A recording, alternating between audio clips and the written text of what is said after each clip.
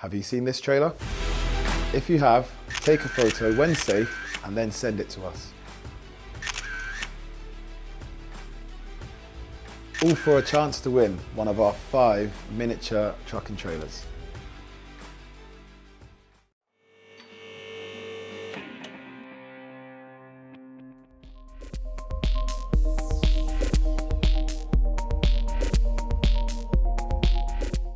Total Care's T8 range of mobile column lifts provides a highly flexible lifting solution for any commercial vehicle workshop. Easy to manoeuvre, the columns can be used across different lifting bays within the workshop and can be stored out of the way when not in use. The super strong lifts can support up to a 7,500 kg capacity per column and can be configured in sets of 4, 6 or 8. Adjustable wheel forks provide flexibility for lifting a variety of vehicles and wheel diameters.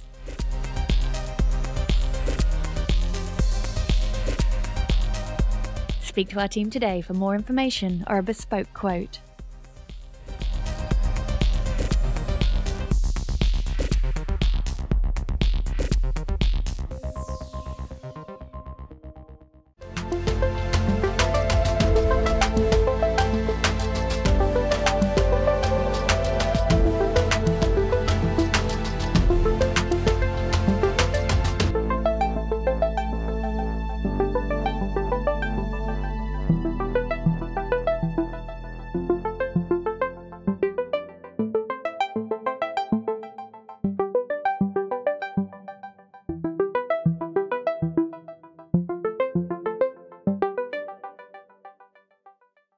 Well, good morning, ladies and gentlemen. Welcome to sunny Norwich. We're, of course, at Snetterton Race Circuit this weekend for another amazing event of truck racing, British Truck Racing Championship 2023. It's getting seriously tight now as the season goes on, with Division 1 just 38 points between the two leaders. Ryan Smith, of course, currently in first place. Stuart Oliver nipping at his heels. But, of course, in Division 2, even tighter, with less than one race worth of points between the two leaders. 12 points between Adam Bint and John Powell. We'll see the first race of the weekend be 1-2 count.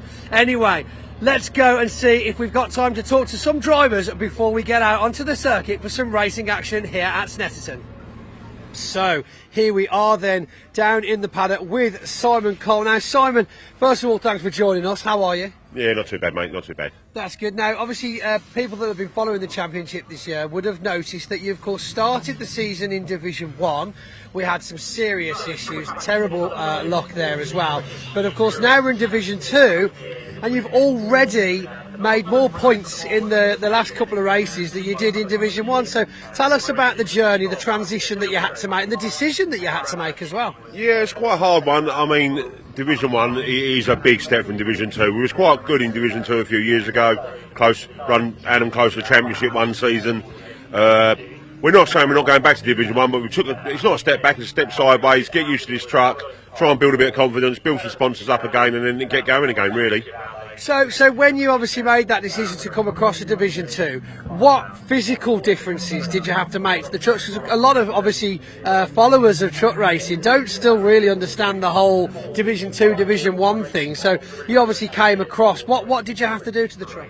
Well, we actually swapped trucks. We've just parked the other Division 1 Eleanor up, and we done a deal with Ryan, so we got routing this for the rest of the season to see what we can do. But it's come in parts as well, so we had to rebuild this. And literally, it is different engines, different bit of suspension, but a lot of it is funding. Right, I see. So it just gives you a chance to find your feet again, get your head back in the game, and then focus on 2024 essentially. Yeah, that's basically what we're doing. We're using this as a test session this year. I probably will run Division 2 next year, and we're gonna try and have a go, see if we can win the championship in Division 2 and then rebuild from there. That'd be good. I mean, Division 2, now you've obviously come into it this year, it's quite tight, isn't it? Those top 3 spaces, there's not many points between you. Yeah, no, they're very tight and they're very fast. They're faster than some of the Division 1 trucks. So from when I left Division 2 3 years ago, it's just come on leaps and bounds. And obviously, being a bit of a veteran of Division 2 now, what are your thoughts on Paul Rivette joining this year? Have you seen anything from him that impresses you, that doesn't impress you? No, Paul's okay. I don't know him from before. He's a good driver, as are all the drivers in here. You know, it's not, like I said, there's not a lot. Same as any motorsport, really. There's not a lot in the drivers from front to back. A lot of it is to do with what you got, funding, equipment, and your backing, really. Well, that's interesting to hear. Well, Simon, thank you very much. Welcome, of course, back, because you had a little bit of time out of the BTRC, so we're glad to have you back this year. And I'm glad that you're finding a bit more luck, qualifying fifth for the first race on Saturday, and we're going to see how the weekend goes for you. Yeah. Qualifying doesn't really matter in this. We all start off together, so there's hardly anything in it. Pole in trucks really doesn't make a hell of a difference, only in Division 1 really. So yeah, we'll have a good go and we'll fight to the end. So we're aiming to finish all 5 races where we need to be, and that's another step then. That's it. To win the races, you've got to finish the races. So Simon Cole down here, Division 2 at the paddock here at Snetterton. So now continuing on with the theme of Division 2, I'm here with Adam Bint. Adam, let's have a quick look at the list. You're currently qualified second for this race, and we did quite well with 4 podiums over in Donington. Was it 4 podiums? Yeah. 5, but yeah. So did very well in Donington. Have we made many differences? I hear you're repairing something at the moment. Is that serious? Yeah, we've pulled it back in here, and then we sprung a fuel leak from the fuel cooler, so we're just trying to make a new one fit. But it's a totally different type of, so they've just got to re-engineer brackets and fittings and stuff like that at the minute, but should be alright.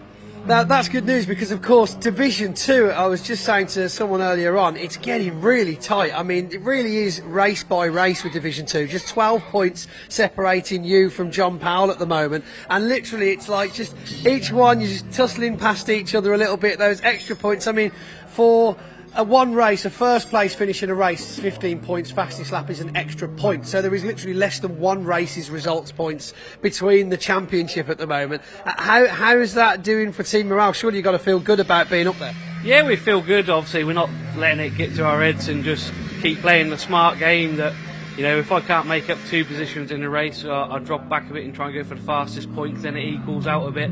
But it's getting to the latter part of the year now, so it's going to be like a come Pembury Brands Hatch, where it's going to be so tight, so you're going to have to go for every position that you can get to make it worthwhile. Yeah, every point really does matter. I mean, it's been a while actually since we've seen such a fight in Division 2. I mean, usually when you're the Division 1s, we come to Brands Hatch and it's about 5 points between the top 3, and it's like, ugh. But it's so interesting to see, and I've said this many years now, Division 2 always puts on a better show, I think, when it comes to racing, because you never know what's going to happen. There is really so little between you guys that the changing of positions through the race, it's really good to watch. Yeah, it is that the driving standards in Division 2 are brilliant, and what makes it better for us, where we run all different machinery, so we're stronger in different parts of the track, so then it enables us to fight and actually battle for these positions, rather than the Division 1 trucks are all very, very similar in what they're running, so they haven't got an advantage on the straight or the corner speed, so it makes it a lot better watching with us. Well, thank you for putting on a fantastic show. As I say, we were starting in second place. I'm right in thinking that for the first race here at Snetterton. So good luck to you, Adam. I'll shake your hand now. Hope to see you on the podium for the first time at Snetterton. Fantastic. Well, first time this weekend. It's not your first rodeo. Adam Bint here, Division 2 down at Snetterton Paddock. It's sunny today, isn't it? Very sunny. Nice. It's supposed to rain today. I think we might have a bit tomorrow, could do. Well, I checked that on Thursday, but then yesterday it's supposed to be dry tomorrow. Oh, okay. Well, positive. Whoa! Yeah, whoa! Don't hurt it. Hello, mate. I know, we can't hurt that. Let's just go with it. They're good for the planet. Bye, mate. See you later. Thank you. Oh, Jesus. Yeah, right. Wow, there we go. Live TV. What are you going to do? There's a bumblebee, almost endangered species now, aren't they? I was like, you can't hurt bumblebees. Protected, a bit like me. Yeah, super pretty. Yes. So, Ryan Smith, first in the championship, qualifying first here at Snetterton. But of course, we worked out 38 points, if the points are correct, between you and the next position. So just over 2 races worth of results. So you've still got to make it stick this weekend to keep that position, haven't you, really? Look, I think it's clear within this championship the way the point structure is. You can't afford non-finishers. You can't take anything for granted. Like Stuart, Dave, and the other competitors, Bradley Smith, everyone ups the game. And when you've got a target on your back, sometimes it's easier chasing than it is leading. And we put the pressure on ourselves. We want to be better, same as the other competitors. But no, we just got to go with the flow, and we've got to try and do our best. Take each race one step at a time. I mean, Division 2, less than 1 race between 12 points between the top 2 in Division 2. I mean, that's something to watch, surely. And that's the credit to the drivers, credit to the teams, credit to the championship, Bark, credit to Truck Sport, what everybody's doing behind the scenes. The growth of this sport is in the last 18 months, 2 years, has been incredible. It's like what I was saying, the lap that I did this morning qualifying, I think it was a new lap record, and that was on HVO fuel. Yeah. HVO, 100% better for the environment. We are working at every angle as a team, which we are together, and the championship's getting better. We're still setting lap records on different fuel that's good for the environment, and I think everybody should be proud because we're doing our part for the whole thing. No, that's right. I mean, GD Plus being our championship sponsor, our official fuel sponsor for the whole season, and obviously it'd be great if we get them back next year as well. It just goes to show that, as a whole sport, we are trying to bring up the standards of what we're doing, because of course, we know lorries are of course not as great for the environment, but what else have we got to do what lorries do? And the fact that it's now available and feeding fleets around the country on the road already just means that it's great to have them on board for the racing. And it's sustainable, and like with trucks, and I think we're the pinnacle of sport in the UK, and I'll tell you why, because a truck is the biggest billboard in motorsport. And I always say this, my sales pitch to sponsors is, look around you, everything you see was delivered on one of them things. It's true, yeah. Even in the motor racing, you've got lorries picking them all up. They are vital to the countries, our success, behind the scenes. So the supply chain is nothing without haulage. Yeah, haulage is everything to make the country tick, and for us to be part of it. Stuart's 10 times champion, I'm 7 times champion. Catching up now. Dave's got a championship. Ricky Collett's got a championship.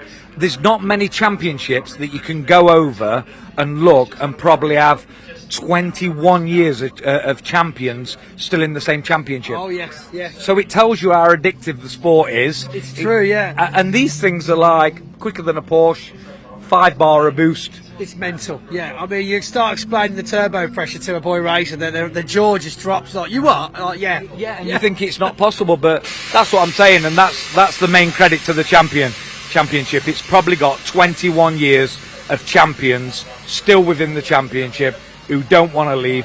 Stuart, I think he was 60 last week, and he's still doing it. He's at the top of the game. He put it on P2 earlier. Always gives you a run for the money. Dave, been in the sport 20 odd years, former champion. And I don't know if you can name another championship in UK that can have the same fundamentals and credentials that we've got. It's true. The top drivers, staying relevant for this long is so important in British truck racing. And yeah, I think you're almost a flash in the pan when it comes to certain careers in racing. Unless you make it to Formula One, it's like you've done it until you get bored, and then that's the end of it. But even the lifespan in any of them is very short, and like you've just said, you're at your pinnacle for a short period of time.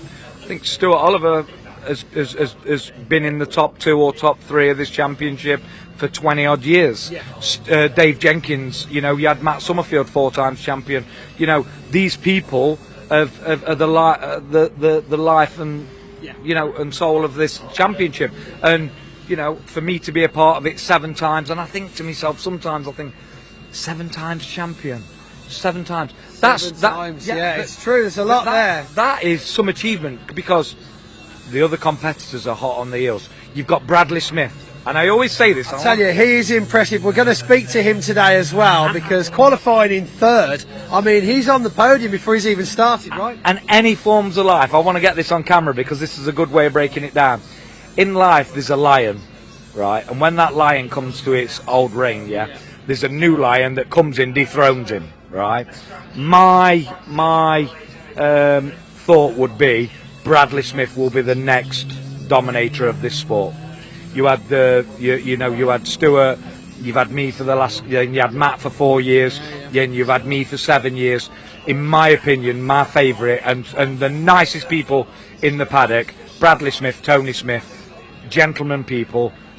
He's still very, very young, still got a lot of learning to do, but he's showing potential of what he's got, but just not yet.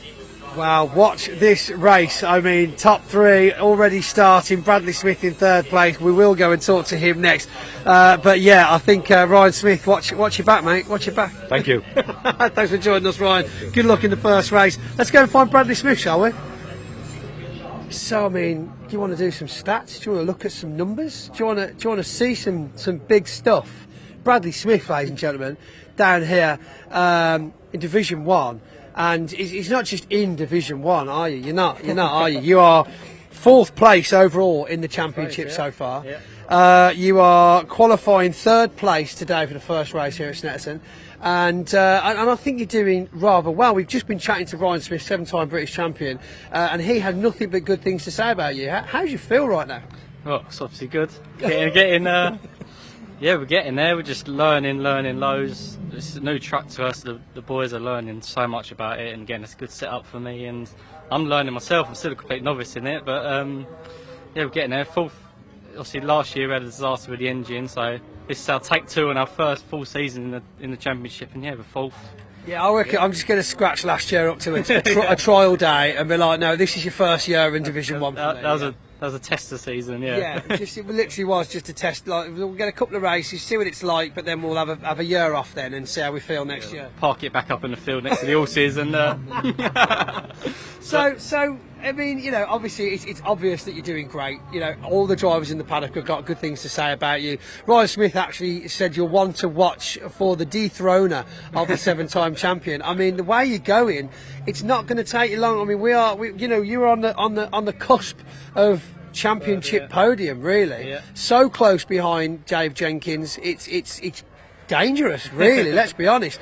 So we're going to talk to Dave after this, of course. But going into the first race of the weekend, what have you got to concentrate? Do you have a list of to-dos? You get in that truck, you're like, right, got to concentrate on this corner, or I've got to make sure I get into that gear for that bend. Is there anything like that? Yeah, obviously you also, every track you have your weak spot where you're struggling or the truck's not settled, so you have your 3 corners, you think, I might have to defend here or whatever, but apart from that, it's truck race, anything can happen, so you can't really get a game plan, but yeah, you just get in it and just go corner by corner. Hopefully, we had a massive crash at Donington last time out, so but you still came back. In fact, not only did you come back, I believe you had a massive crash at Donington and then still managed to get was it a 4th place in that race afterwards? Race, yeah. So I mean, the fact you shouldn't even have been out on circuit by then with the damage you had, and then I'll just come back out and get 4th. Yeah, we need to, and it helped us. It kept us up in that championship, so them extra points, and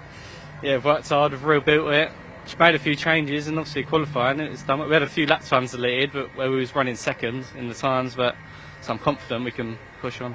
I'll be really, really interested to see. I mean, we all know that the race isn't won on the first corner. However, the flip side to that is it is often lost on the first corner. One or the other. What would you say is probably, through all the circuits of the year, regardless when you've raced there, what would you say is probably your least favourite for ability or just experience, and your favourite that you're like, I'll settle in quite nicely on that one? I think my least favourite I'd say is Pembury.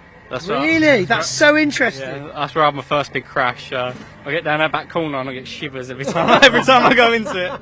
I don't put the new truck into it, but yeah, and this is my favourite, even though it's my first ever time here in this truck. I raced it 2 years ago in my old Division 2 truck, and it was my favourite circuit then, so it's good to come back here in this beast and have fun here. Massive smile on my face. Talking about massive, it's a big old circuit, very big lap times. I mean, surely as an endurance standpoint, yes, there's still 15 minutes of racing, but within those 15 minutes, we're not getting that many laps, are we? No, not many laps. Obviously, yeah, it's a long lap, but it's good that it's technical, and yeah, keep you on your toes. You've got to have the truck set up, have the cooling right, have the brakes set up, because you're hard on the brakes around here, and yeah, and over 15 minutes you can keep the truck there and make some positions. Well, it's been a pleasure watching you come to this point. I'm looking forward to seeing what you achieve this weekend. Yeah. Going out 3rd place already on the podium in my mind. I mean, we're there. We just need to finish the race, and we'll see you for a trophy later on. Hopefully. Thank you very much. Bradley, good luck, buddy. Thanks for talking to us. Bradley Smith, one to watch. Everybody's talking about him, but in a good way, in a nice way. Have you seen this trailer? If you have, take a photo when safe and then send it to us. All for a chance to win one of our 5 miniature truck and trailers.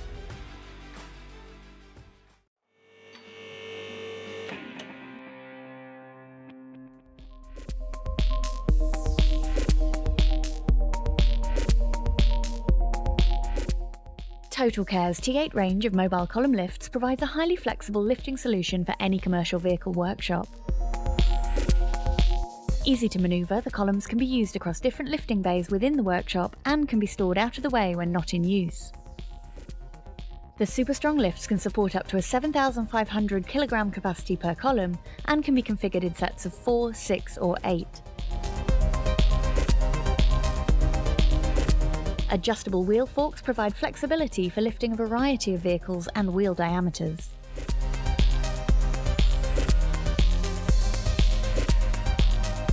Speak to our team today for more information or a bespoke quote.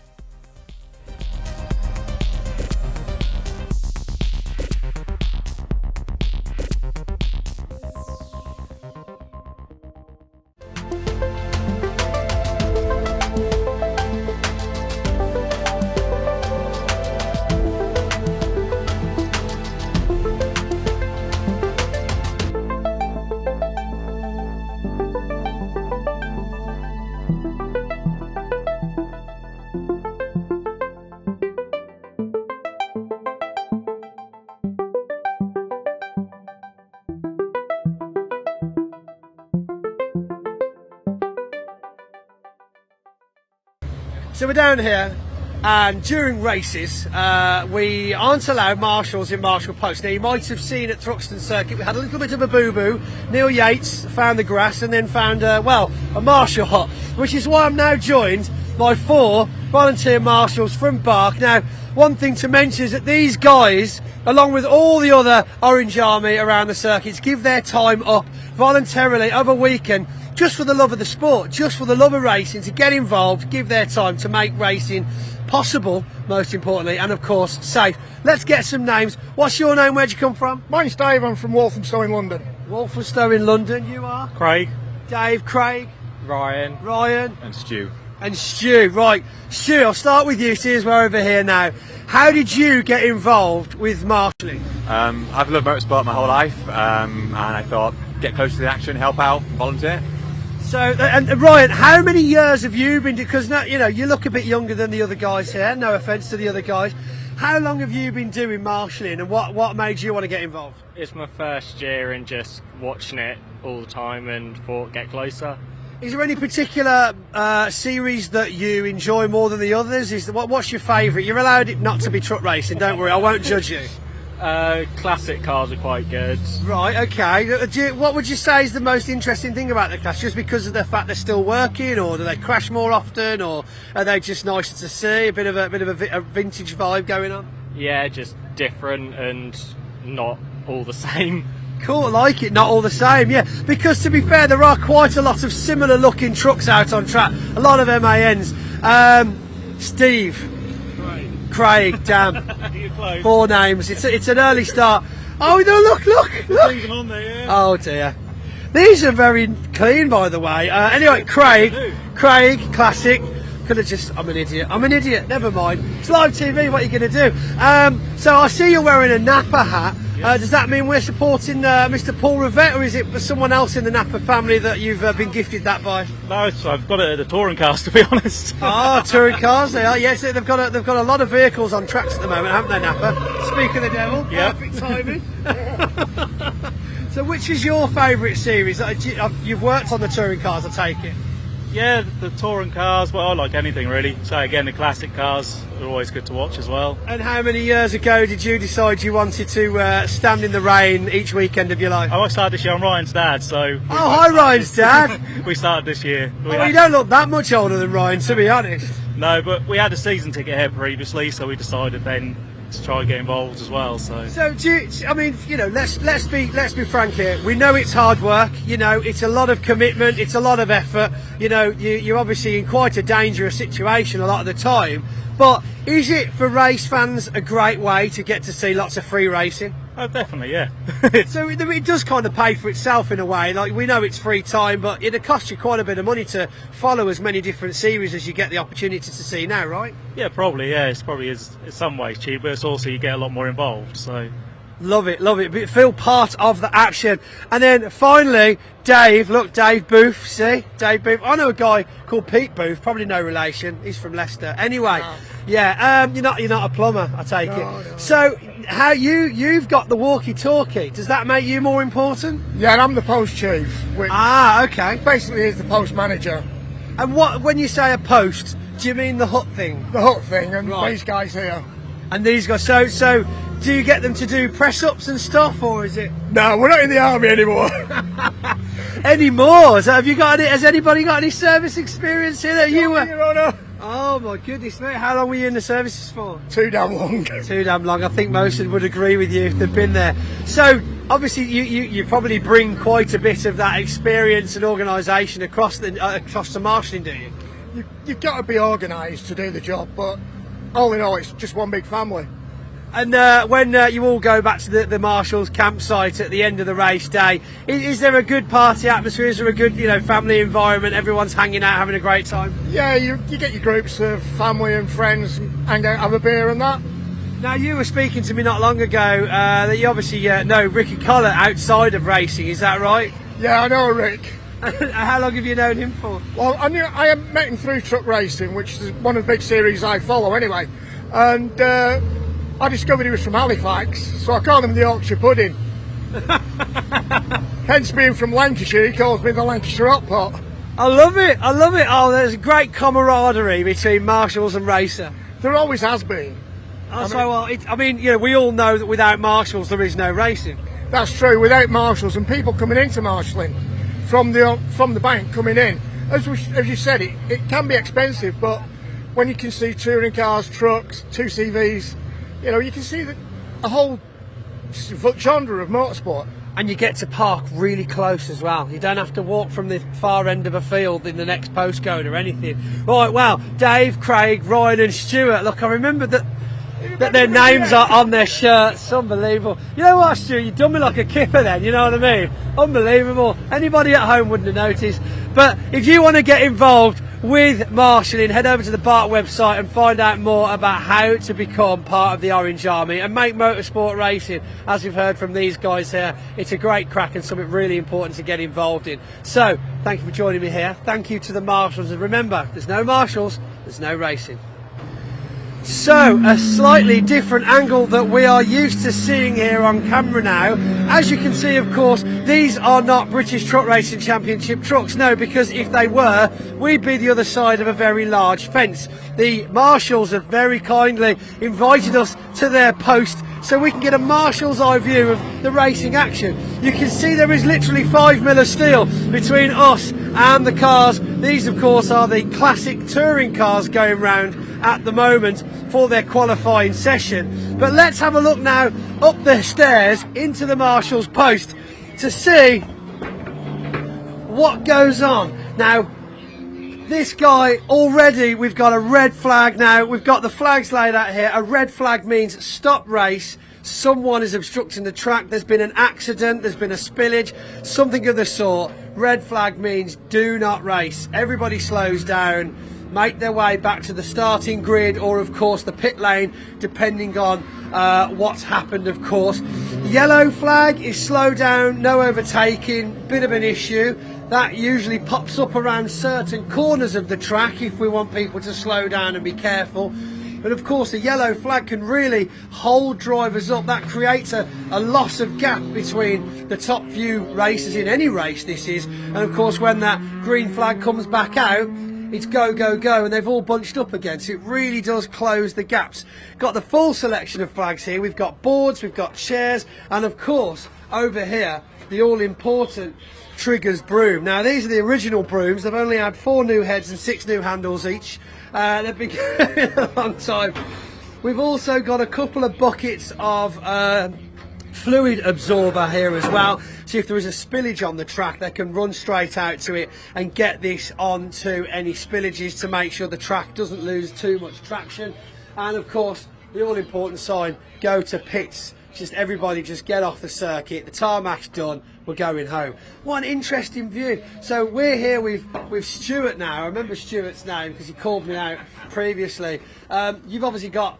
Have you got an earpiece? How do you know it's a red flag? You just. I watch the light bars over there, or the post chief will let me know. So we've got Dave coming in now. Dave, can you give us a bit more information on why the red flag has come out now?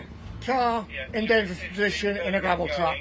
Right, so that's obviously a run-off because he has run off, and then if another one runs off, we're in trouble. We could be in serious trouble. Right, okay, and of course, people don't realise really that there is quite a lot of danger. I mean, these cars are doing hundreds of miles an hour around these circuits. If someone's already gone off in that position, there's a high probability that, well, that's going to be the position someone else could go off again, right?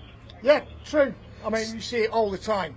So now obviously we've put the red flag out, we can hear the silence has fallen. Again, I believe they're quite good at this, the classic touring car, isn't it? Very. Nice. It's supposed to rain today. I think we might have a bit tomorrow, could do. Well, I checked that on Thursday, but then yesterday it's supposed to be dry tomorrow. Oh, okay, well, positive. Whoa! Yeah, whoa! Don't hurt it. Hello, mate, I know, we can't hurt that. Let's just go with it. They're good for the planet. Bye, mate. See you later. Thank you. Oh, Jesus. Yeah, right, well, there we go. Live TV, what are you going to do? There's a bumblebee, almost endangered species now, aren't they? I was like, you can't hurt bumblebees. Protected, a bit like me. Yeah, super pretty, yes. So, Ryan Smith, first in the championship, qualifying first here at Snetterton. But of course, we worked out 38 points, if the points are correct, between you and the next position. So, just over 2 races worth of results though, you know, you've still got to make it stick this weekend to keep that position, haven't you, really? Look, I think it's clear within this championship the way the point structure is, you know, you can't afford non-finishers. You can't take anything for granted. You know, like Stuart, Dave and the other competitors, Bradley Smith, everyone ups the game. And, you know, when you've got a target on your back, sometimes it's easier chasing than it is leading. And, you know, we put the pressure on ourselves. We want to be better, same as the other competitors. But no, we just got to go with the flow, and we've got to try and do our best. Take each race one step at a time. I mean, Division 2, less than 1 race between 12 points between the top 2 in Division 2. I mean, that's something to watch, surely. And that's the credit to the drivers, credit to the teams, credit to the championship, BARC, credit to Truck Sport, what everybody's doing behind the scenes. The growth of this sport is in the last 18 months, 2 years, has been incredible. It's like what I was saying, the lap that I did this morning qualifying, I think it was a new lap record, and that was on HVO fuel. Yeah. HVO, 100% better for the environment. You know, we are working at every angle as a team, which we are together, and the championship's getting better. We're still setting lap records on different fuel that's good for the environment, and I think everybody should be proud because we're doing our part for the whole thing. No, that's right. I mean, GD Plus being our championship sponsor, our official fuel sponsor for the whole season, and obviously it'd be great if we get them back next year as well. It just goes to show that, you know, as a whole sport, we are trying to bring up the standards of what we're doing, because of course, you know, we know lorries are of course not as great for the environment, but what else have we got to do what lorries do? And the fact that it's now available and feeding fleets around the country on the road already just means that it's great to have them on board for the racing. And it's sustainable, and like with trucks, and I think we're the pinnacle of sport in UK, and I'll tell you why, because a truck is the biggest billboard in motorsport. And I always say this, my sales pitch to sponsors is, look around you, everything you see was delivered on one of them things. It's true, yeah. Even in the motor racing, you've got lorries picking them all up. They are vital to the countries, the you know, our success, you know, behind the scenes. So the supply chain is nothing without haulage. You know, haulage is everything to make the country tick, and you know, for us to be part of it. You know, Stuart's 10 times champion, I'm 7 times champion. Catching up now. Dave's got a championship. Ricky Collett's got a championship. There's not many championships that you can go over and look and probably have 21 years of champions still in the same championship. Oh yes, yeah. So it tells you how addictive the sport is. It's true, yeah. And these things are like quicker than a Porsche, 5 bar a boost. It's mental, yeah. I mean, you start explaining the turbo pressure to a boy racer, the jaw just drops. Like, you are, like, yeah, and you think it's not possible, but that's what I'm saying, and that's the main credit to the championship. It's probably got 21 years of champions still within the championship who don't want to leave. Stuart, I think he was 60 last week, and he's still doing it. He's at the top of the game. He put it on P2 earlier. Always gives you a run for the money. Dave, been in the sport 20 odd years, former champion. You know, and I don't know if you can name another championship in UK that can have the same fundamentals and credentials that we've got. It's true. The top drivers, you know, staying relevant for this long is so important in British truck racing. And yeah, I think you're almost a flash in the pan when it comes to certain careers in racing. Unless you make it to Formula One, it's like you've done it until you get bored, and then that's the end of it. But even the lifespan in any of them is very short. And like you've just said, you're at your pinnacle for a short period of time. I think Stuart Oliver has been in the top 2 or top 3 of this championship for 20 odd years. Yeah. Dave Jenkins, you know, you had Matt Summerfield, 4 times champion. You know, these people are the life and you know and soul of this championship. And you know, for me to be a part of it 7 times, and I think to myself sometimes, I think 7 times champion. 7 times. Seven times, yeah, it's true. There's a lot there. That is some achievement because the other competitors are hot on the heels. You've got Bradley Smith, and I always say this. I tell you, he is impressive. We're going to speak to him today as well because qualifying in 3rd. I mean, he's on the podium before he's even started, right? And any forms of life. I want to get this on camera because this is a good way of breaking it down. In life, there's a lion, right? And when that lion comes to its old reign, there's a new lion that comes in, dethrones him. Right, my thought would be Bradley Smith will be the next dominator of this sport. You had you had Stuart, you've had me for the last, you had Matt for 4 years, and you've had me for 7 years. In my opinion, my favourite and the nicest people in the paddock, Bradley Smith, Tony Smith, gentlemen people. He's still very, very young, still got a lot of learning to do, but he's showing potential of what he's got, but just not yet. Wow, watch this race. I mean, top 3 already starting. Bradley Smith in 3rd place. We will go and talk to him next. But yeah, I think Ryan Smith, watch your back, mate. Watch your back. Thank you. Thanks for joining us, Ryan. Good luck in the first race. Let's go and find Bradley Smith, shall we? So, I mean, do you want to do some stats? Do you want to look at some numbers? Do you want to see some big stuff? Bradley Smith, ladies and gentlemen, down here in Division 1. And he's not just in Division 1, are you? You're not, are you? You are 4th place overall in the championship so far. Yeah. You are qualifying 3rd place today for the first race here at Snetterton. And I think you're doing rather well. We've just been chatting to Ryan Smith, 7-time British champion, and he had nothing but good things to say about you. How do you feel right now? Well, it's obviously good. Yeah, we're getting there. We're just learning loads. It's a new truck to us. The boys are learning so much about it, and again, it's a good setup for me. And I'm learning myself. I'm still a complete novice in it, but yeah, we're getting there. Obviously, last year we had a disaster with the engine, so this is our take 2 on our first full season in the championship, and yeah, we're 4th. Yeah, I reckon I'm just going to scratch last year up to a trial day and be like, no, this is your first year in Division 1 for me. That was a tester season, yeah. Yeah, it literally was just a test. Like, we'll get a couple of races, see what it's like, but then we'll have a year off then and see how we feel next year. Park it back up in the field next to the horses and. So I mean, you know, obviously it's obvious that you're doing great. You know, all the drivers in the paddock have got good things to say about you. Ryan Smith actually said you're one to watch for the dethroner of the 7-time champion. I mean, the way you're going, it's not going to take you long. I mean, you're on the cusp of championship podium, really. Yeah. So close behind Dave Jenkins. It's dangerous, really. Let's be honest. So we're going to talk to Dave after this, of course. But going into the first race of the weekend, you know, what have you got to concentrate? Do you have a list of to-dos? You get in that truck, you're like, right, got to concentrate on this corner, or I've got to make sure I get into that gear for that bend. Is there anything like that? Yeah, obviously you also every track you have your weak spot where you're struggling or the truck's not settled, so you have your few corners you think, oh, I might have to defend here or whatever, but you know, apart from that, it's truck race, anything can happen, so you can't really get a game plan. But yeah, you just get in it and just go corner by corner. Hopefully, we had a massive crash at Donington last time out, so but you still came back. In fact, not only did you come back, I believe you had a massive crash at Donington, and then still managed to get was it a fourth place in that race afterwards? Race, yeah. So I mean, the fact you shouldn't even have been out on circuit by then with the damage you had, and then I'll just come back out and get fourth. Yeah, we need to, and it helped us. It kept us up in that championship, so them extra points, and we've worked hard. We've rebuilt it.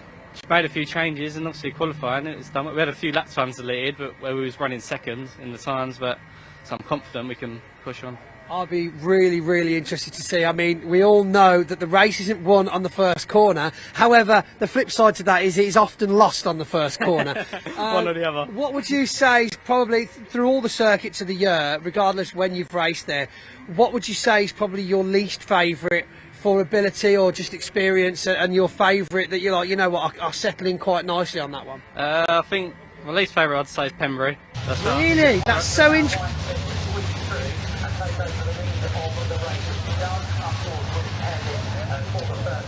Okay, well the trucks are already underway then, because Pointy went on for so long there. Apologies there. We are underway with our first truck race of the day. It is Ryan Smith who leads the way, ahead of Stuart Oliver in the two bonneted trucks out in front. Bradley Smith defending from David Jenkins for third as they go up towards Agostini for the first time. Completing the top five is one of the Reeds in their two Ivecos. Already been some contact there. Looks like some damage to the front of Stephen Powell's MAN. Jim Bennett at the back of the field, the number 28, the Seth Atkinson. Stephen Powell may well have clipped the back of Bradley Smith there. You can see his rear wheel arches hanging loose on the number 46.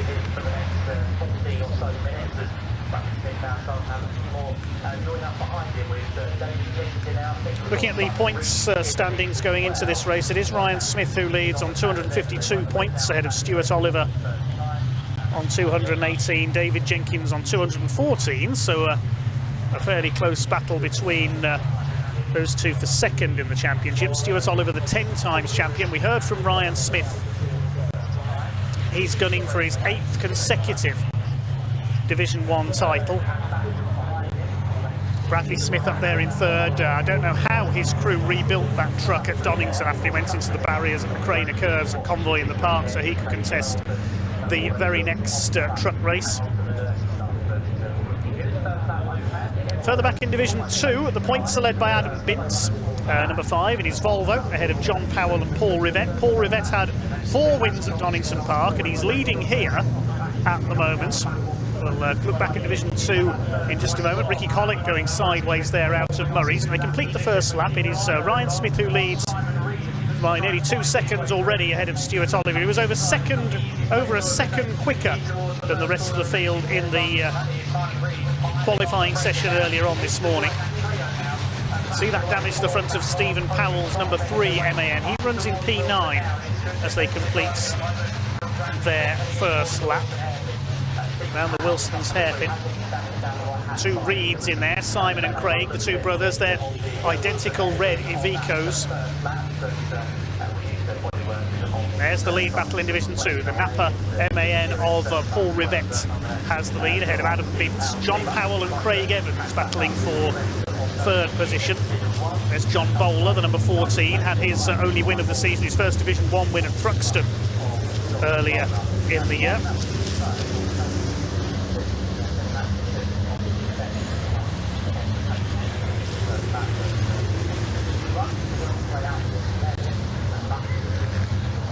John Powell ahead of Evans. Further back, Simon Cole, the number 41. Now, he started the season in Division 1, but after repeated problems with the Division 1 truck, he switched to Division 2 with an Iveco. And with him is Neil Yates, number 33. Now, that's a Division 1 truck, but as a relative newcomer, he's elected to start from the back of the grid behind the Division 2 trucks. Saw him have a huge accident at Thruxton earlier this season, racing one of Stephen Powell's trucks. Ryan Smith continues to lead in the Northside Truck and Van Daimler Freightliner, going clear of Stuart Oliver, the 10-time champion in the Volvo. Bradley Smith, the youngest man on the grid, holding third.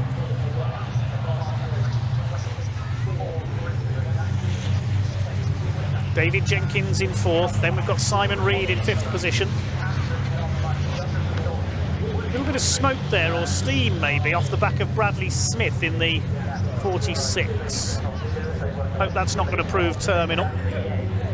Maybe just water leaking from the water-cooled braking system. Hopefully that's only the case, so it's not something more serious for young Bradley Smith, who's having a quite superb season. Still yet to get his first win in the British Championship. David Jenkins hasn't won this year either, the former champion. Simon Reed, Michael Oliver, son of Stuart, in the second of the GT Tyres trucks. Then it's Craig Reed. Battle is on between Tom O'Rourke, who gets through there, the Scotsman, ahead of Stephen Powell, and John Bowler, and Ricky Collins, the heavy haulage boss from Yorkshire, in the number 95.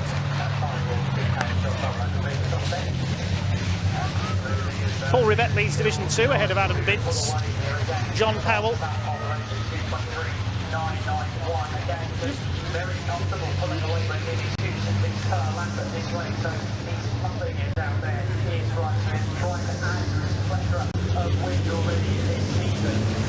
Nine and a half minutes of this race to go. Race 1 of 5 this weekend for the British Truck Racing Championship. Here comes Craig Reed attacking Michael Oliver. It's one win for Michael Oliver so far this year at Pembrey in Wales. The trucks go to Wales again in October before the finale on Bonfire Night at Brands Hatch. All 18 trucks still running. One driver we are still missing, sadly, this weekend is Jock Borthwick, after not fully recovering from injuries sustained in a motorcycle accident earlier this season. He had hoped to be back for Snetterton, but he's now aiming for Pembrey in October. There you can see the front bumper hanging off Stephen Powell's MAN, the man from Kent, and he's going to lose a place there. I think Powell's slowing down, in fact. John Bowler going through there at Oggies. Yeah, Stephen Powell's in trouble. He's definitely slowing down. Ryan Smith dominating. He's taken pole position in every qualifying session this year. Looking uncatchable yet again.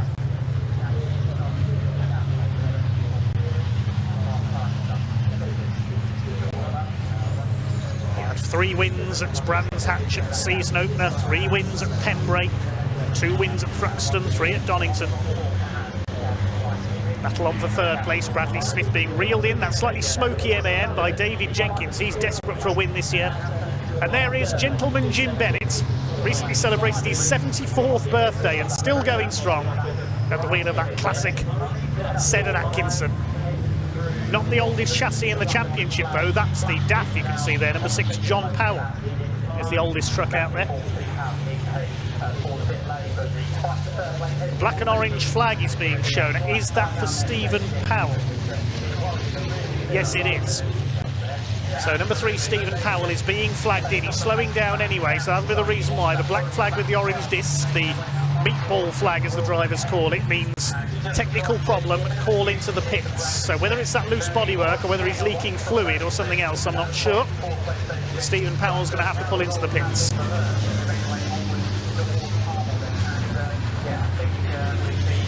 David Jenkins pursuing Bradley Smith for third. Then it's Simon Reed.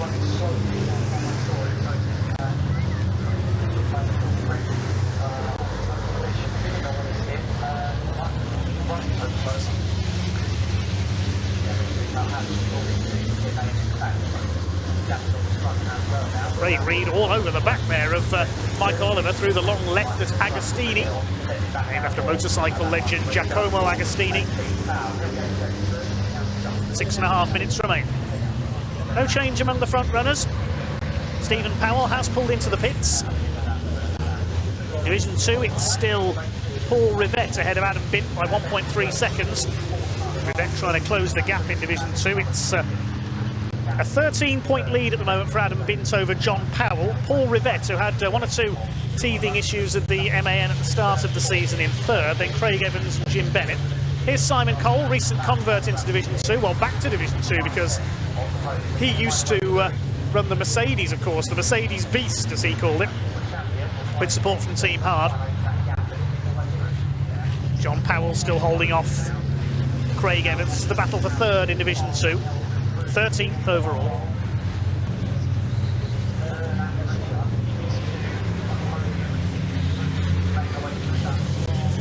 Still Bradley Smith holding on. There's Neil Yates, we just caught a glimpse of. There's Jim Bennett at the back of the field, these two having their own battle. Neil Yates in a Division 1 truck. It's only his second time in Division 1, so electing to start from the rear of the grid. Runs a recovery company, Neil Yates, based across the southeast of England.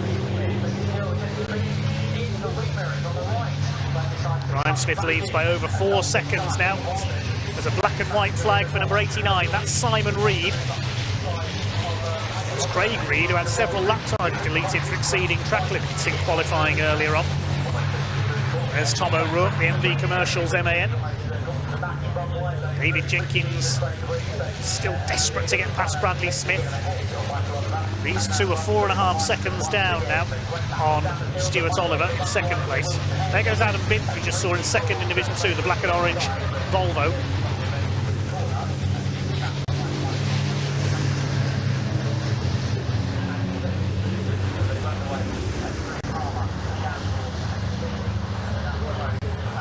Craig Evans up the outside. He's not going to get a truck round the outside of the Wilson's Head. Brown Recycling MAN on the back of the Dutch-built DAF. Towards Palmer. These two fighting for third in Division 2. Looks like Stephen Powell has retired from the race. Now this race decides the grid for race 3 of the weekend, with the top 8 reversed in each division. So who's in 8th place at the moment? It's Tom O'Rourke. This will give him pole for race 3. But in Division 2, well, there's only 6 entries, so they'd be flipped around. It'd be Jim Bennett who starts on pole.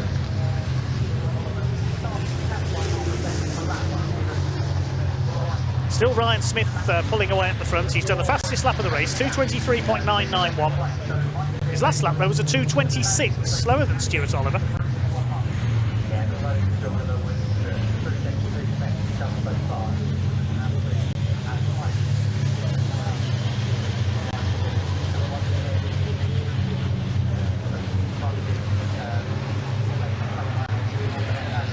Still the third place battle goes on. They're not going to catch Smith and Oliver. Here comes Ryan Smith. Not seen much of him in this race because, as he always seems to in race 1 of the weekend, he's run away. 2:51 left on the clock as he crosses the line, so we should get 2 more laps out of this. No last lap board in evidence. It's 5.8 seconds in it now.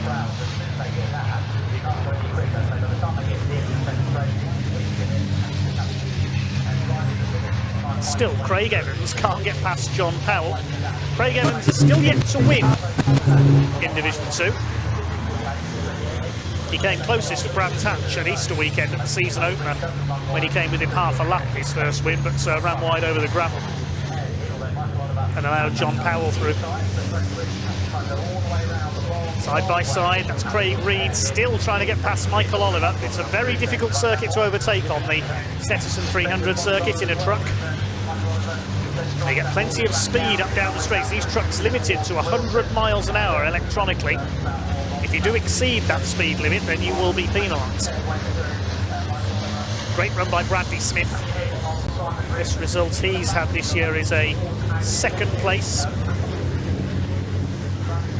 That was at Pembrey. Still yet to win in Division 1.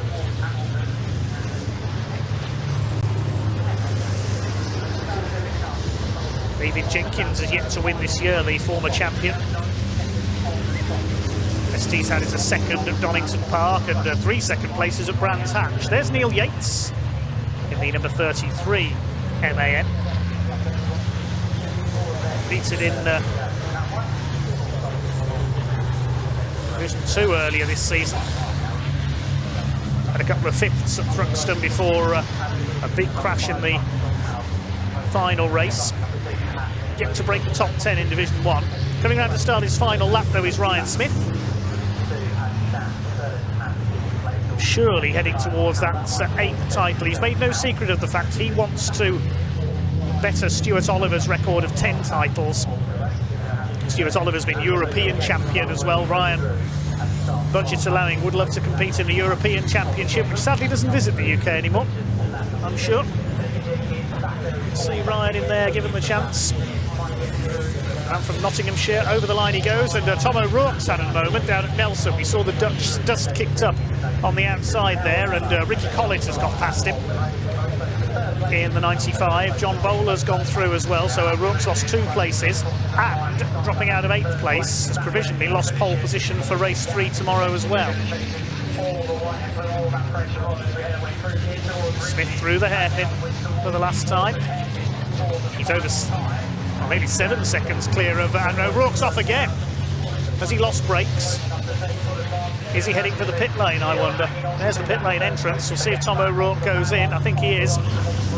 So that will put John Bowler up into pole position for race 3 if he finishes 8th. But he's got Ricky Collins behind him. Neil Yates, number 33, has been lapped, which means Jim Bennett will have been as well, I think. No, Jim Bennett is actually ahead of Neil Yates. There's Jim. So Neil might have had an off somewhere.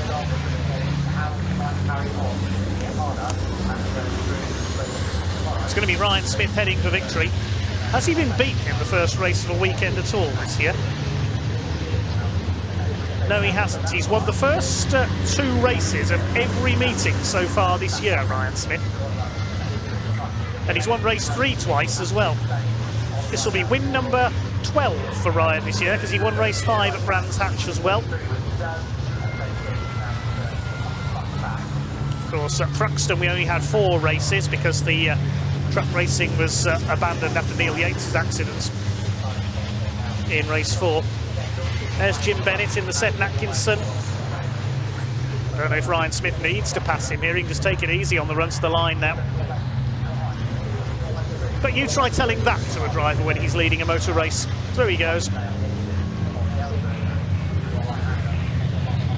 Keeping up his unbeaten run of pole positions this year. It's going to be his unbeaten run of wins in race 1 at every meeting this year as well.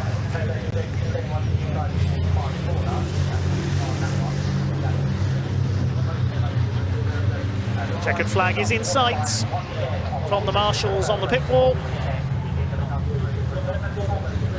And here he comes, win number 12 in 2023 for Ryan Smith. Flying Ryan takes the flag. It's going to be Stuart Oliver home in 2nd place. He crosses the line, 8.2 seconds behind. And side by side, almost for 3rd, Bradley Smith hangs on ahead of David Jenkins. Simon Reed will be 5th in the Iveco. Meantime, in Division 2, it's going to be Paul Rivette in his MAN Division 2 for the slightly less modified, slightly less powerful trucks. Meanwhile, Michael Oliver 6th ahead of Craig Reed. He held off the Iveco. 8th place, it's going to be John Bowler, I think, just ahead of Ricky Collett. John Bowler 8th, and he gets pole for race 3. Paul Rivette in 10th place overall will win Division 2 by a clear margin over Adam Bint.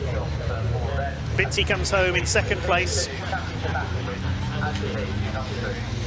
And the battle for 3rd is going to go to the line. Craig Evans and John Powell side by side. Who's going to be 3rd in Division 2? John Powell just gets there. Beat Craig Evans by less than 0.2 of a second. Jim Bennett and Neil Yates have finished a lap down. Just waiting for Simon Cole to come in with his Iveco. Paul Rivette wins Division 2, Ryan Smith Division 1 in our first truck race of the weekend. Here comes Simon Cole out of Murray's. He'll be the last man to take the checkered flag because we lost Stephen Powell and Tom O'Rourke into the pits. Surprised there, Tom O'Rourke was having braking issues after those couple of offs.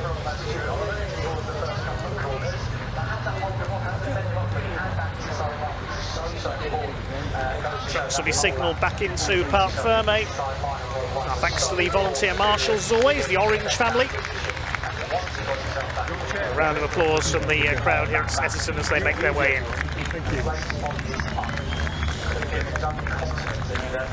Ryan Smith certainly showing off that one. As you said, it's 12th race for him this season. He certainly knows how to win and build those gaps, and he'll be looking for more of the same. Thanks to all your comments coming in on YouTube as well.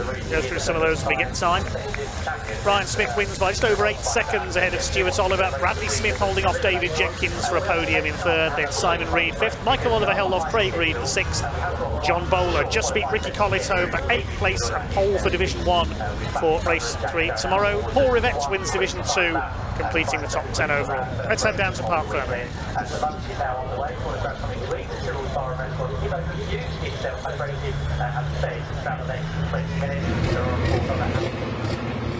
Wow, what a great start to the weekend. Fantastic result for the top 3. Ryan Smith, Stuart Oliver, and I told you it was going to happen. Bradley Smith taking his first podium of the weekend in 3rd place.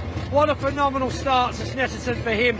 Over in Division 2, Paul Rivette continuing his reign of first place results, taking 4 first place podiums over in Donington a few weeks ago. Looks like he's found that rut that he's going to be very happy with. You join us now down here in Park Fermé. Let's have a quick chat to Dave Jenkins. He's first out, headphones out, sweat pouring off them. The temperatures here, although not the hottest day of the year, still rather warm. Dave, what a battle that was. We enjoyed watching every lap, but I'm sure you probably didn't enjoy it as much as we did. No, Bradley's just coming on great, isn't he? You know, fantastic truck, good team, good driver. We're not quite on our A game today, and Bradley's just done a solid job. Brilliant, well done to him. But I mean, you finished where we qualified, so it's not like you've dropped back per se. You know, 2nd fastest to start again this afternoon, and then tomorrow it's reverse grid, so we really will separate the men from the boys, quite literally. Yeah, it's going to be a long, tough weekend, isn't it? So good, solid points on the board to start the day with, and then see where we go from here now. Fantastic news, Dave. Thanks very much. Good driving regardless. Here he is, the man, can I say man, the man of the hour, Bradley Smith. I told you you'd got that, didn't I?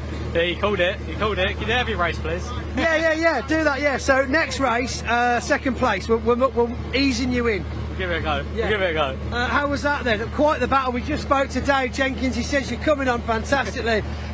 You were obviously on the massive defensive. Quite a big gap between you and 2nd place, obviously. So yeah, how are you playing that? Yeah, we had a good start. Got on the inside of Dave, managed to hold 3rd, and then I was just overdriving a bit, trying to keep up with Stuart and Ryan, just trying to keep on them so I can learn, see their lines, but made a few mistakes and Dave was on me, and then just defending, and yeah, we had a good race.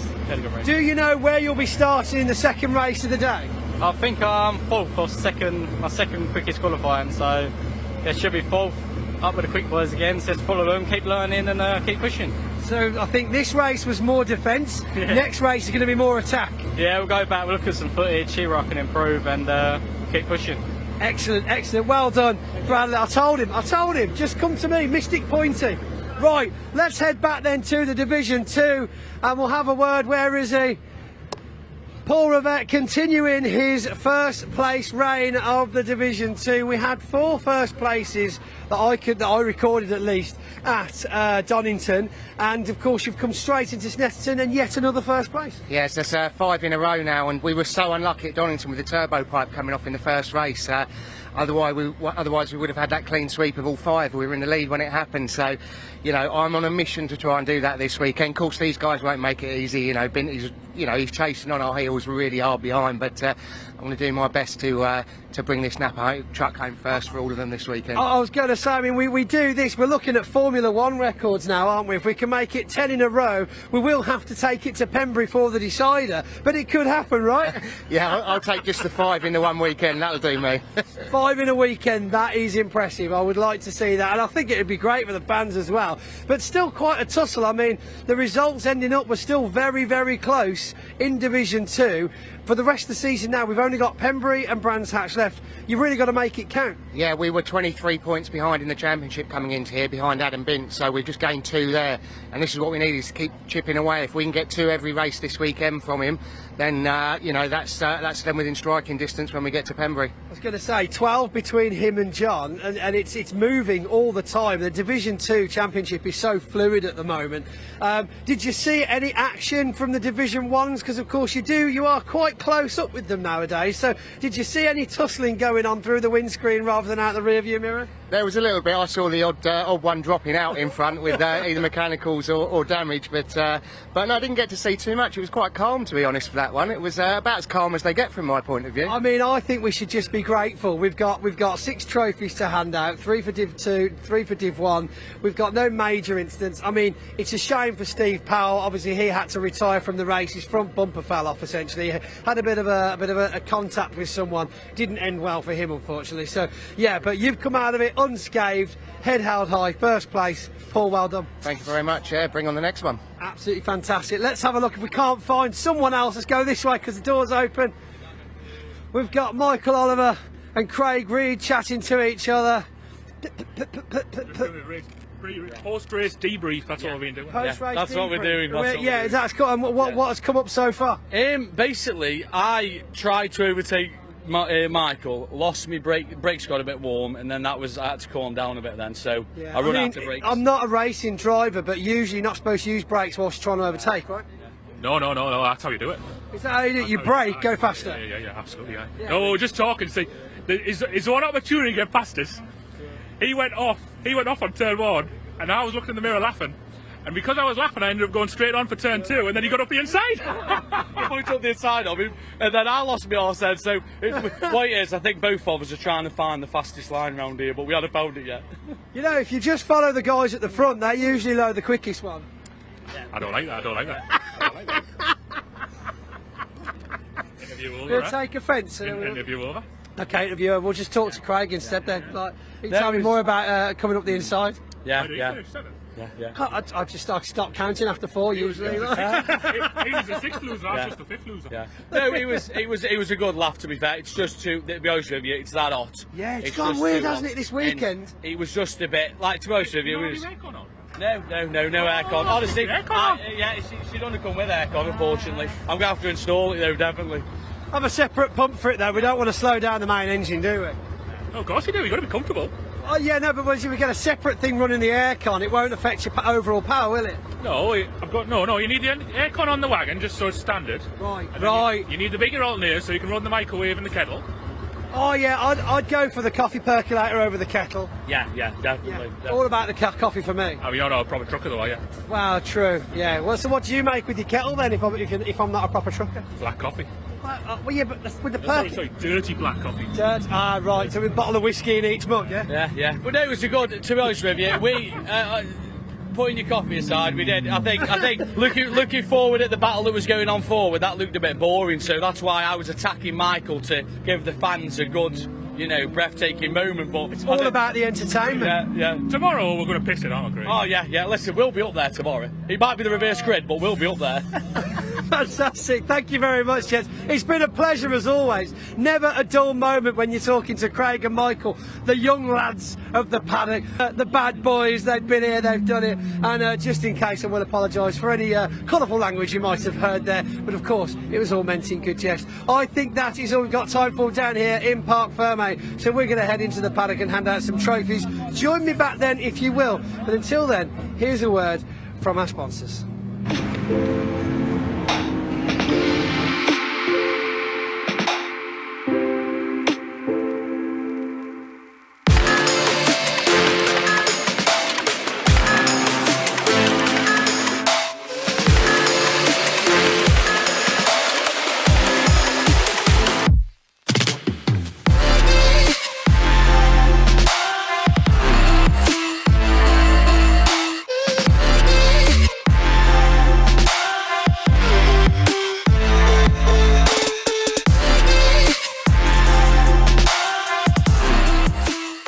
Have you seen this trailer? If you have, take a photo when safe and then send it to us. All for a chance to win one of our 5 miniature truck and trailers.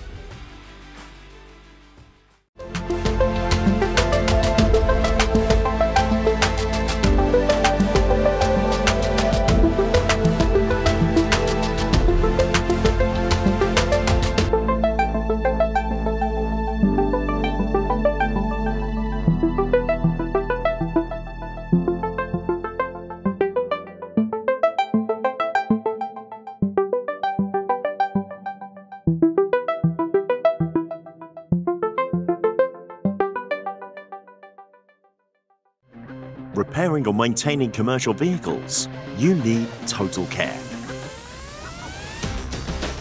Whether you're fitting out a new workshop, bringing your vehicle maintenance in-house, or thinking of an upgrade, our equipment experts will make the process simple. And with UK-wide service engineer coverage and flexible finance options, you can be sure that for workshop equipment, it's Total Care.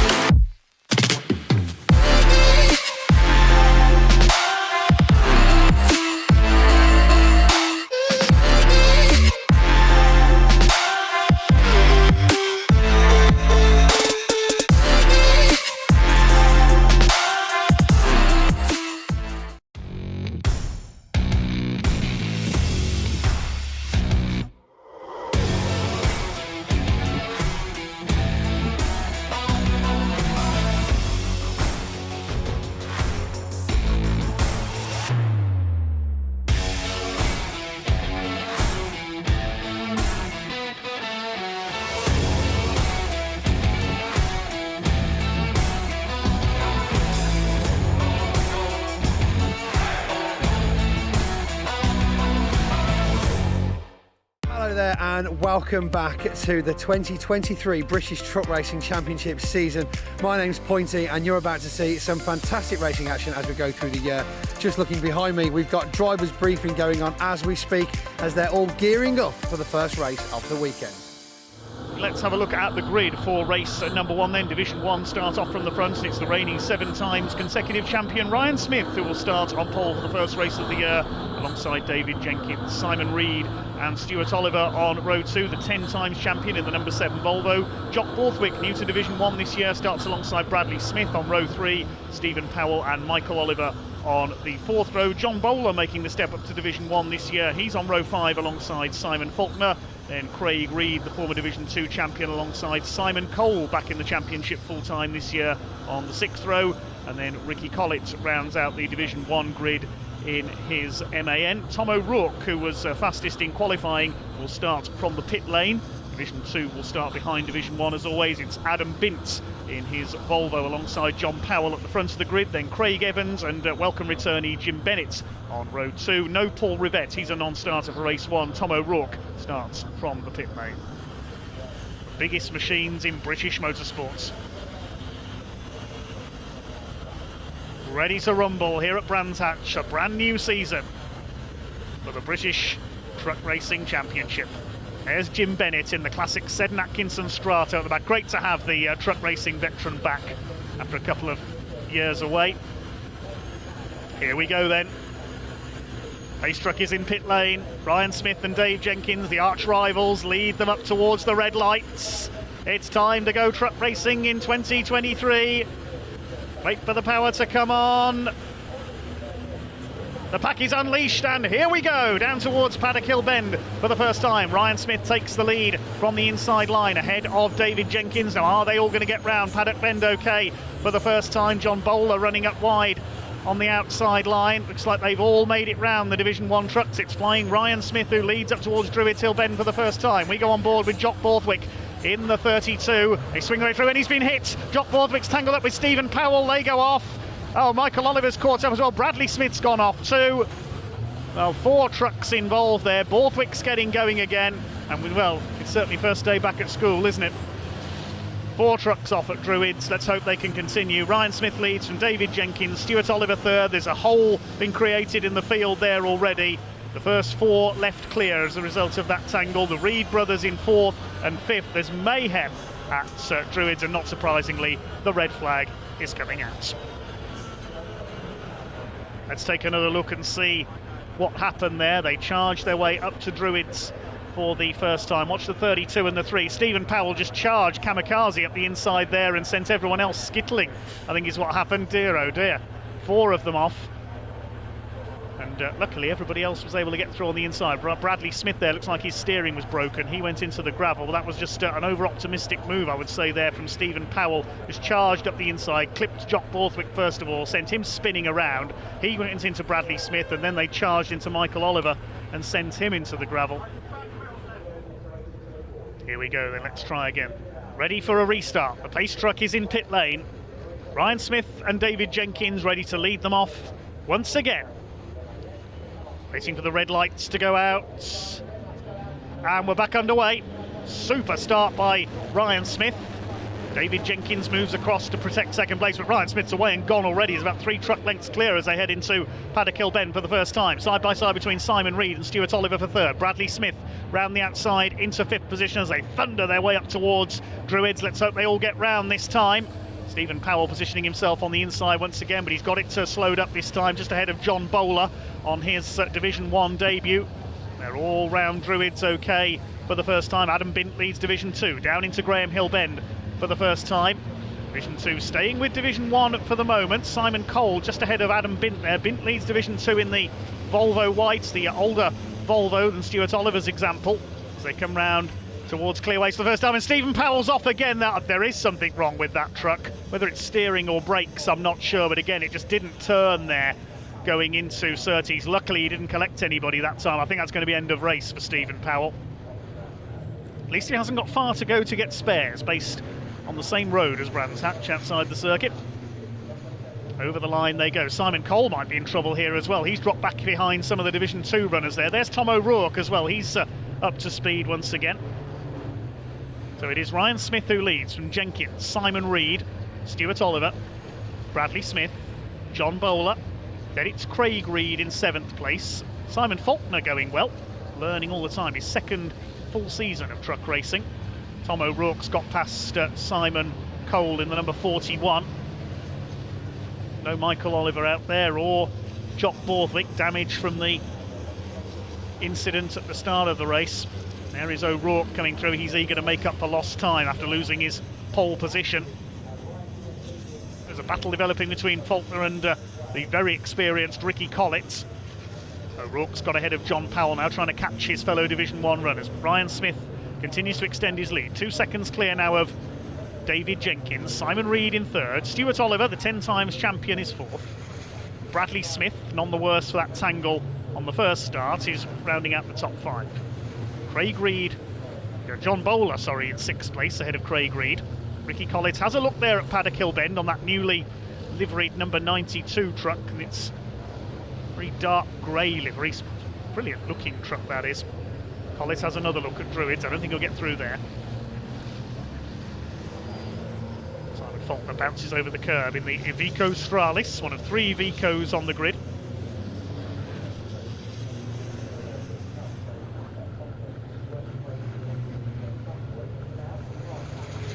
Over the line they go. The lead gap is now up to 3 seconds. Ryan Smith pulled away by nearly a full second that time around. Tom O'Rourke's got ahead of our Division 2 leader. There is the Oxfordshire driver, number 5, Adam Bint, in the Volvo White Aerodyne. Should be a Volvo Black, really, in that livery, shouldn't it? That was the first truck to use the new HVO fuel, as Ricky Collett finally gets past Simon Faulkner. Been trying that for about 5 laps. And moves up into 8th position. Now down to the business of trying to catch Craig Reed ahead of them. They're a couple of seconds back on the Iveco. There it is, chasing John Bowler. Good smooth run on his Division 1 debut.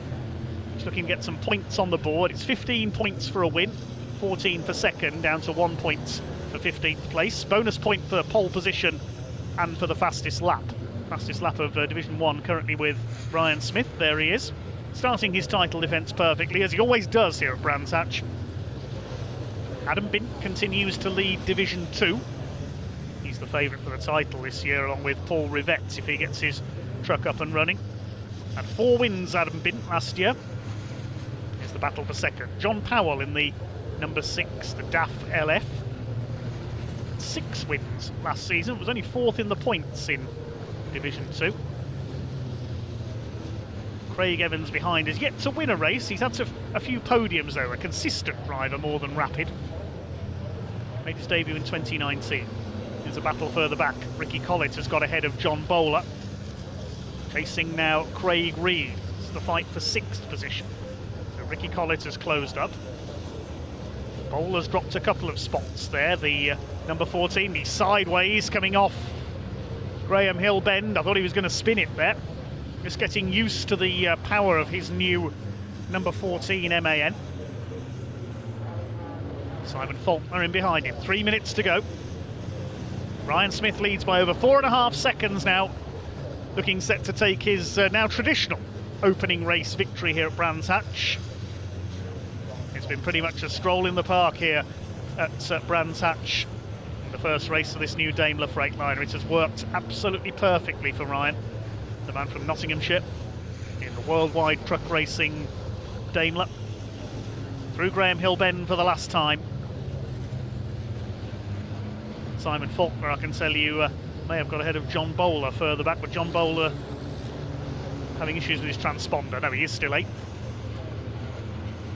But here comes Flying Ryan into clear ways for the final time. A perfect start to the defence of his British truck racing title. Is it going to be 8 in a row? Well, if his luck keeps up like this and his speed keeps up, it's certainly very likely. Ryan Smith opens the season with a victory. Second place will go to David Jenkins. The gap 6.233 seconds at the line. Third place for Simon Reed. And Stuart Oliver a lonely 4th. An equally lonely 5th is going to go to Bradley Smith, none the worse for that spill on the opening lap. And then 6th place across the line will be Craig Reed, but wait to see where that penalty places him. Over the line goes Craig Reed. I don't think he's got 5 seconds clear of those behind him, so 6th will go to Ricky Collett. John Bowler on his Division 1 debut 7th. Craig Reed ends up 8th. Simon Faulkner is 9th, and Tom O'Rourke will round out the top 10, having started from the pit lane. In Division 2, meanwhile, the win goes to Adam Bint in the Volvo White Aerodyne in 11th overall. John Powell holds off Craig Evans for 2nd, and a lap down, Simon Cole will finish 14th, and Jim Bennett, the final finisher, in 15th. Bad luck to those who suffered damage in that race, but the result confirmed Ryan Smith the winner by 6.23 seconds over David Jenkins, with Simon Reed over 3 seconds back in 3rd place. Stuart Oliver and Bradley Smith racing pretty much on their own towards the end of that one in 4th and 5th, and then a long gap back to Ricky Collett in 6th position. John Bowler a good 7th, Craig Reed a 5-second penalty dropping him to 8th, and Simon Faulkner and Tom O'Rourke rounding out the top 10. Adam Bint wins Division 2 in 11th overall. He finished some 3 seconds ahead of John Powell. Craig Evans 3rd in that division, ahead of the Division 1 truck of Simon Cole in 14th. Jim Bennett, the final finisher, in 15th in the Seddon Atkinson. Stephen Powell pulled into the pits with problems after that shunt. And, of course, Michael Oliver and Jock Borthwick didn't take the restart. Congratulations on your first place. I don't want to. I want to go over again because it's so important to me. This we built a brand new truck, first new truck we've ever had. As I've just said, Arnie Aaron Parkin is not seeing his family in 8 days solid. He stayed in the garage. Billy the same. Libby had time off from work. Adam just they've worked tirelessly and we've built it all ourselves. And I want to say a big thank you to Tim and Melanie Frost at Unit 8 because they supplied us some parts that without them with timing that we just never got. So, and of course all my sponsors. I don't want to take any credit for that win. The truck deserves it, the team deserves it, and the partners deserve it. But must have been the autopilot that won the race then. Fantastic, well done Ryan, congratulations, great start to the season. Quick repairs all round after the incident in race 1, but race 2 is now upon us. Let's see if they can make up for some lost time.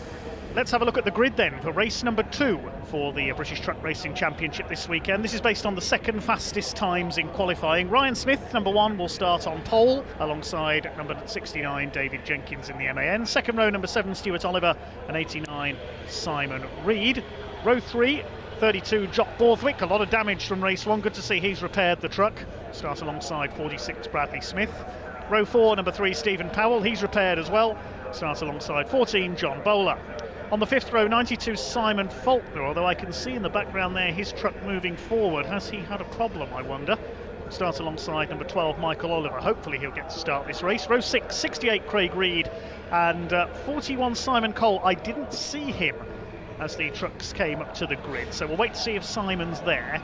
And completing the Division 1 field, number 95, Ricky Collitz. Then we move back to Division 2. Craig Evans, number 10 on pole, alongside number 6 of John Powell.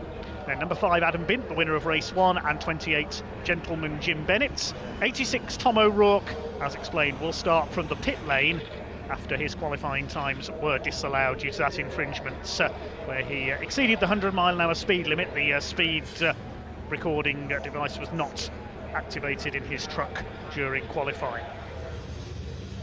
Ryan Smith looking for 2 wins out of 2.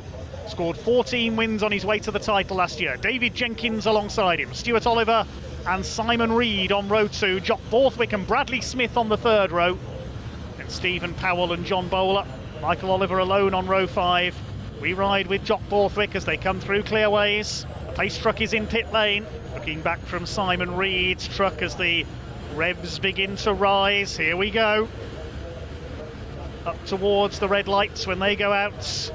Get ready to feel the thunder as the power comes on from these 1,000 horsepower engines. Here we go with race 2 of the weekend for the British Truck Racing Championship. Ryan Smith will take the lead as they go into Paddock Hill Bend for the first time. Stuart Oliver trying to get through on the inside there. He can't quite get alongside David Jenkins. We ride with Jock Borthwick alongside Bradley Smith. Looking back now from Simon Reed as they head up towards Druids for the first time. Will they all make it round Druids Hill Bend this time? Smith leads from Jenkins. Oliver side by side for 4th between Bradley Smith and Simon Reed. Reed moves through on the inside. We look back from Simon Reed. There's Bradley Smith behind us. Then it is Jock Borthwick, the Scotsman. Then Michael Oliver. He's got away well. Stephen Powell just behind him as they file their way down to Cooper Straight for the first time. It's called Cooper Straight. It isn't quite straight.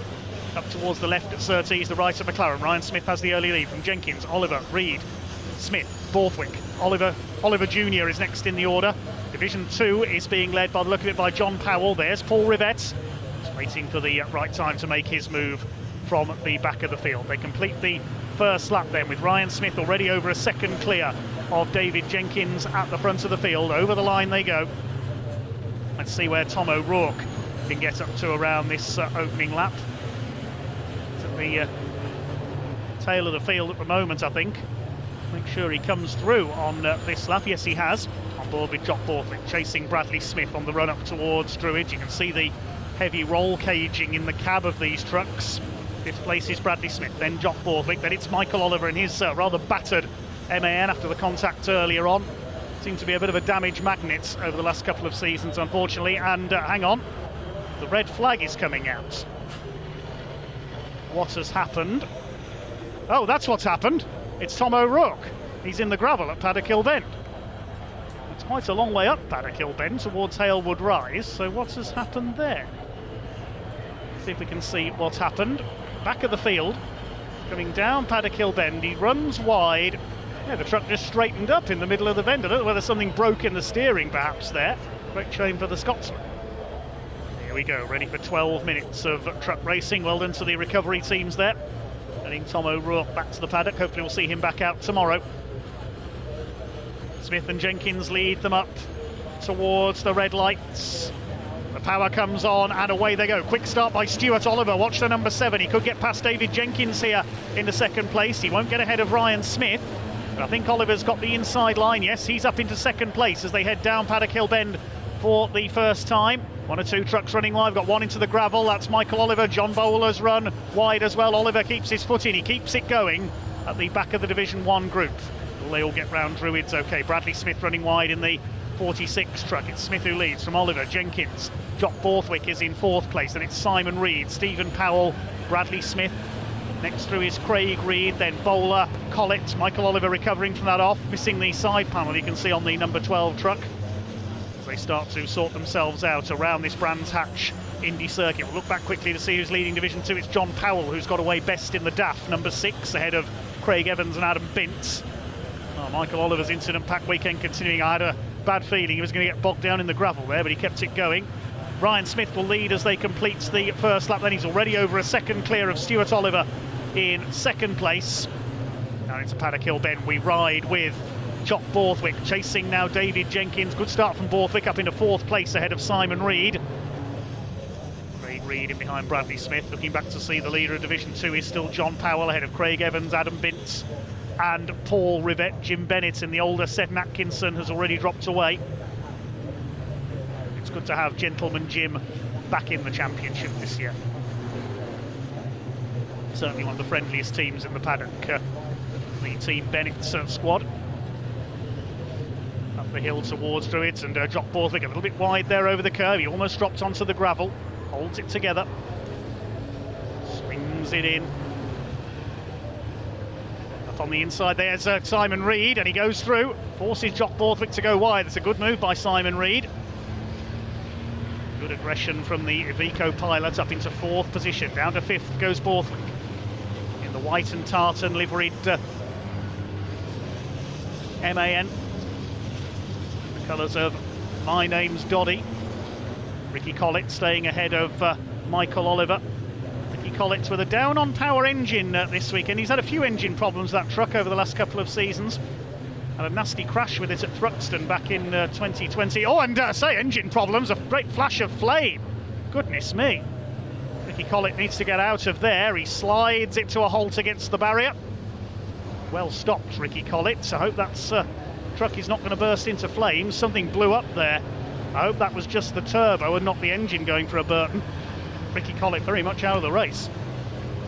Let's have a look again there as they came down the straight. Watch the back of Ricky Collett's truck here. Bang!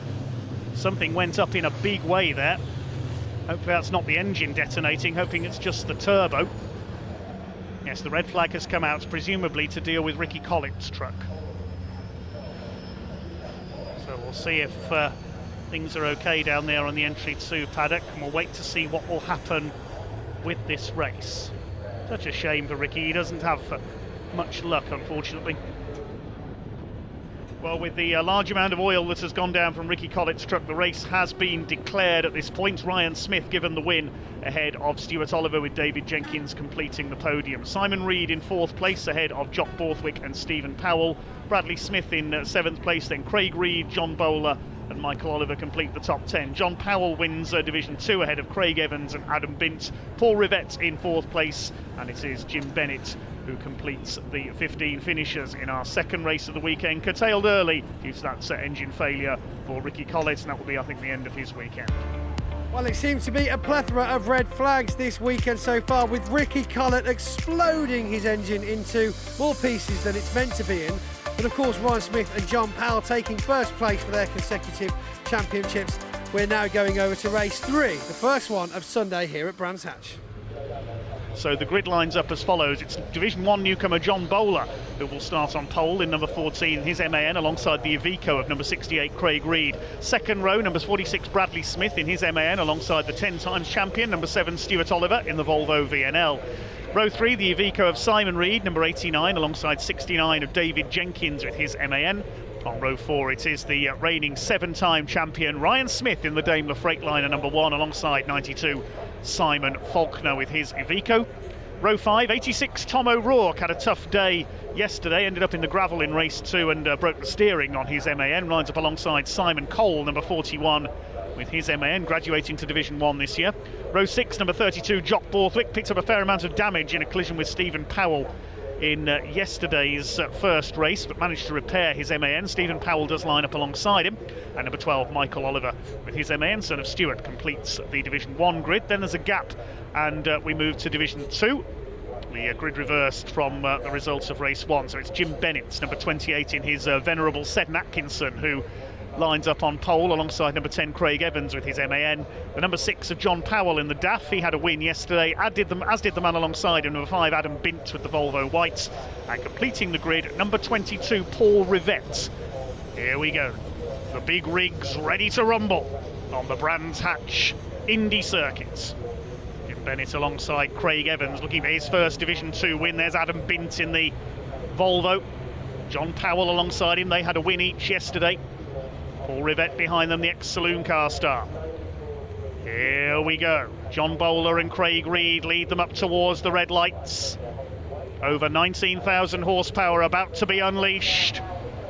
Here we go, the power comes on and they're away, down towards Paddock Bend for the first time. Good start by Stuart Oliver, good start by David Jenkins, but it's the 2 front row men who have the advantage into Paddock Hill Bend for the first time. John Bowler, is he going to keep his nose in front as they go towards Druids? And off wide goes one of our front row men. That was Craig Reed. He's dropped back, just ran over the gravel there, but he's kept it going. There's a bit of slip and slide in the pack, and Stuart Oliver has come through, as I expected, into the lead. Stuart Oliver leads in the Volvo from 4th on the grid. It's side by side for 2nd. John Bowler and David Jenkins. Great cloud of dust in the background where Craig Reed ran wide. A bit of grass tracking there for Jock Borthwick. 3 wide through Graham Hill Bend. That doesn't work in cars, never mind in trucks.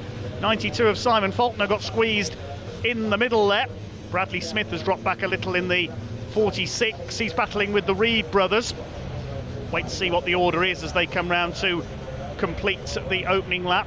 Looks like it is Stuart Oliver who's got the lead, and Ryan Smith is in heavy traffic there in the midfield. Stuart Oliver's away and gone in front. David Jenkins having a go at John Bowler for 2nd place. Then it's the first of the Reeds. Which one is that? That's Simon Reed in 4th place. Craig, of course, ran wide on the first corner. Impossible to tell the two Ivecos apart from a distance. David Jenkins trying to go through into 2nd place past John Bowler. They head up towards Druids. Ryan Smith is in traffic at the moment. He was down in 6th at the end of the first lap. Side by side for 3rd. Simon Reed trying to move past John Bowler. David Jenkins has already gone through up into 2nd place. There's Flying Ryan. That's a stunning looking Daimler Freightliner, the bonneted number 1, just ahead of Jock Borthwick in the 32. But look at the lead Stuart Oliver has built up already. He needs to build a good lead, because in case Ryan Smith does get through this traffic, he's having a go at Bradley Smith and John Bowler now. John Bowler holding him off. New to Division 1 this year. 10 times champion, still leads. And John Bowler's still holding off Ryan Smith, who now gets a run on the inside up towards Druids Hill Bend. Here he comes. On board with Ryan as they go round the right-hander. Steering the truck one-handed, keeping his other hand on the gear lever through there. He's got through past the number 14. I think Bowler's lost another place. I think Jock Borthwick may have come through as well. We look back from David Jenkins in 2nd place, at Simon Reed's Iveco in 3rd. A spin at the back of the field. That's Jim Bennett, the veteran in the Seddon Atkinson, sliding off at Surtees. Just under 11 minutes of the race to go. Jim Bennett's got going again, just being lapped there by David Jenkins and Simon Reed. Gentleman Jim is trying to stay out of the way of the Division 1 trucks there. Bradley Smith had to go wide around him there. That could let Ryan Smith in for an attack into Druids. Yes, he's got the inside line. Ryan up the inside, squeezes through and up into 4th place. Now, next target, a little way up the road, is Simon Reed.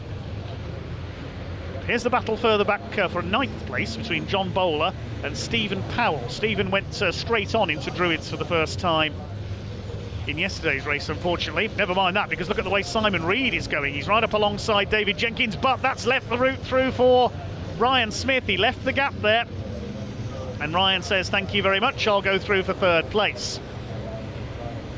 Now, it won't take him long to have a go at David Jenkins. They are arch rivals, these two. Here's the battle in Division 2. It's close between Evans and Powell. Powell only half a second behind now. Can the DAF, the Dutch machine, get ahead of the MAN? Look at this, the leader's weaving between the back markers. That looked pretty spectacular. Hasn't helped Ryan Smith's lap time, though. He's lost a couple of seconds there. Well, in fact, they're all slower because of getting through the traffic. Less than 3 minutes to go now. Craig Evans still hanging on in the lead, looking for his first Division 2 win. Cloud of dust there, someone's been off. Here they come. Is it going to be checkered flag this time for Stuart Oliver, the man from the northeast? 10 times British champion, 1 time European champion. Here he comes then in the GT Tyres Volvo. Is it going to be checkered flag this time? It certainly is. There's the checkered flag. Stuart Oliver wins our first truck race of the day. David Jenkins 2nd. Ryan Smith has to settle for 3rd. 4th, it is Simon Reed. Bradley Smith takes a good 5th position. Well done, Jock Borthwick, a fine 6th. His fellow Scotsman, Tom O'Rourke, in 7th. 8th, it is Michael Oliver. 9th, over the line, is going to be John Bowler, just ahead of Stephen Powell, Craig Reed and Simon Faulkner. What about Division 2? Where are the Division 2 trucks? They'll be coming round the final corner now. Is it going to be Craig Evans or John Powell who takes the victory in Division 2. Coming towards us now, it looks like John Powell's got ahead of Craig Evans. In fact, they come over the line. Yes, it's John Powell. Powell has won it. Craig Evans, a slower lap there on the last lap. Was it Evans who ran wide? We saw that cloud of dust at Paddock. It was. Oh, what a shame for Craig Evans. Losing the class win with just a couple of laps to go. What a disappointment for Craig Evans. Let's check out the result of that one then. Stuart Oliver taking the win, while Ryan Smith was given a 10-second penalty for an out-of-position start. He drops down to 6th place behind David Jenkins and Simon Reed, Bradley Smith and Jock Borthwick now rounding up the top 5. Tom O'Rourke turns his weekend around somewhat in 7th, ahead of Michael Oliver, then John Bowler, Stephen Powell, Craig Reed and Simon Faulkner completing the Division 1 finishers. John Powell snatching the win late on in Division 2 from the unlucky Craig Evans. Adam Bint completing the podium among the Division 2 trucks. Disappointment there for Craig Evans. Paul Rivett in 16th place, Simon Cole a lap down in 17th, and Jim Bennett completing the finishers, all 18 trucks going the distance. Incredible result. I completely, it's almost like I blinked and all of a sudden you were seconds ahead of the pack. Yeah, had a great start, you know. The start at Brands is always a little bit touch and go, and all credit to the boys in front. They maybe haven't got the experience as this old lad, but I managed to get a good start, get through and kept in tight, because the outside on Paddock Hill is not the place to be, so over the moon with that. Fantastic, Evan. So it's a good start to Sunday. Not your first trophy of the weekend though, so that's good news as well. Absolutely, yeah, that's right. We've got a big trailer to take them all home in, so we'll just keep piling them up. I'll say you got a few from last year as well, I think, so plenty of room left, yeah. Stuart, thanks very much for talking to us. Congratulations. Well, what an action-packed race that was, with Stuart Oliver back on top. That's the 10-time British champion, of course, taking his first place for the season. We're heading to race 4 now. Let's see if he can do it again. It is Craig Reed, who finished 8th yesterday, who will take pole in truck number 68. 46 Bradley Smith alongside. Second row, number 3 Stephen Powell, the local man, and 32 Jock Borthwick, the Scotsman. Row 3, 89 Simon Reed, and alongside him David Jenkins in the 69 truck. Row 4, number 7 Stuart Oliver, winner this morning, and number 1 Ryan Smith, double winner yesterday. He's got to come through from 8th this time. On row 5 it's number 14 John Bowler, number 12 Michael Oliver. Row 6, 86 of Tom O'Rourke. He failed to finish yesterday's race, went off into the gravel and suffered broken steering, unfortunately. Simon Cole missed race 2 yesterday. He starts alongside, as did number 92 Simon Faulkner. He failed to take the restart, so he starts at the back in the 92. Then there's a gap and we've got the Division 2 trucks. They'll start in reverse order as well. Jim Bennett's number 28 in the Seddon Atkinson will be at the front of them. Alongside him, number 22 of Paul Rivett. Then it's Adam Bint, number 5. Number 10, Craig Evans. And number 6, John Powell, going for his 3rd win of the weekend from the back of the grid. Craig Reed minus his front bumper after a bit of contact in, the front valance after a bit of contact in the race earlier on. Race 4 of the weekend then for the British Truck Racing Championship. Bit of steam coming from the water-cooled brakes on Adam Bint's truck. There is the DAF of John Powell at the back. The pace truck is into pit lane. Craig Reed and Bradley Smith on the front of this partially reversed grid. Can one of them hang on to take their first win of the season? 15 minutes of truck racing coming your way here at Brands Hatch in the sunshine on this Easter Sunday.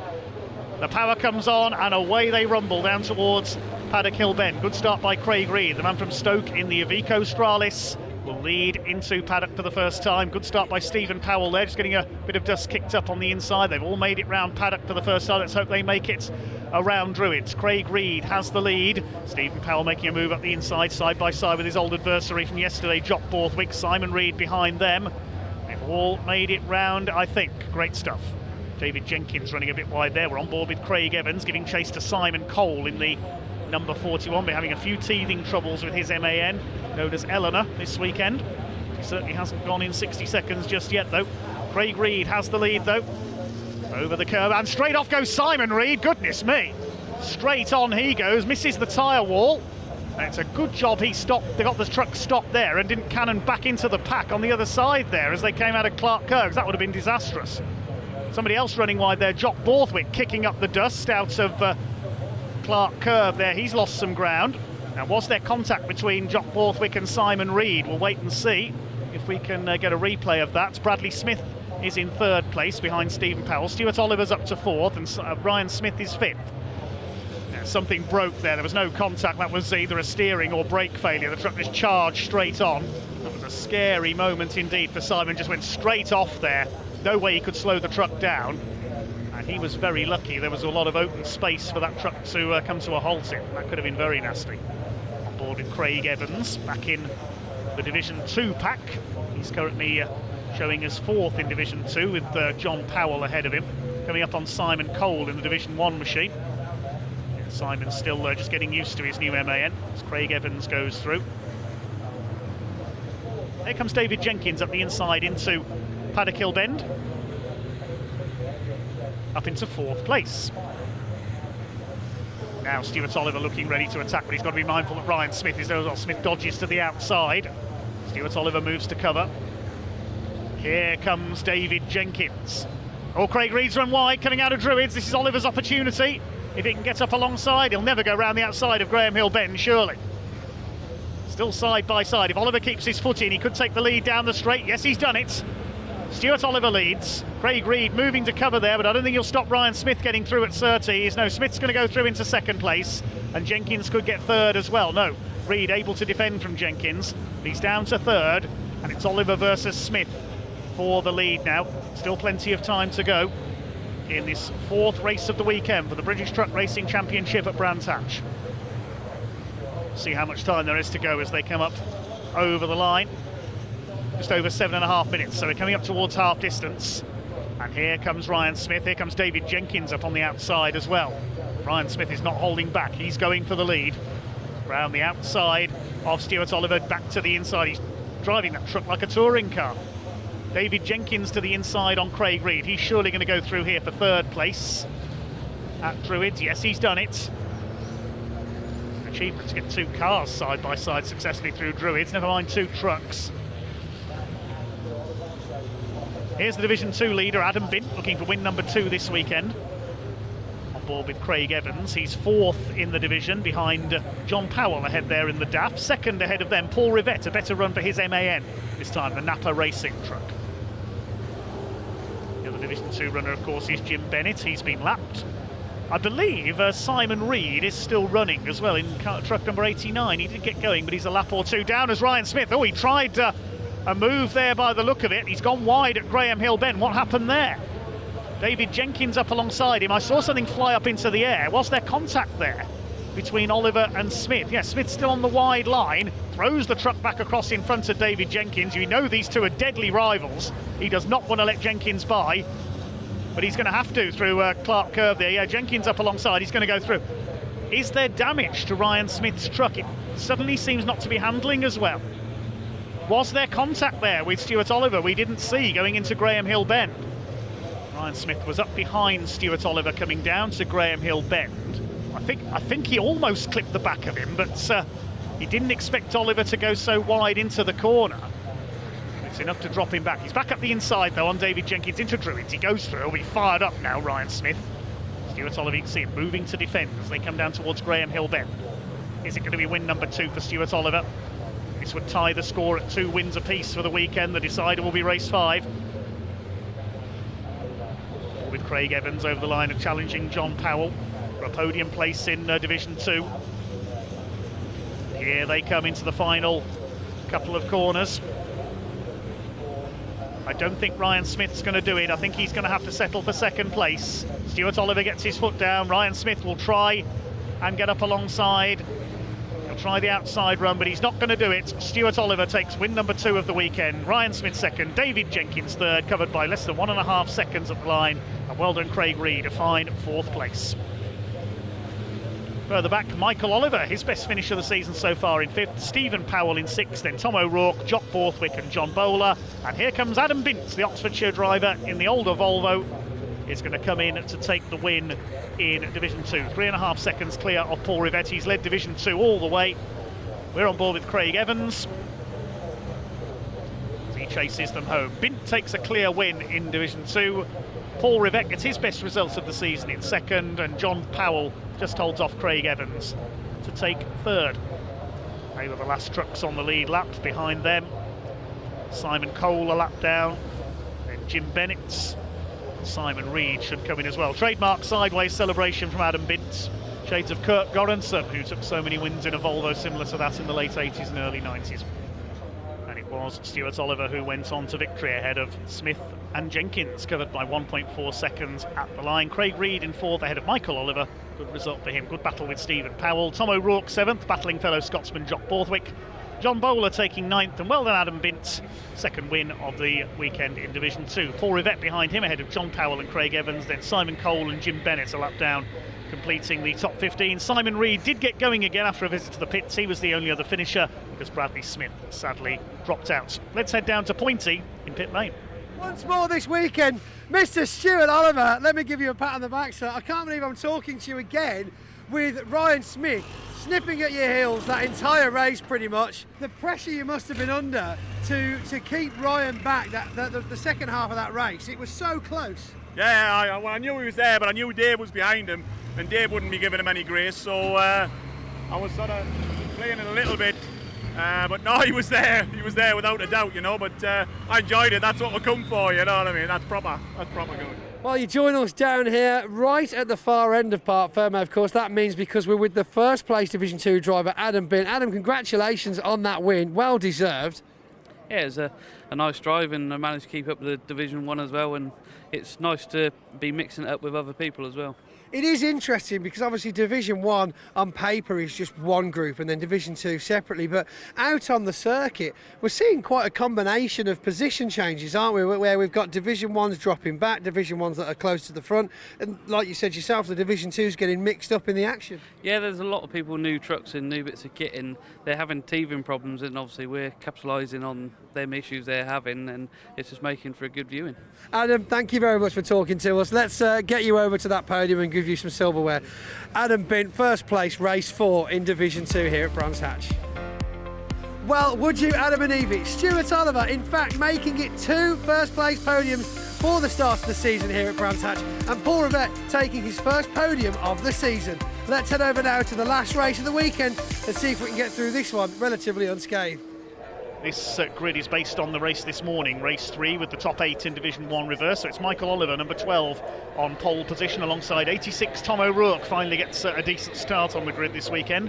Jock Borthwick on row 2, number 32, alongside 46 Bradley Smith. Hopefully he's ironed out his gremlins from the last race. Simon Reed, 89, on row 3. Ryan Smith on the outside of the third row in the number 1. Then David Jenkins and Stuart Oliver. Ryan Smith and Stuart Oliver, 2 wins apiece so far this weekend. Row 5, number 14, John Bowler, alongside 3 of Stephen Powell. And Craig Reed in the 68, 92 of Simon Faulkner. Simon Cole, we're told, won't be starting. Unfortunately, the 41 truck, he's had some teething problems with that. And yes, he's not there at the back of the field. Division 2, Jim Bennett, number 28, heads up the grid alongside the 22 of Paul Rivette. Then Adam Bint, number 5, and Craig Evans in the number 10. John Powell, number 6, at the back of the field. 2 wins apiece for Adam Bint and John Powell. Will we see one of those two take a hat-trick, or will we see a new winner? Revs beginning to rise from these 12 and 13 litre turbocharged engines. Ryan Smith guides the number 1 Daimler Freightliner around. They're in line 2 by 2. Here we go. Tension mounts. The revs start to rise. Race truck is in pit lane. Michael Oliver and Tom O'Rourke lead them up towards the red lights. The power is unleashed and away we go down towards Paddock Hill Bend for the first time. Good start by Tom O'Rourke from the outside in number 86. Looks like he's going to take up the lead. Oh, they've tangled. The 2 front row men go off and wallop straight in we go. Oh dear. Michael Oliver and Tom O'Rourke into the barriers. That's surely going to be a red flag instantly. Yeah, the red flag is out straight away. Let's hope both the drivers are okay. O'Rourke tried to go around the outside, but he wasn't quite clear of Michael Oliver as he turned in. He comes across, there's the contact. No, they can't get away from each other, and then walloped. There's the contact as O'Rourke turned across Oliver. Big impact into the end of the tyre wall. O'Rourke's truck lucky not to tip over onto its side there. The DAF Pace truck makes its way into pit lane. Well done to everyone once again involved in the clean-up. Thankfully the drivers involved are okay. And here we go with our final truck race of the weekend. 12 minutes of racing coming your way. Jock Borthwick and Bradley Smith to lead them away. Here we go. Down towards that first corner, we're on board with Ryan Smith. He'll slot in behind Simon Reed as they move into the first turn. Bradley Smith trying to go around the outside. Drivers taking it fairly carefully through Paddock Bend that time. And away they go up towards Druids Hill Bend for the first time. Jock Borthwick has the lead in the number 32. Bradley Smith in second, then Simon Reed, Ryan Smith, David Jenkins and Stuart Oliver. John Bowler gets leaned wide there by Stephen Powell. Craig Reed in behind. On board again with flying Ryan Smith. They swing their way through the left-hander at Graham Hill Bend. See, Ryan has the steering wheel set fairly high there, working the wheel as he heads down towards Cooper Straight, still in fourth place. Need to get past Simon Reed in the 89. It's past the point where he went flying off earlier on today. The Reed trucks, you still can't tell them apart because they're now both missing their front bumpers. Who's leading Division 2? Looks like Paul Rivets has come through. Indeed he has, to take the lead in Division 2 ahead of Adam Bintz. It's John Powell in third, Craig Evans in fourth. Jim Bennett has already dropped back in the almost vintage Seven Atkinson. Here are the Division 1 leaders, and Ryan Smith's got past Simon Reed. That was at the end of the previous lap. He's up to third. Now Bradley Smith's going to have to work hard to hold him off here. Oh, Jock Borthwick's gone wide, coming out of... thought he was going to spin there, coming out of Druids. This is going to let Bradley Smith attack for the lead. No, Borthwick's held it. That was a dicey moment there. I thought Jock Borthwick was going to go spinning into the tyre wall. Here comes Ryan Smith. I said he'd make short work of Bradley. Surely it's only a matter of time before he takes Jock Borthwick for the lead. Now that's MAN is not handling well. Simon Reed back up the inside. Bradley Smith's going to fall back now, I think. And here comes Ryan Smith once again. Not going to take him long to get through here. He's on the inside line going down into Paddock Hill Bend. No, Jock Borthwick holds him off this time. Simon Reed's going for third on the inside of the 46 of Bradley Smith. Behind them, Jenkins and Oliver. A bit of contact there as they come up the hill towards Druids. We're on board with Ryan Smith. He's surely going to go through. They think it's all over. It is now. And Ryan Smith takes the lead. I said it wouldn't take him long. Took him around a lap to get through once he dealt with Simon Reed. These two have been the top men in Division 2 all weekend. Paul Rivett further back in third. Yeah, Craig Evans has dropped quite a long way behind. He is still there. And here comes Adam Bint. He's never going to get round the outside at Graham Hill Bend. You can't do that in a car, barely, never mind a truck. He might have him here, though. On the run up Cooper Straights. Can he get the nose down the inside into Surtees? This is going to be interesting. He's going through, surely. He's got the inside for the left-hander. No, you don't, says John Powell. Bit of wheel banging. Would you want to be wheel banging in two 5-ton trucks at that speed? And John Powell's held the lead. Here's the battle for second, and Simon Reed could be about to make a move here into Druids for second place in the Iveco. There he goes, up the inside, and he's through. Simon Reed into second place, but look at the lead that Ryan Smith has got. He's in a different league. Once he's clear of the traffic, he just clears off. Bradley Smith going well in the 46. Could he get on the podium here? He can get ahead of Borthwick. Still these two side by side. Nothing to choose between John Powell and Adam Bint. And despite a couple less entries this season, it is going to be an interesting battle in Division 2, I think, this year for the title. Down the hill, into Graham Hill Bend once again. Bint cuts back to the inside. Now he's got a run on John Powell. He's got the inside line. Is he going to go through this time? He's got to get it done before they go into Surtees. Yes, he's done it. Nice move. Adam Bint's been trying to do that for about 3 laps. Ryan Smith's just going quicker and quicker. He's done a 58.143 this time. And here's the battle further back. Jock Borthwick is getting more and more sideways in that MAN as he tries to hold onto a podium place. And bash! Oh dear. Tried to turn across there. Bradley Smith, David Jenkins, Stuart Oliver, Stephen Powell all take avoiding action. Great cloud of tyre smoke. And that just about sums up Jock Borthwick's weekend. Unfortunately, been a trying debut in Division 1. He got sideways there, tried to turn it back. Bradley Smith couldn't avoid him. Here comes Ryan Smith, the Northside Truck and Van Limited Daimler freight lineup, run by Worldwide Truck Racing and driven by Ryan Smith from Mansfield in Nottinghamshire, the undisputed king of British truck racing. 2 wins earlier today for Stuart Oliver, but Ryan Smith will set the record straight. It's going to be 3-2 between the two rivals. Ryan Smith crosses the line, takes the victory. No celebration at all from Ryan and the cab there. Second place goes to Simon Reed, and well done Bradley Smith, a fine third place. Stuart Oliver fourth, ahead of David Jenkins. Stephen Powell is sixth, and these two still battling in Division 2. Craig Reed seventh, John Bowler eighth. The unfortunate Jock Borthwick will take ninth. For 10th overall, it's going to be Adam Bintz. He's going to hold off John Powell. Here they come. What a great fight these two have had. It's 3-2 in favour of Adam Bintz over John Powell. Paul Rivett comes over in third. Fourth will be Craig Evans. And Jim Bennett completes the finishes. Provisional results of that one then. Ryan Smith taking the victory ahead of Simon Reed by 6.5 seconds, and he got the fastest lap as well. Bradley Smith, a good third, his first podium of the season, ahead of Stuart Oliver. David Jenkins with Stephen Powell in 6th position. 7th goes to Craig Reed ahead of John Bowler, then Jock Borthwick in 9th after spinning away a podium position after contact with Brad Smith. Adam Bintz just taking the win in Division 2 by less than a second from John Powell, Paul Rivett, Craig Evans and Jim Bennett. A couple of trucks missing for that one, of course. Michael Oliver and Tom O'Rourke didn't take the restarts. Bradley, how the devil are we? First trophy of the season, that's got to feel great. Yeah, no, it's a good way to finish a good weekend, really. We tried to finish every race, but fortunately last race we had a burst handbrake pipe to put the handbrake on, which put the brakes on fire. But yeah, to finish on the podium, sorry for Jock.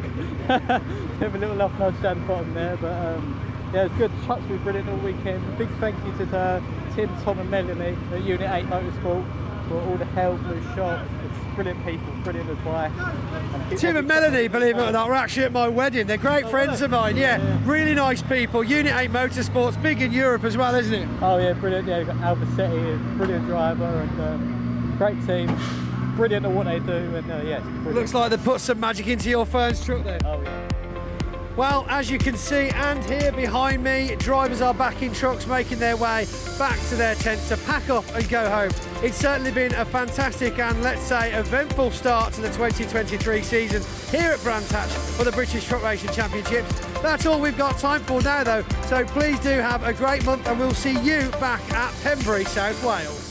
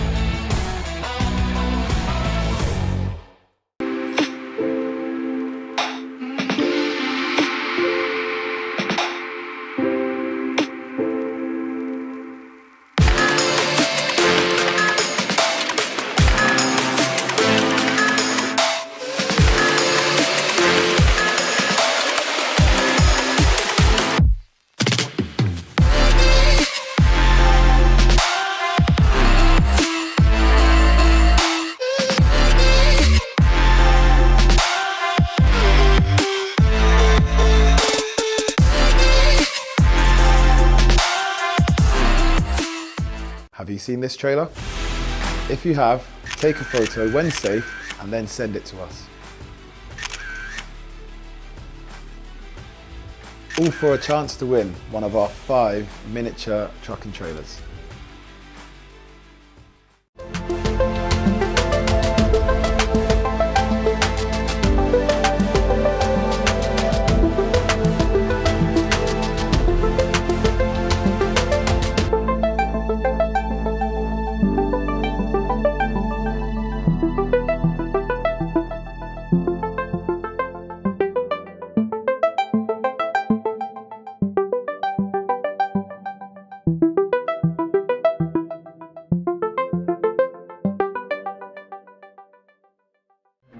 Repairing or maintaining commercial vehicles, you need total care.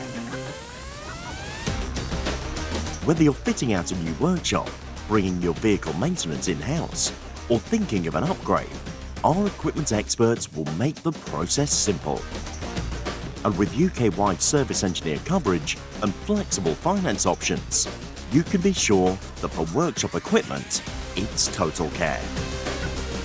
Right then, welcome down to the podium here at Snetterton for the first set of trophies this weekend. What a fantastic start to the racing action today on Saturday. And of course we've got a fantastic amount of spectators. Look at all these guys here, John. Now are you guys ready to see me hand out some trophies?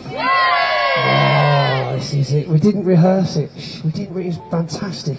Right, as tradition dictates, we'll be starting off with Division 2, and of course, third place for that is going to none other than Mr. John Powell, ladies and gentlemen. Come on in.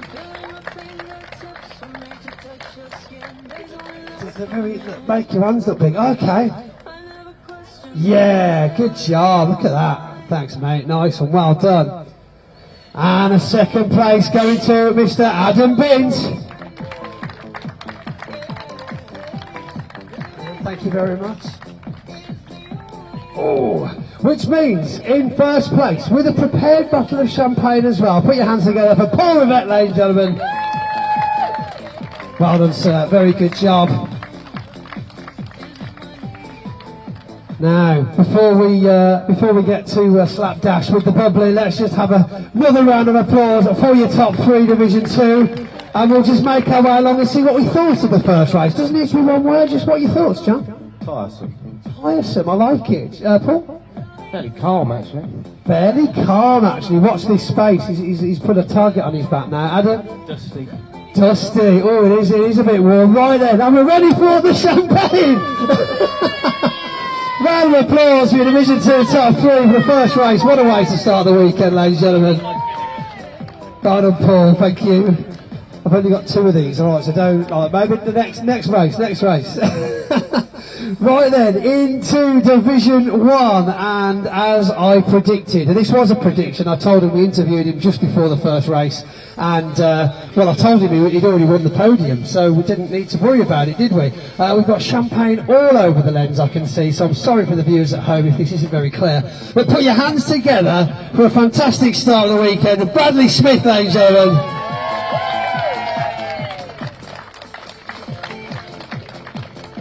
And as I've said to many a partner in my life, I'm sorry it's not bigger. Well done, mate. Get on the spot. And in second place, and not much bigger I must add, put your hands together for Stuart Oliver, ladies and gentlemen. Where is he? He's coming from the rear.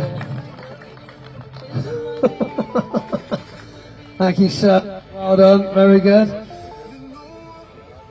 And with the bottle of bubbly and the much larger trophy, put your hands together for first place in Division 1, Ryan Smith, ladies and gentlemen. There you go, cheers, dude. Right then, get ready for your photos, get your videos. Another round of applause for Division 1 top three. We'll get a quick chat. Bradley, how are you feeling about that race? Yeah, good race, really enjoyed it. Really enjoyed it. Well, I really enjoyed it, Ryan. Warm.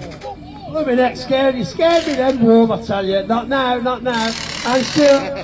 Look out. Look out. Oh, God. Right, here we go. Oh, another round of applause, Angela. Thank you very much.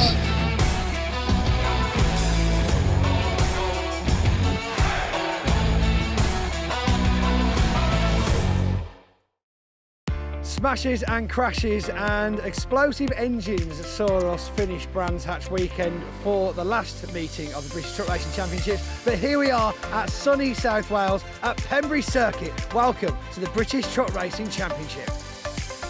The grid reads as follows. The front row for race 1, Ryan Smith in number 1 and number 7, Stuart Oliver. Two men with 17 British titles between them.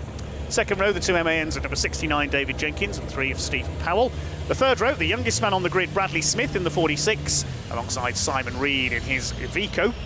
Row 4, Michael Oliver, son of Stuart, in the number 12 MAN, and number 68, Craig Reed, the second of the brothers in the Iveco Stralis. Row 5, the two Scotsmen, Jock Borthwick, number 32, and 86 of Tom O'Rourke with his MAN. On the 6th row of the grid, we have number 95, Ricky Collett, the man from Yorkshire. Great to see Ricky Collett back out after his engine blow up in the first round at Brands Hatch. He lines up alongside number 92, Simon Faulkner, with his Iveco. The final row of Division 1, 41, Simon Cole. Used to race the Mercedes-Benz, or the Mercedes Beast as he called it, in Division 2.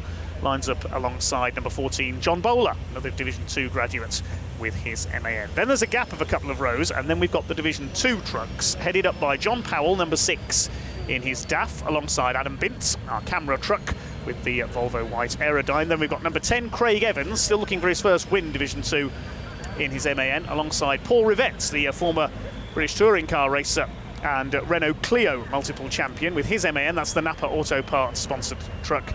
And at the back of the grid, number 28, Gentleman Jim Bennett, in his venerable Seddon Atkinson. Form up 2 by 2, then down Speedway straights, up to the flick of Carter's curve, then onto Honda curve. About to start our first truck race of the weekend here at Convoy Cymru. Ryan Smith and Stuart Oliver lead them round. This will be a 15-minute race for the British Truck Racing Championship of 2023. The revs beginning to rise then. Can Ryan Smith start as he means to go on? Is it going to be Stuart Oliver, or will we see a new winner? Powell and Bint divided the Division 2 wins at Brands Hatch. The pace truck is into pit lane. Here we go, they're almost ready to go racing on the Pembrey circuits. Waiting for the red lights to go out. Here we go, the power comes on and we're underway. Convoy Cymru is go, side by side between Smith and Oliver.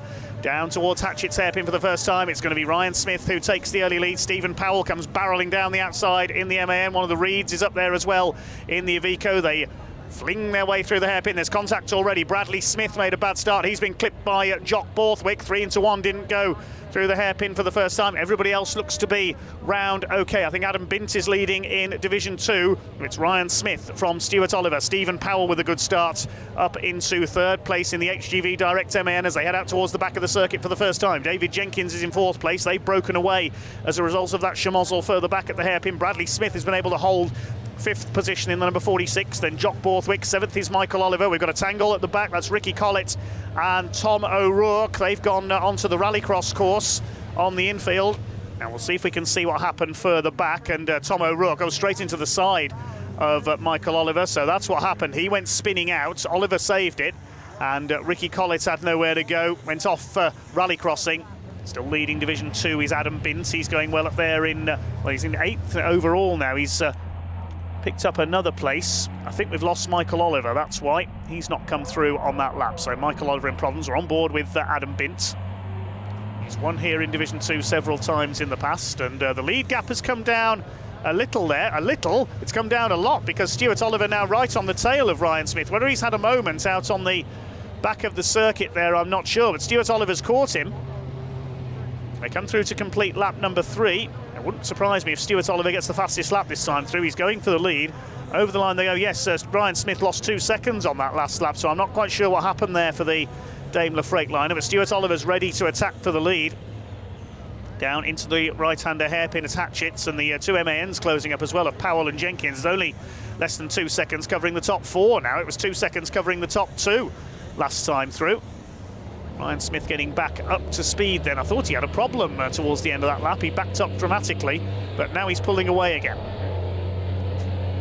2 trucks into the pits on that lap. Michael Oliver's pulled in, so has Ricky Collett after that tangle on the opening lap, so it looks like they're out of it. Tom O'Rourke is still going, I think, but a long way back. Coming up to complete their 6th lap. Here are the leaders, and Stuart Oliver's closed in again a little. Yep, he's going to have another go at Ryan Smith for the lead. They're clear to the tune of nearly 3 seconds of Stephen Powell in that 3rd place. Simon Reed up the inside, up the hairpin. He goes through. Nicely done there. Tricky to get 2 trucks side by side through Hatchett's hairpin. Well, it's such a tight corner, it's tricky to get 1 truck through there. Smith pulls away a little once again. He seems to have the advantage in a straight line, but Stuart Oliver able to close up a bit more in the twisty bits. Now Paul Rivett having a go at Simon Cole in the more powerful Division 1. MAN. Paul Rivette, a lot of experience in saloon car racing. He's a multiple Renault Clio Cup champion. He won't get round the outside at Senna, though, I don't think. And this could allow John Powell to attack in the 6. He's up alongside as they come through towards Brooklands. Paul Rivette is going to have to give him room there, and John Powell goes through up into 2nd place in Division 2. Good move there by John Powell. That's for 12th overall.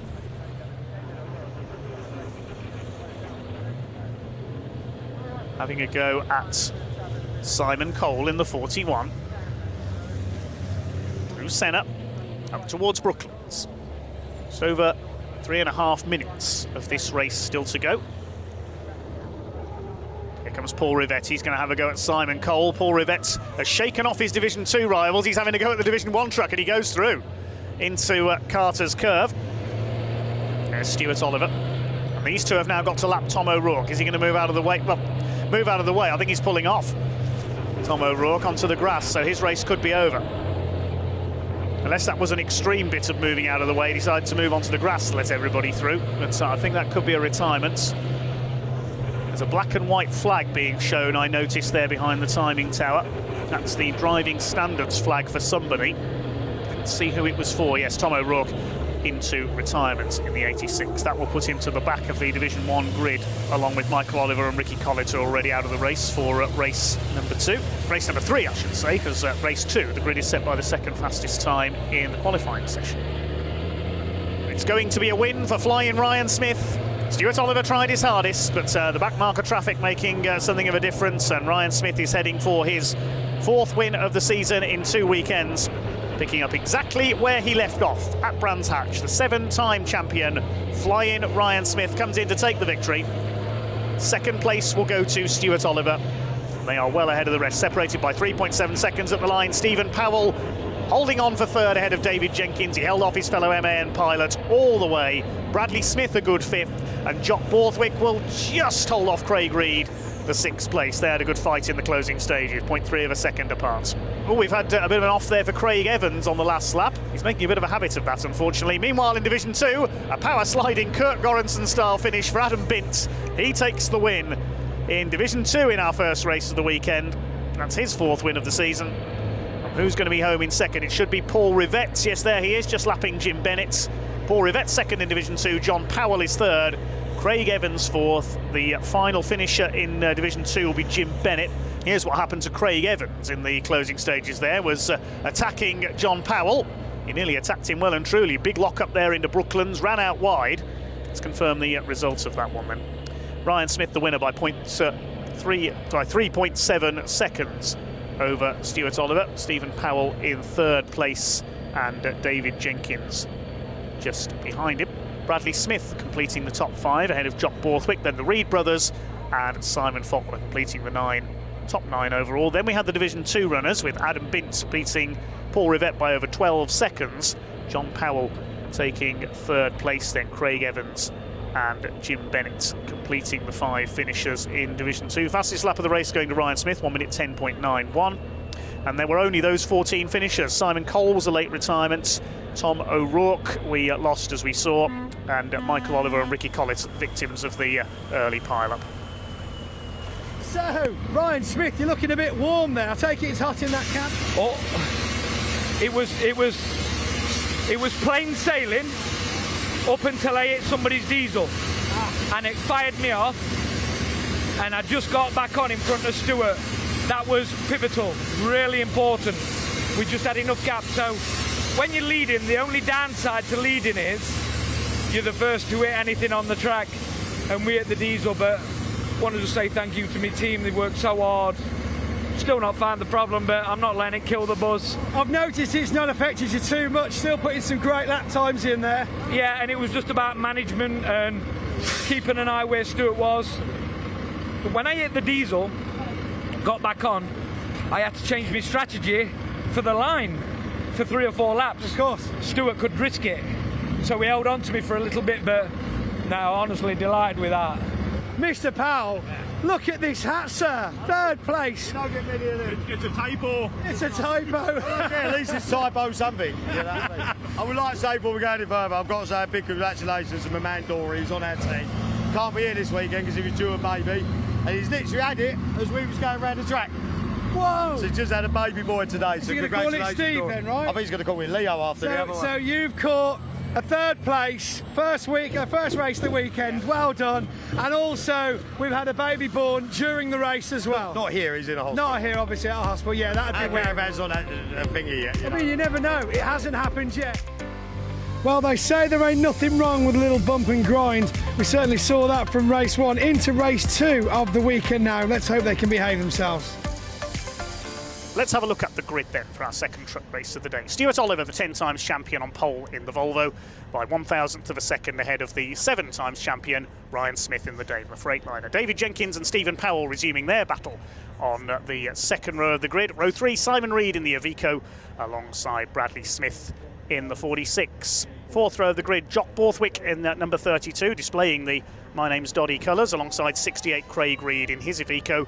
And on row 5, Tom O'Rourke failed to finish race 1, will start alongside number 12 of Michael Oliver. Sixth row of the grid, 95 Ricky Collett and number 92 Simon Faulkner. And then behind them, Simon Cole at number 41 and John Bowler in the number 14. Just making sure they're all there. John Bowler is there, number 14. I didn't see Tom O'Rourke, so we'll wait and confirm that in a moment.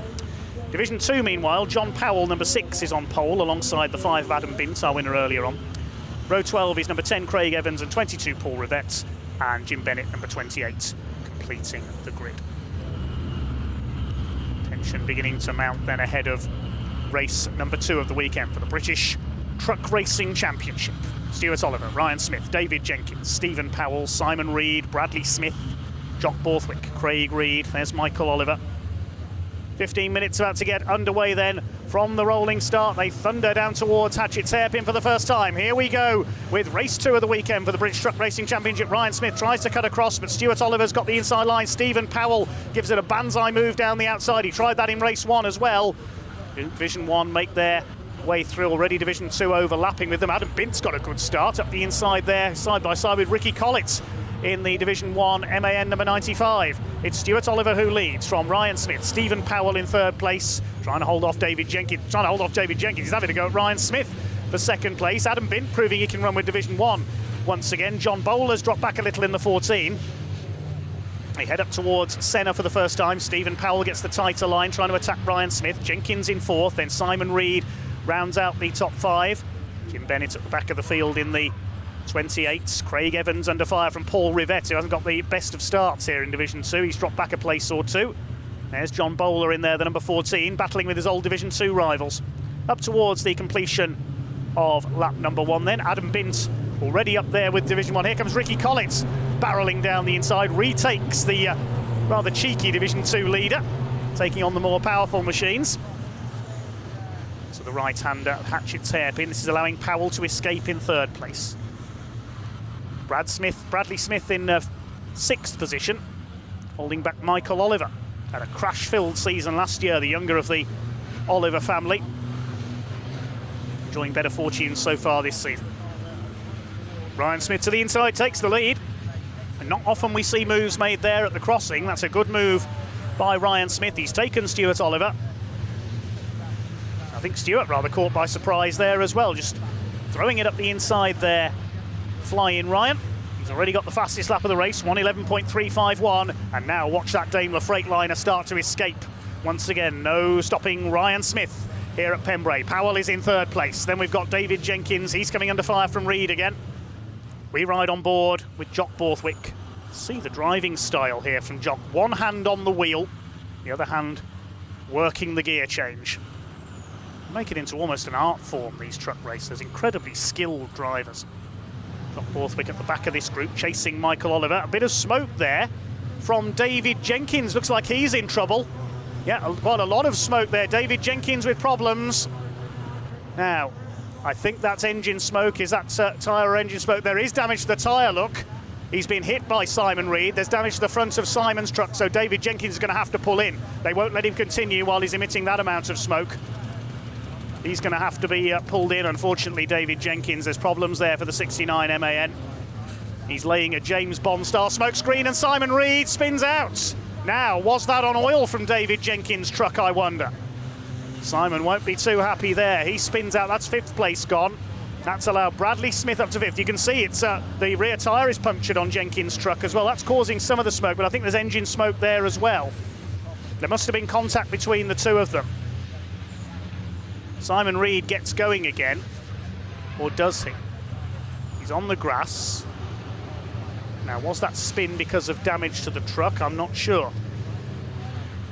There's David Jenkins, and he's dropping back now. He's lost out to Bradley Smith. He's lost out to Michael Oliver. They're lapping Jim Bennett. Gentleman Jim moves aside, lets them through. There's Ricky Collett in the background as well behind this group. David Jenkins at least electing to try and keep going to pick up a few points. Meanwhile, we haven't forgotten Division 2. It's still Adam Bint leading Division 2. In the battle for second between John Powell and Paul Rivett. Here comes the Napa Auto Parts.eu MAN on the tail of the DAF. Meanwhile, Craig Reed's having a good go at Jock Borthwick here. He has a look on the inside at the hairpin. He's got the tighter line. But Borthwick will get the power down on that outside line as they come up to the right at Spitfires. I think Craig Reed might have got the move done. Indeed, he has. Good driving there by Craig Reed up into 7th position. And they're catching David Jenkins' damaged truck as well. Into the closing stages now. Is John Powell going to be able to catch Adam Bint? Paul Rivett up the inside. He takes John Powell. So the answer is no. John Powell is not going to be able to catch Adam Bint. Craig Evans having a go as well. Is John Powell in trouble here, possibly? Because they've reeled him in, these two. Craig Evans is going to have a go here as well. Ryan Smith out towards Senna for the last time. It's going to be 2 out of 2 for the 7 times champion. And Collett up the inside into the hairpin. He goes through and loses it. David Jenkins back up the inside. He's hit whatever fluid there is down there. I think Ricky Collett will be cursing that, because if he'd stayed ahead for 8th place, that would give him pole position for tomorrow's second race. Here comes Ryan Smith. It's going to be 2 out of 2 for the reigning 7-time champion. He's done the fastest lap of the race, 1:11.345, took the lead a couple of laps in at the crossing from Stuart Oliver and takes his 2nd win. Oliver will come over for 2nd place. Bits of rubber showering everywhere as they go towards the pit wall. Stephen Powell, 3rd place. And meanwhile in Division 2, it's going to be another win for that menacing black Volvo Aerodyne of Adam Bint. He's clear of Paul Rivett in 2nd in the division. Meanwhile, Bradley Smith, an excellent 4th in Division 1. 5th goes to Michael Oliver. Good result for him as well. Craig Reed 6th, Jock Borthwick 7th. Now, is David Jenkins going to hang on for 8th? I think he is. Still a battle between Craig Evans and John Powell. John Powell with a problem there towards the end because he's dropped behind Evans as well now. Over the line goes Simon Faulkner, and here comes Adam Bint. He weaves his way over to the pit wall, takes another win in Division 2. That'll extend his championship lead. Paul Rivett 2nd in Division 2. Then Craig Evans. John Powell slowing in the closing stages. Jim Bennett a lap down, 5th in Division 2. We lost John Bowler into the pits, and we lost Simon Reed as well, 3 laps from home. So Smith ahead of Oliver and Powell once again. Stephen Powell another 4.5 seconds back in that 3rd place in the end. 4th place going to Bradley Smith. Great result for him, just ahead of Michael Oliver. Craig Reed 6th after passing Jock Borthwick, and Ricky Collett did cross the line in 8th place. He did get ahead of David Jenkins, so provisionally Ricky Collett will be on the front row of the race with Jock Borthwick for race 4 tomorrow. David Jenkins, damage to his truck, he had to settle for 9th place, and Simon Faulkner completing the top 10. Then we've got the Division 2 runners. Adam Bint taking the win in that class by 3.78 seconds ahead of Paul Rivett. Craig Evans in 3rd ahead of John Powell, who was struggling in the closing stages, and Jim Bennett completing the finishes. Simon Reed pulled off, and John Bowler made the start this time, but pulled into the pits after a few laps. Delighted with that. It was a clean undertake, I'll give you that. I mean, we watched it happen with a bit of a squeak of the tyre. All of a sudden you were past him. He just went a little bit hot into turn 2, and I knew I could line him up through 3 and 4. Like I say, we'll go. Like I say, you're gonna get one chance at Stuart, and you're not gonna get many chances. You needed that a bit, didn't you? Yeah. But I'm more delighted from our point, from the team's work, the problems we've had. You know, we never try and make excuses because everybody's got the same, but delighted, honestly. Even more action from race 2 there to finish up the day, but what's going to happen next in race 3? So the Martin Oliver Transport MAN pulls into position. Let's have a look at the grid then. It is the Reed brothers on the front row of the grid. Simon on pole, Craig alongside the two Reed Freight Ivecos. Second row is Jock Borthwick in his MAN alongside Bradley Smith, the youngest man in the championship, in truck number 46. Row 3, number 69, David Jenkins. Bit of contact rather hobbled him in race 2 yesterday, but the MAN is repaired alongside Stephen Powell, the former Division 2 champion, in number 3. A pair of third places for him so far this weekend. Then the two men with 17 championships between them. Stuart Oliver in the Volvo, Ryan Smith in the Daimler Freightliner. They start on row 4. They won't stay back there for long.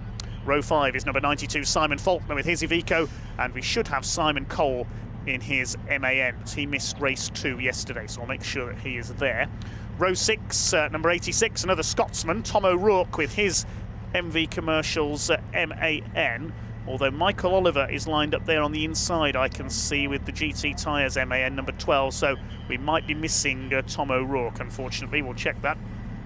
Ricky Collett's there, though, number 95 with his MAN. Great to see Ricky's back out after blowing his engine up in spectacular fashion at Brands Hatch last time out on Easter weekend. And he starts alongside number 14, John Bowler. As we heard from Pointy, a lot of clutch problems with his MAN this weekend. He failed to start race 1 yesterday, retired from race 2. So hopefully he's going to last the distance this time. Then there's a gap, and then we've got the less powerful Division 2 trucks. Slightly less modification allowed in Division 2. Craig Evans with his MAN will lead them off alongside John Powell, number 6, in his DAF, one of the oldest trucks out there in the series. Paul Rivette, the former saloon car racing star in the Napa Auto Parts MAN, will start alongside double winner in Division 2 yesterday, Adam Bint, in his Volvo White Aerodyne. Maybe called a Volvo White after the American company that had the partnership with Volvo, but it's in a very menacing black livery. And at the back of the grid, Jim Bennett with his venerable Seddon Atkinson. Smith with work to do from 8th on the grid. Bint starts 4th in Division 2. And here we go, the Reed brothers lead them up towards the red lights. When they go out, the power will come on, and we'll be underway. Here we go then, with race 3 of the weekend for the British Truck Racing Championship. It's the identical Iveco pairing that lead the way. Craig Reed's going to go round the outside of his brother Simon to take the lead into the first corner. Bradley Smith sends it down the outside, so does David Jenkins. They make their way through the hairpin. Tom O'Rourke is there, my apologies. I missed the 86 truck there on the green flag lap, but Tom and his team have made it back out. That's great to see. Craig Evans already being shuffled back in Division 2. Adam Bint with a flying start in the number 5 Volvo. Stuart Oliver up with David Jenkins, goes a bit wide through the crossing. Stephen Powell is on his tail. You won't fit side by side through there. Ryan Smith in behind them, just ahead of O'Rourke and John Bowler. The leaders head out onto the back of the circuit. The Reeds lead the way. Bradley Smith in 3rd. Jock Borthwick, David Jenkins, Stuart Oliver, Stephen Powell. There's O'Rourke, the white and red MV Commercials truck. We're on board with Ryan Smith in the number 1, giving chase to Stephen Powell, the man from Kent, in number 3. Ryan Smith based in Nottinghamshire. His truck recently displayed at the showroom of his sponsors, Northside Truck and Van. Tricky circuit to pass on is Pembrey. Not the widest in truck racing. They make 2 visits a year here to South Wales. There's Ryan Smith on the tail of the number 3 of Powell. There's O'Rourke, John Bowler having a better run in this one. Michael Oliver, son of Stewart's, and then Ricky Collett. Now Ryan Smith's got a run on the inside. If there's one driver who can pass at Pembrey, it's Ryan Smith, and he goes through past Stephen Powell up into 7th position. His next targets are Stuart Oliver and David Jenkins. Jock Borthwick, though, has dropped back there. He ran wide at Brooklands, lost a couple of places in the number 32 MAN. Ryan Smith may well get alongside the Scotsman down the front straights. Reed's lead over the line. Craig still ahead of Simon.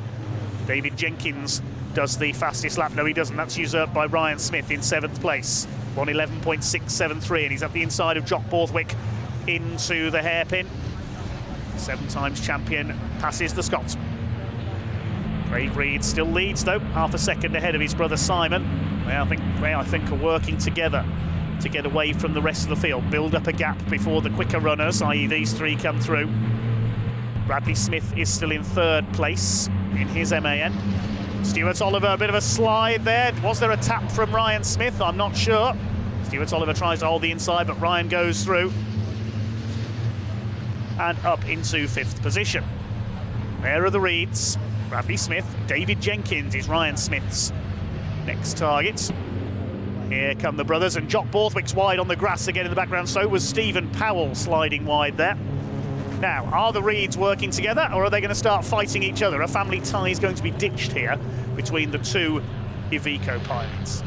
They are exactly alike, these two trucks, aren't they, in every detail.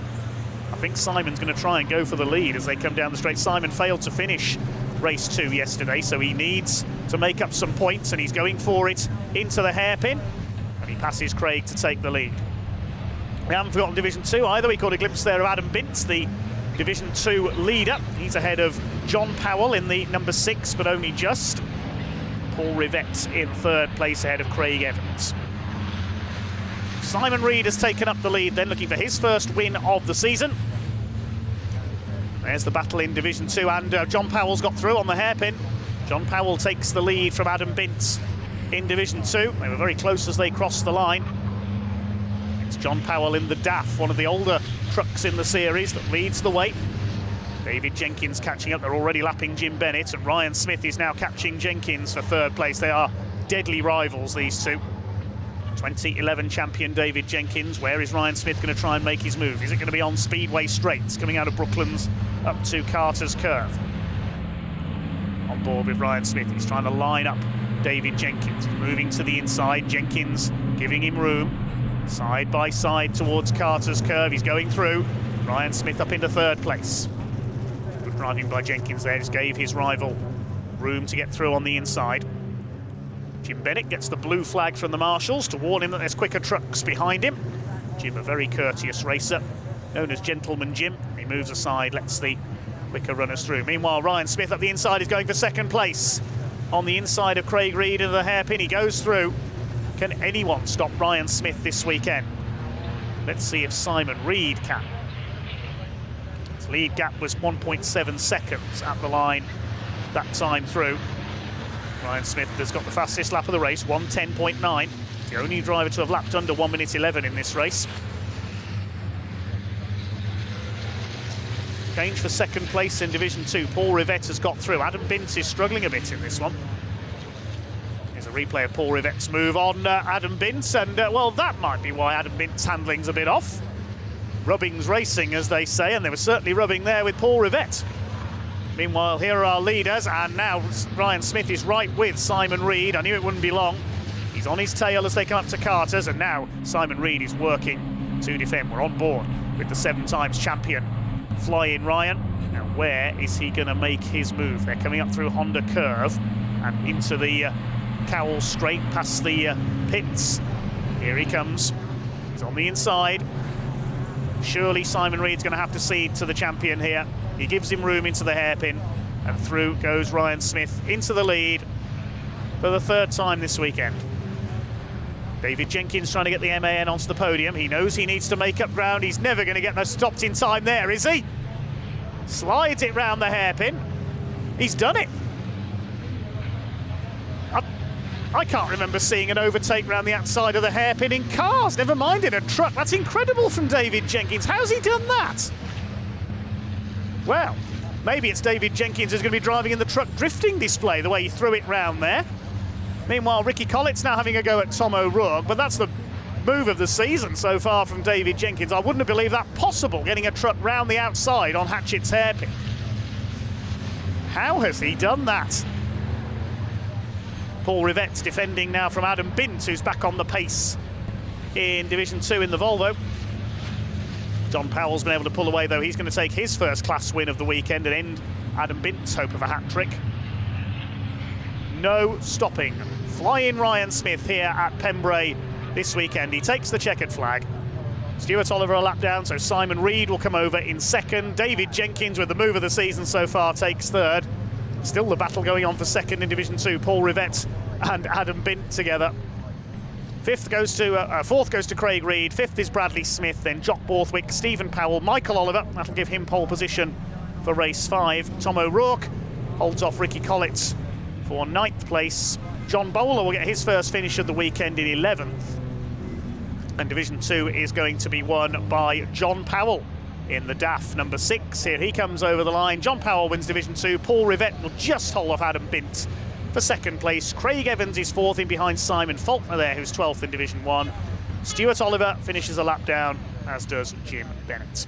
Ryan Smith with the win from 8th on the grid, fastest lap as well. Second place for Simon Reed, some 4.5 seconds in arrears, and David Jenkins completing the podium. Craig Reed in 4th, ahead of Bradley Smith.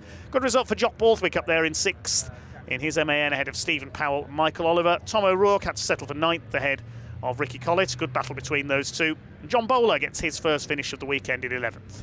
Division 2 won by John Powell in 12th place, ahead of Paul Rivett, who just held off Adam Bint at the line for second in class. Behind them were Simon Faulkner, Craig Evans, Stuart Oliver after his pit visit finished down in 17th place, last of the Division 1 runners. He'll start at the back of the Division 1 grid for race 5, and Jim Bennett completing the finishes. So that was some interesting racing. Fantastic result for you though. Yeah, great result for my boys that stuck with me yesterday. We had a difficult day, we're trying different things. Ultimately we ended up not fast enough yesterday afternoon, that got us in that unfortunate battle that got the damage. And the boys really dug in last night. And I did promise 1 or 2 of them beer, but they didn't get hardly any till 10 o'clock last night. So no, they worked really hard, and from morning warm-up this morning, we knew we got a better truck underneath us, and now I can race it, so I'm really happy. Well, that's the kind of racing we like to see, but quite a subdued display from the British Truck Racing there. Let's see what we've got left in them for Truck Race 4 of the weekend. Let's have a look at the grid then for our 4th truck race of the weekend. The top 8 reversed from race 2 yesterday, so it's Ricky Collett who is on pole in the MAN as the DAF Pace truck leads them away. Alongside him is Jock Borthwick, number 32, Craig Reed, and the man we've just heard from, Michael Oliver, on the second row of the grid. And it's Bradley Smith and Stephen Powell on row 3, and then Stuart Oliver and Ryan Smith on row 4. David Jenkins down on row 5. He only managed 9th with some damage to his truck yesterday. Starts alongside Simon Faulkner. And then on the 6th row of the grid, Simon Reed alongside John Bowler.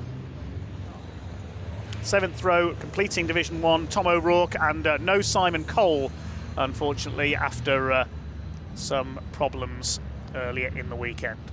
And there's a gap, and we've got the Division 2 trucks. They are headed up by John Powell and Craig Evans. Paul Rivett and Adam Bint on their second row. Jim Bennett again electing to start from the back.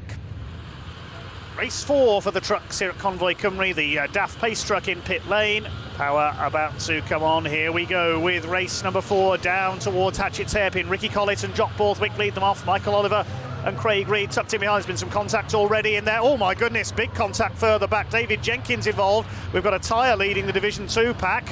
Who does that belong to? Paul Rivett's been damaged. Well, there was all sorts of mayhem in the pack there. Rivett's got going again, but there are several trucks, I would think, with damage in there. A great cloud of smoke as they piled into each other. There's debris all over Hatchett's Hairpin as well. Now, who's got the lead? Looks like it's Jock Borthwick who's gone to the front. I think that's the first time he's led a Division 1 race. Ricky Collett in second place, then Stephen Powell.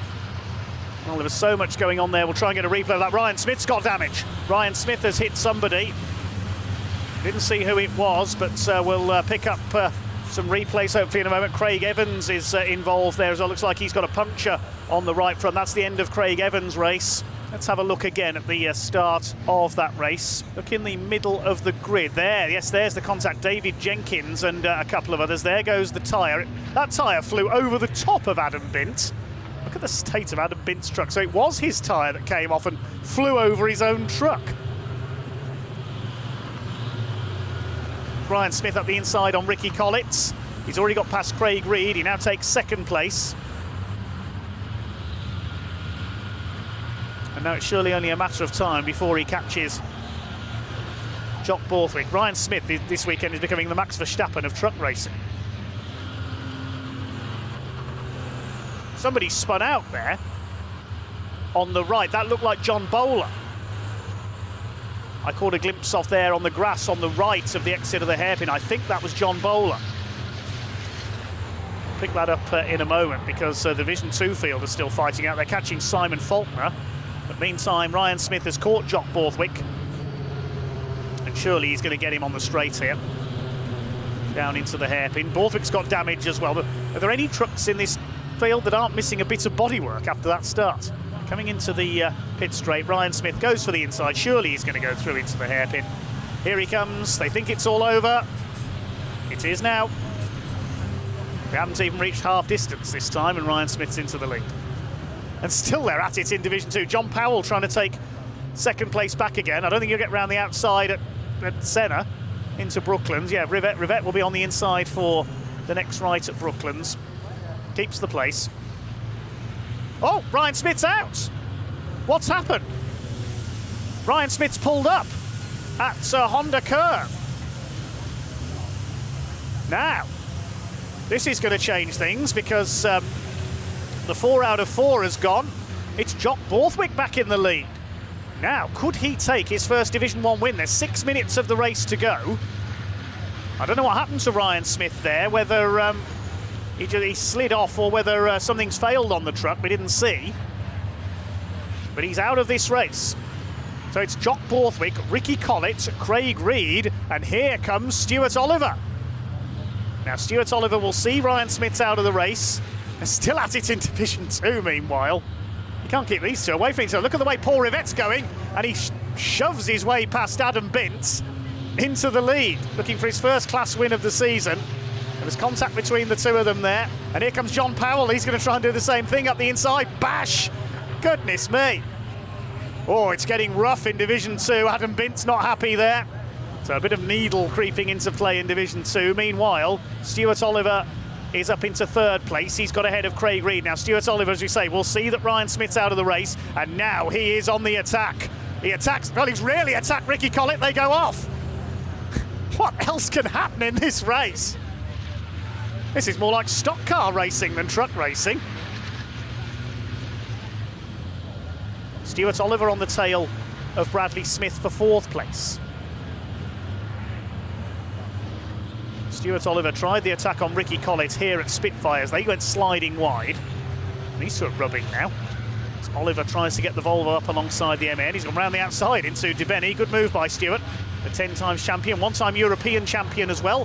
His son Michael Oliver's going to follow him through as well in his MAN, the 2 GT tyres trucks.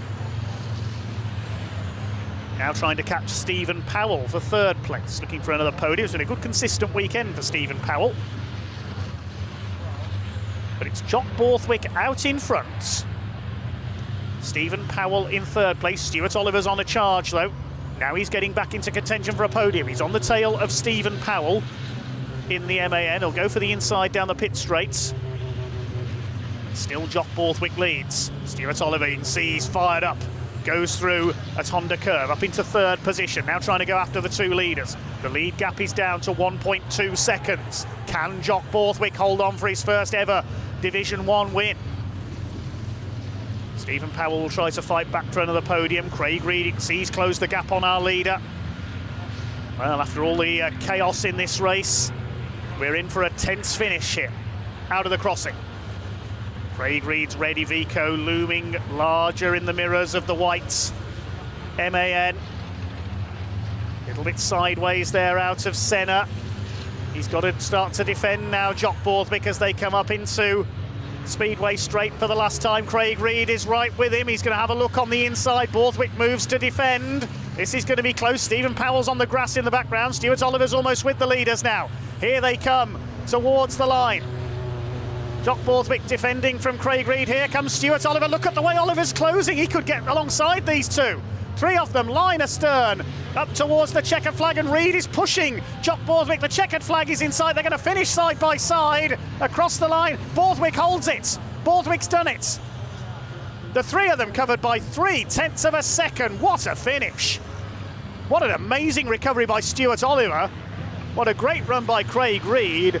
But Jock Borthwick is the hero of the hour. It's Scotland the Brave here in Wales. Jock Borthwick takes provisionally his first ever Division 1 victory.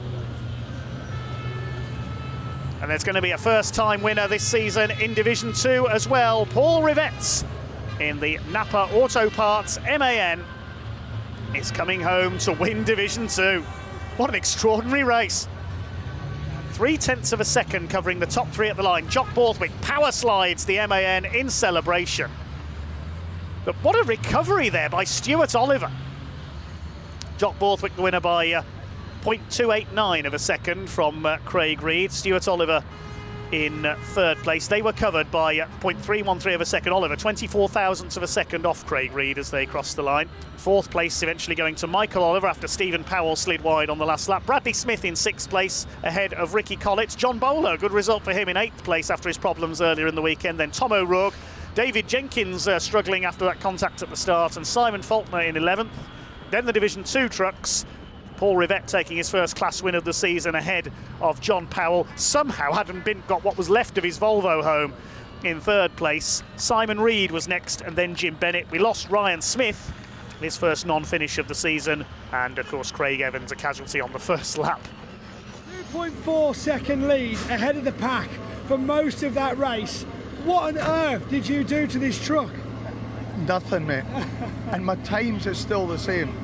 I'm still half a second off where I need to be. Wow. I'm needing. I think at the front is where you need to be. And I just try. I try and ignore him if I can. Yeah. And I just try and pace myself the best I could. And I've seen Craig chipping away, and that's the longest race. Every lap, I thought it must be the last lap this time. No, it must be and this went on for 5 laps, I think. And then eventually, and I seen Craig coming. My tyres are getting worse, and I'm just trying to bring it home. And then I missed the gear like you do coming out the straight in the back, and then Craig's right there. I thought, oh no. Craig was right next to you on the pit straight. I know, because I was defending into Honda in case he had a last minute dive, so I thought he'll need to go around the long way. But because I took the inside line, obviously it's trying to oversteer coming out, and I couldn't have picked the throttle up, and Craig had the slingshot. And I'm just glad the flag was 100 yards further down, or it might have been a different result. One more lap and we might have had a different result. I'd have just pushed a bit harder again. I was teasing him. My goodness, we didn't think we'd be seeing many drivers back out for the last race of the weekend, but here we are at race 5. Let's see if they can get around in one piece. Confirmation of the grid then. Michael Oliver and Stephen Powell on the front of the grid, along with Jock Borthwick and Bradley Smith on row 2. A quartet of MANs lead the grid away. Craig Reed in the Iveco, the top non-MAN, alongside David Jenkins. Then row 4, Simon Reed and Ryan Smith. Watch for Flying Ryan. Let's see if he can make it 4 wins out of 5 this weekend. Tom O'Rourke on row 5 alongside Ricky Collett. As we said, on row 6, John Bowler will start alongside Simon Faulkner. Stuart Oliver will complete the Division 1 runners on row 7. Division 2 will be headed up by Craig Evans in the number 10 MAN, desperate for that first class win. We'll wait to see if Adam Bint has put his Volvo back together as well. I don't know how he was still cornering with almost half of one corner missing in the earlier race. They start ahead of Paul Rivett in the Napa Truck Racing number 22. John Powell in his DAF, mixed weekend for him, taking the win in race 3. And Jim Bennett, Gentleman Jim, completes the grid. Oliver and Powell on the front row. Jock Borthwick already positioning himself on the inside. Red lights go out and away we go. Super start by Jock Borthwick. Michael Oliver moving to cover as they head down towards the hairpin. Something's got to give here, surely. There's a contact further back. That's Stuart Oliver. He's gone into the back of John Bowler, I think. Stuart Oliver loses the bonnet. Let's hope there's no further damage there and he's able to keep going. Everybody else has made it round the hairpin okay. That's the second time we've seen contact off the rolling start today. It's Michael Oliver who leads the way in the MAN. Bradley Smith in second. Stephen Powell made a poor start. He got forced wide at the hairpin. He's down to 5th position. Could lose 6th here to one of the Reeds. That's Craig. Yes, John Bowler's been hit there. You can see by Stuart Oliver. Damage to the back of the number 14. Clouds of smoke there. That's damage to the left rear corner. Ryan Smith trying to pass him. He does so through Senna. You can see there that's something rubbing on the tyre of the number 14. Unfortunately, that could be the end of John Bowler's race. Ryan Smith up the inside, attacking Craig Reed, really attacking him there through Senna. Craig Reed's not giving way, so he'll try again at Brooklands, Ryan Smith, and still Craig Reed hangs on the outside. Smith's got the tighter line and he goes through. Another place gain. That's clearly Ryan's favoured passing place into the right-hander at Senna. Jock Borthwick under fire from David Jenkins now into the hairpin. He's not going to go around the outside this time. He's going to use the conventional line and he goes through. And that's going to allow Powell to follow him on the tighter line through into 4. So Jock Borthwick loses 2 places to David Jenkins and Stephen Powell up into the top 4 places. And behind him now is Ryan Smith. Borthwick his next target. To the crossing. Still Bradley Smith up there in second. Yes, Ryan's got through as well past Jock Borthwick. That loss of momentum at the hairpin dropping him back. Now David Jenkins trying to chase down Bradley Smith. And into the pit lane, that was John Bowler I caught a glimpse of there. So the damage from... Did I just say that Ryan Smith has pulled off? I caught a glimpse there in the background at the crossing. Has Ryan Smith pulled over? I'm sure I saw a glimpse of that Dayglow yellow front end on the grass at the crossing. Yes, in the background there, he slowed. Ryan Smith's in trouble again. There he is, he slowed right down. He'll be into the pits. In fact, he's not even going to get that far. He's pulling over at Senna onto the grass. He's letting the other trucks through. Dominance of Smith and Stuart Oliver has been broken by Jock Borthwick earlier on. Tom O'Rourke, the last Scotsman to win a race, has a single win in his career. I think that was at Donington a year or two ago. Side by side there, Jock Borthwick and Simon Reed. Simon gets through on the inside. That's for 5th position at Brooklands.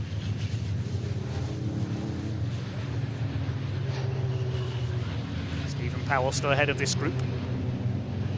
Simon Reed, Jock Borthwick, Craig Reed. Here's Paul Rivett ahead of John Powell and Craig Evans. This is the battle in Division 2. Quiet weekend for Craig Evans in his MAN. Michael Oliver still leads. He's lapped Jim Bennett. David Jenkins desperately trying to get past Bradley Smith so he can go after Michael Oliver. Michael Oliver looking to make up for a disappointing 2022 season where he was involved in a number of shunts. Leads by 2.5 seconds. We're coming into the closing stages now. The closer battle is in Division 2 for the lead. For Napa and Takasys sponsored MAN. And Paul Rivett still leading, looking for win number 2 this weekend. 2 wins for Adam Bint, 1 for John Powell. After a quiet season so far and a pretty terrible 2022 where he was involved in a number of shunts, Michael Oliver, the Northumbrian driver, has led all the way. David Jenkins still trying to get past Bradley Smith for second. They're coming into Brooklands for the final time. A last lap of the weekend here at Convoy Cymru for the British Truck Racing Championship. David Jenkins slides out wide. I don't think he's going to get through now, but it is going to be a win for the number 12. Michael Oliver puts a tough spell behind him in the championship where he struggled for results.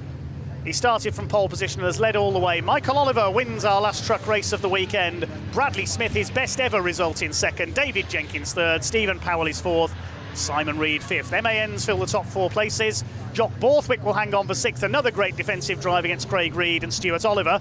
That's the same order from the podium in race number 4 earlier on, but this time they're covered by the same margins, but for 6th, 7th and 8th. Shows the working of the reverse grid, I suppose. Ricky Collett 9th, Tom O'Rourke completes the top 10. Then should be Simon Faulkner home next. And here comes our Division 2 battle. Despite a bit of rear end damage, it's going to be Paul Rivett for the second time this weekend, holding off John Powell. Rivett takes the class win by half a second. Adam Bint showboats his way home in third in class, still leading the championship, I would think. Craig Evans is next. And the final finisher is Jim Bennett, a lap down. Sadly, we lost Ryan Smith and John Bowler into the pits. Michael Oliver, the winner by just under 3 seconds. Bradley Smith, his best ever finish in second place ahead of David Jenkins. Stephen Powell in 4th ahead of Simon Reed. And then a familiar trio from race 4 earlier on. Jock Borthwick, Craig Reed, Stuart Oliver. Covered by a little more this time, half a second covered those 3. Ricky Collett in 9th ahead of Tom O'Rourke and Simon Faulkner, and then the Division 2 battlers. Paul Rivett taking his second class win of the day ahead of John Powell. Adam Bint after an off recovering for 3rd, and then Craig Evans and Jim Bennett completed the finishers. We lost Ryan Smith, 3 wins and 2 retirements for him sadly, and of course we lost John Bowler as well, bad luck to him. Michael Oliver staying in first place. We thought you were sideways. We thought, oh no, here we go again. Michael Oliver at the front, going sideways, first corner, and yet you managed to pull it back. Come on, mate, yes, get in. Come on. Oh. Was it Colombian? It was the Colombian, wasn't it? Unbelievable.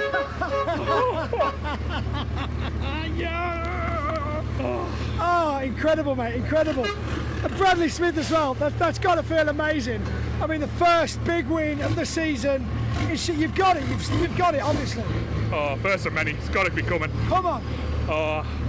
I'm never speechless. I'm speechless. I know. You don't know what to do now, do you? Christ. I mean, right. Let's go to the beginning of the race. Like I just said to everybody, we saw you getting tipped sideways coming out of corner 1. How did you hold that back in? I don't know. I can't remember.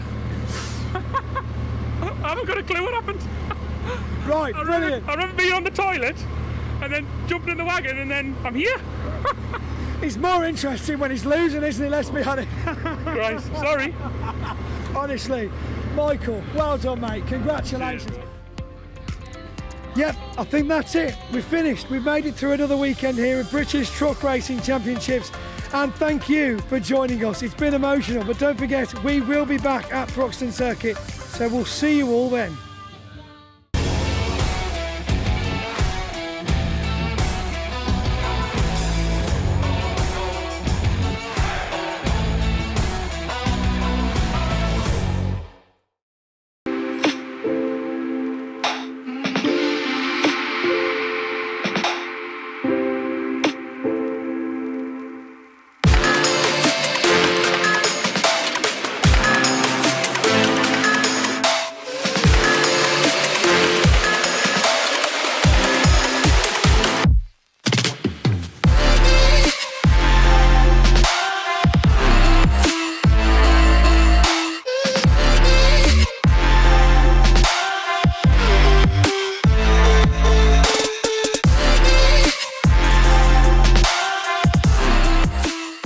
Have you seen this trailer?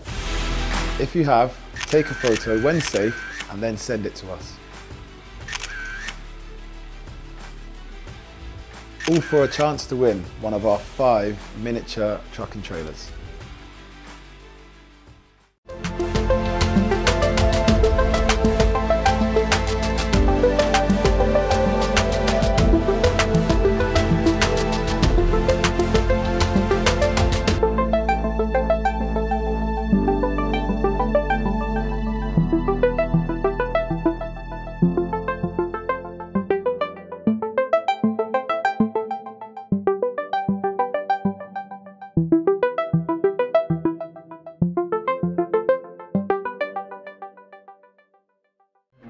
Repairing or maintaining commercial vehicles, you need total care. Whether you're fitting out a new workshop, bringing your vehicle maintenance in-house, or thinking of an upgrade, our equipment experts will make the process simple. And with UK-wide service engineer coverage and flexible finance options, you can be sure that for workshop equipment, it's total care.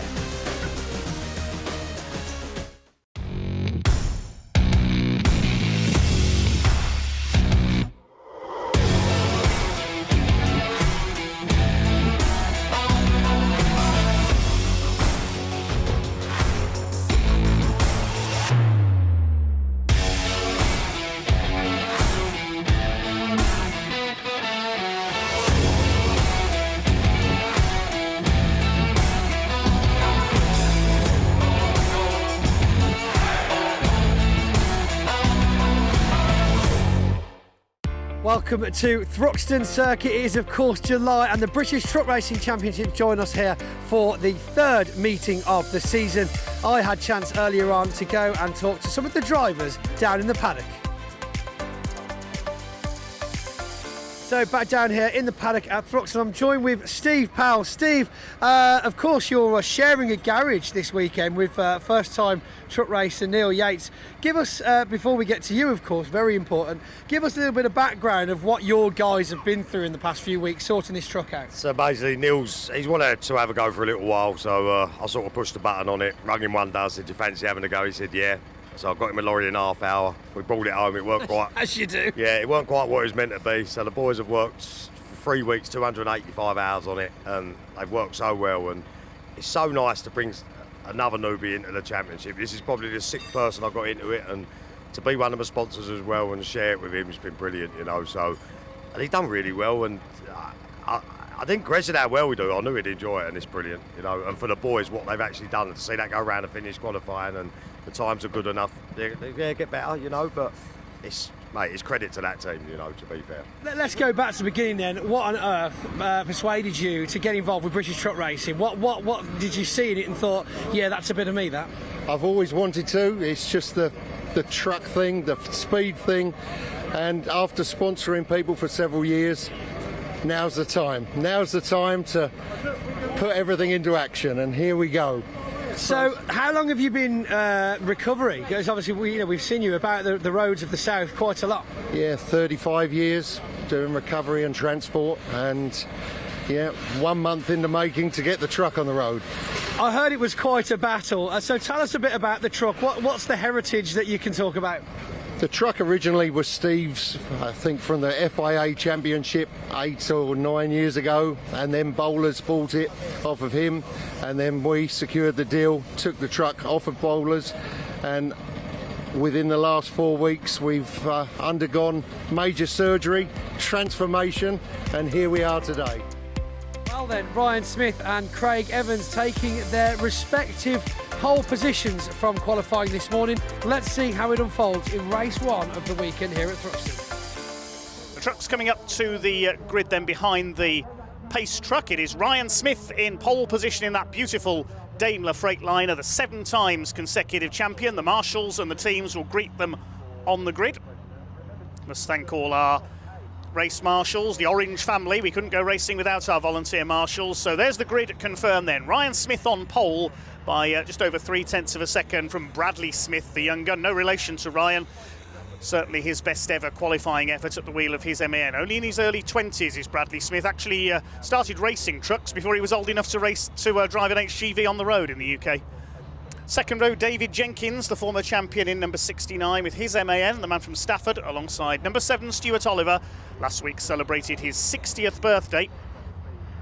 So he's officially an old man, according to a certain presenter who is with us here today. Yes, I've dropped you in it there, Pointy. Row 3, number 12, Michael Oliver with the MAN. First win of the season coming last time out at Pembrey, alongside Stephen Powell, who's still looking for his first win of the season, the man from Kent. His best results, a couple of third places at Pembrey last time out. Well, Ryan Smith, so far this year, has had a total of 6 wins. 3 at Brands Hatch, 3 at Pembrey, but the last 2 races at Pembrey he failed to finish. Some contact in race 4 and mechanical problems in race 5. So he's only a few points ahead in the championship so far this season. Just looking at the points chart, he's only 6 points ahead of Stuart Oliver, the number 7 truck. Stuart Oliver's had a few wins this season as well. He had 2 at Brands Hatch. Had to make a pit stop in race 3 at Pembrey and finish down the order, but a couple of seconds and a third there. So he's second in the points. David Jenkins sits third. He's yet to win this year. Bradley Smith up there in 4th place in the points. He's really been the revelation of Division 1 so far this season, has young Bradley. And from Gravesend in Kent. He's only 23. Best result of a 2nd place in that final race at Pembrey behind Michael Oliver. Craig Reed in the Iveco sits 5th in the points. As we see the Division 2 grid, that's headed up by Paul Rivette. He's 3rd in their points chart at the moment. Adam Bint in the older Volvo White Aerodyne, the bonneted truck, sits in the lead of the points. 8 points clear of John Powell in the Dutch-built DAF. And at the back of the field, our newcomer Neil Yates in his DAF CF85.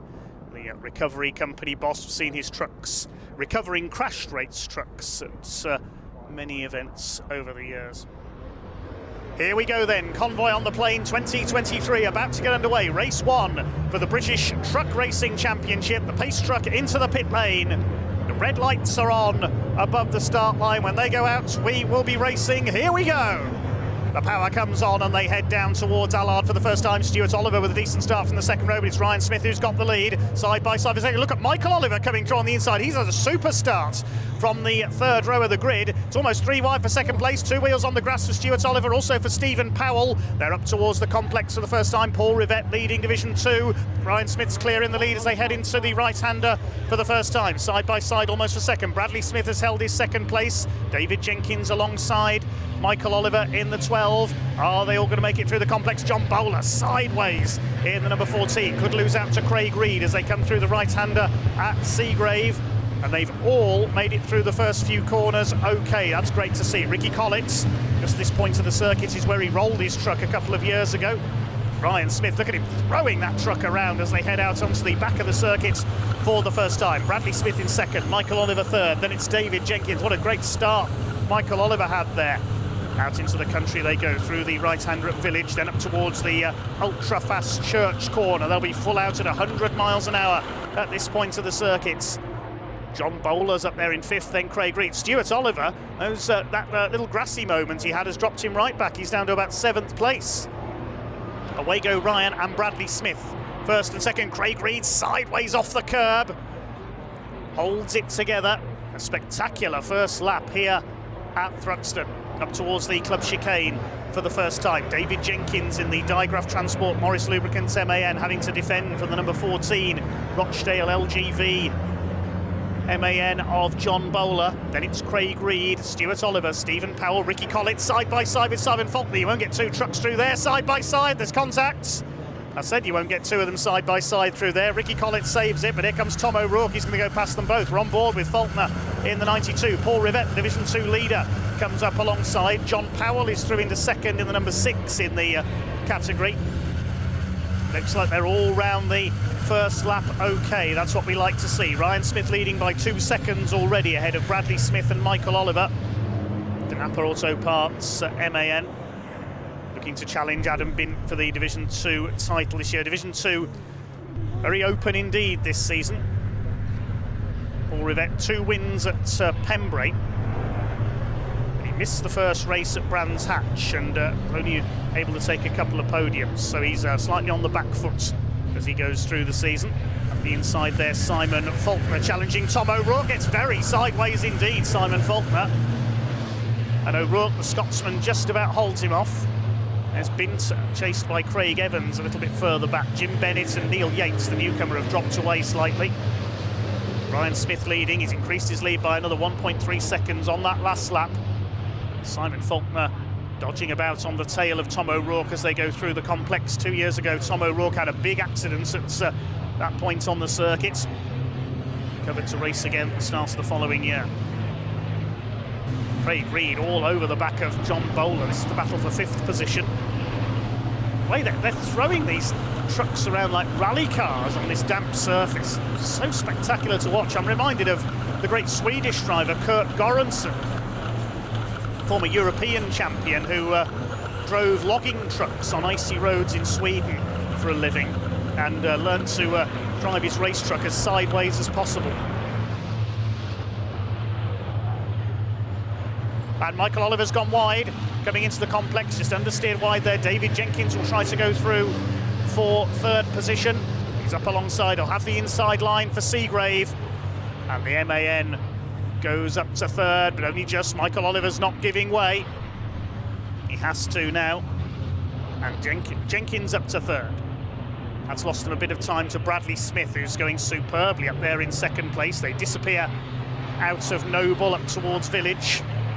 Here comes the 68 on the inside. That's Craig Reed. He's going to take Michael Oliver as well. That slight loss of momentum from going off at the complex, and he's falling back. Now, is he going to hold off his father, Stuart? Well, Stuart's not hanging around. He's going to try and take both of them. 3 wide through Church Corner. You can't do that in cars, never mind trucks. Goodness gracious. Something's got to give here. Look at this, the fastest part of any race circuit in the UK, and Craig Reed's held the place. Superb. Here comes Rivett, he's attacking Tom O'Rourke, who's dropped back slightly. Division 2 overtakes Division 1. Now, the Division 2 trucks will be getting frustrated, I think, with the MV Commercial MAN. He's a Division 1 truck, he's in a different race to them. They want to continue their own battles. They're going to go past him on the run into Woodham Hill. I think Tom O'Rourke's got a problem, he's slowing down. I can see a bit of smoke there. 5 laps completed by Ryan Smith. He leads by 7 seconds now. Well, there's our leader. We haven't forgotten about him. He's dropped the rest of the field, as he so often does. Ryan Smith, he always seems to start in the same way. At every race weekend, he clears off at the front in race 1.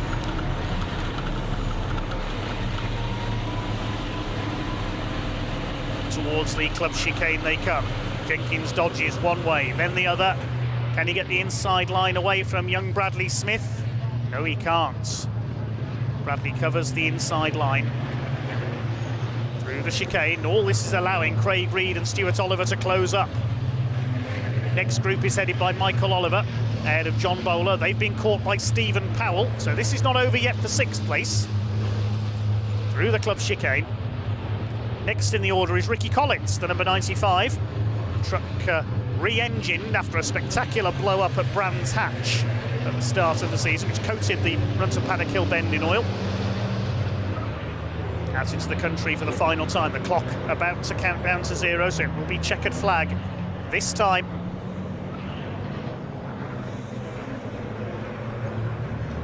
Bradley Smith doing a superb job here, looking for his joint best ever finish. He's still looking for his first win. He had a 2nd place last time out at Pembrey. He's going to equal it here. It's going to be win number 7 for the season for flying Ryan Smith. Now they'll be hoping here that Neil Yates doesn't get in the way at the chicane. They'll hope to get past him before there. Ryan Smith is heading for the line. He concentrates on the battle for 2nd place. Can David Jenkins make a move into the chicane? Well, there's Ryan Smith in the Northside Truck and Van Daimler Freightliner run by Worldwide Truck Racing. It's going to be win number 7 for the season for the 7 times champion. Ryan Smith up towards the line and takes the checkered flag. Ryan Smith starts as he means to go on with the victory. Now what about our battle for 2nd place? Bradley Smith hanging on ahead of David Jenkins. They haven't caught the back marker. Jenkins will pull up alongside, but he's going to be boxed in there on the run to the line. Bradley Smith 2nd, David Jenkins 3rd, 4th goes to Craig Reed and Stuart Oliver in 5th. Great race between those 4. Well done Bradley Smith, a fine 2nd place. Now who's going to be 6th? It's going to be Michael Oliver. John Bowler just holds off a slightly subdued Stephen Powell. He finishes 8th. Ricky Collins is 9th. And then it should be Simon Faulkner. Yes, here comes the Iveco over the line, pursued by our Division 2 winner. Paul Rivette leading all the way to take Division 2. And close to 2nd there, John Powell just holds off Adam Bintz. Craig Evans will be next home. And the final finishers will be Jim Bennett and a lap down Neil Yates. Well done to him on his debut. Unfortunately, we lost Tom O'Rourke into the paddock midway through with some problems. Hopefully he'll be back out for race 2. Great race there, some great sideways moments. The drivers coping superbly with these damp conditions today. Let's check out the provisional results then of British Truck Racing Championship race number 1. Ryan Smith the winner, completing 9 laps. It's on 15:51.262. He also got the fastest lap of the race. Bradley Smith 2nd, 10 seconds further back. A great result for him ahead of David Jenkins. Then Craig Reed holding off Stuart Oliver for 4th place. Michael Oliver 6th, just ahead of John Bowler and Stephen Powell. And a small gap back to Ricky Collins in 9th. Simon Faulkner completing the top 10. Paul Rivette in 11th overall wins Division 2. He finished just under half a second ahead of John Powell, who just held off Adam Bint at the line for 2nd in class. Craig Evans was next home, then Jim Bennett and Neil Yates, with Tom O'Rourke sadly the only non-finisher. A certainly very early morning, or should we say very late night for you. Saw you arrive before, well, after everybody else. You still had a result. That's when it's worthwhile, you know. We're shattered. Our teams worked tirelessly. We only went to check the GPS speed because there was no testing here, and we uncovered a whole different level of problems. Look, we don't need to go into them. All I can say is my team are absolutely A1. Even in that race, my chief engineer Arnie comes on the radio. Dave Jenkins has just put fastest lap in, 144 point something. I went, okay, no problem, leave it with me. Boom, 143. You know, it's them points that make prizes, isn't it? Yeah. So everyone counts, especially this year. It's looking like a very tight season. Very tight season, and you know, everybody's up the game, everybody's spending the money, everybody's spending on the tyres, you know, the whole package. I've got to give Truck Sport credit as well, because, you know, day by day they're improving the events, they're getting more noticeable, and I promise you, I think when it gets to the worldwide media and the public, what truck racing does and what it brings to the table and how exciting it is, I think Truck Sport are on for something special. Well, we might have seen some slippy track conditions there for race 1, but things have dried up nicely now as we go into race 2 here at Thruxton. Let's have a look at the qualifying times. And well, Ryan Smith about 0.4 of a second quicker in qualifying than David Jenkins. This is the second fastest time for each driver. So Bradley Smith, who was on the front row earlier on, now back on row 3 behind the Olivers. We saw how quick Michael Oliver was off the line in race 1. Stephen Powell 6th on the grid. A bit of a subdued run to 8th place in the first race. Craig Reed, the only one of the Reed brothers here this weekend. Simon absent with business commitments. So Craig Reed in the only Reed Freight Iveco out there, alongside John Bowler in his MAN. New to Division 1 this year, moved up from Division 2 last season. Richard Collett and Simon Faulkner on row 5. MAN and Iveco. On row 6 we should have seen Simon Cole, but I don't think he's there again, and Tom O'Rourke is there, having repaired the problems with his MAN. Then there's a gap, and we've got the Division 2 runners, Paul Rivets, the number 22, alongside Adam Bint, the championship leader in number 5. Then Craig Evans, number 10, 6 of John Powell. Gentleman Jim Bennett in the Seddon Atkinson. And Neil Yates in the DAF. Now, I did say at the last meeting that Jim Bennett's Seddon Atkinson were the oldest truck on the grid. In fact, it's not. John Powell's chassis is slightly older. Looking back from Paul Rivets, this will be an interesting way to view the Division 2 battle. There's Bint, Evans and Powell. I suspect the class win will go to one of those 4. Here we go. Race 2 of the weekend for the 2023 British Truck Racing Championship here at Convoy on the Plain, here at Thruxton. It's a 2x2 convoy at the moment. Pace truck pulling off into pit lane. David Jenkins just setting himself up there on the outside line. Wait for the power to be unleashed as the red lights go out, which they do now. Michael Oliver was a little bit eager there on the outside. Here we go, down towards Allard. Ryan Smith makes a great start. Stuart Oliver trying to muscle his way through on the inside of David Jenkins into second place. Bradley Smith's got a good run on the inside as well. David Jenkins gets a couple of wheels on the grass. They're all away okay through Allard for the first time up towards the complex. Bradley Smith trying to make a move on Michael Oliver. Ryan Smith a little bit of a lock-up, but he's got the lead ahead of Stuart Oliver, the 2 bonneted trucks. John Bowler's got away well too on the tail of Stephen Powell. Looks like everybody gets through the complex okay for the first time.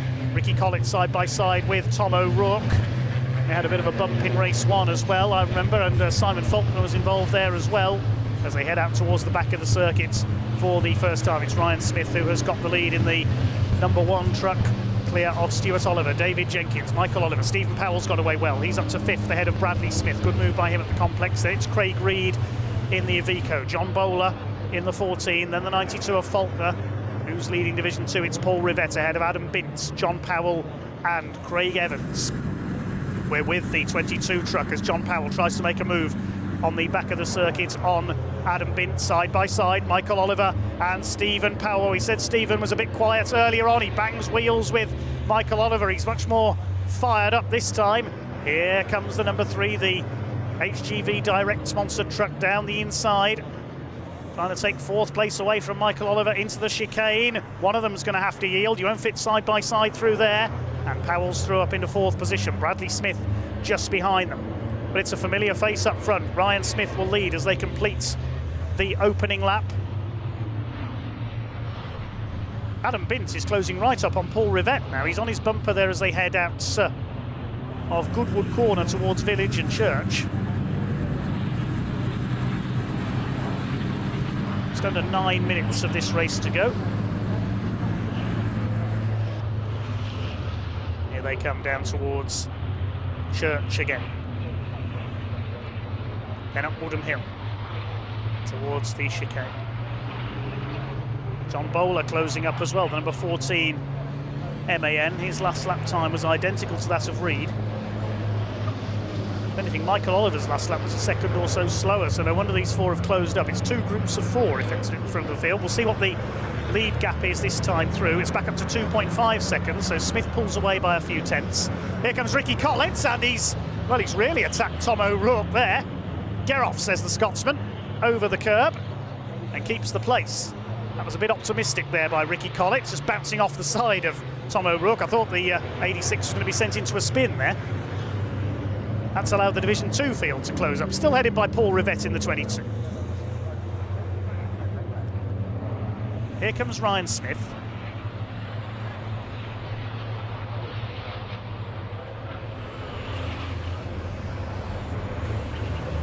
Daimler Freightliner, if anything, sounding a little bit off song as it comes through there.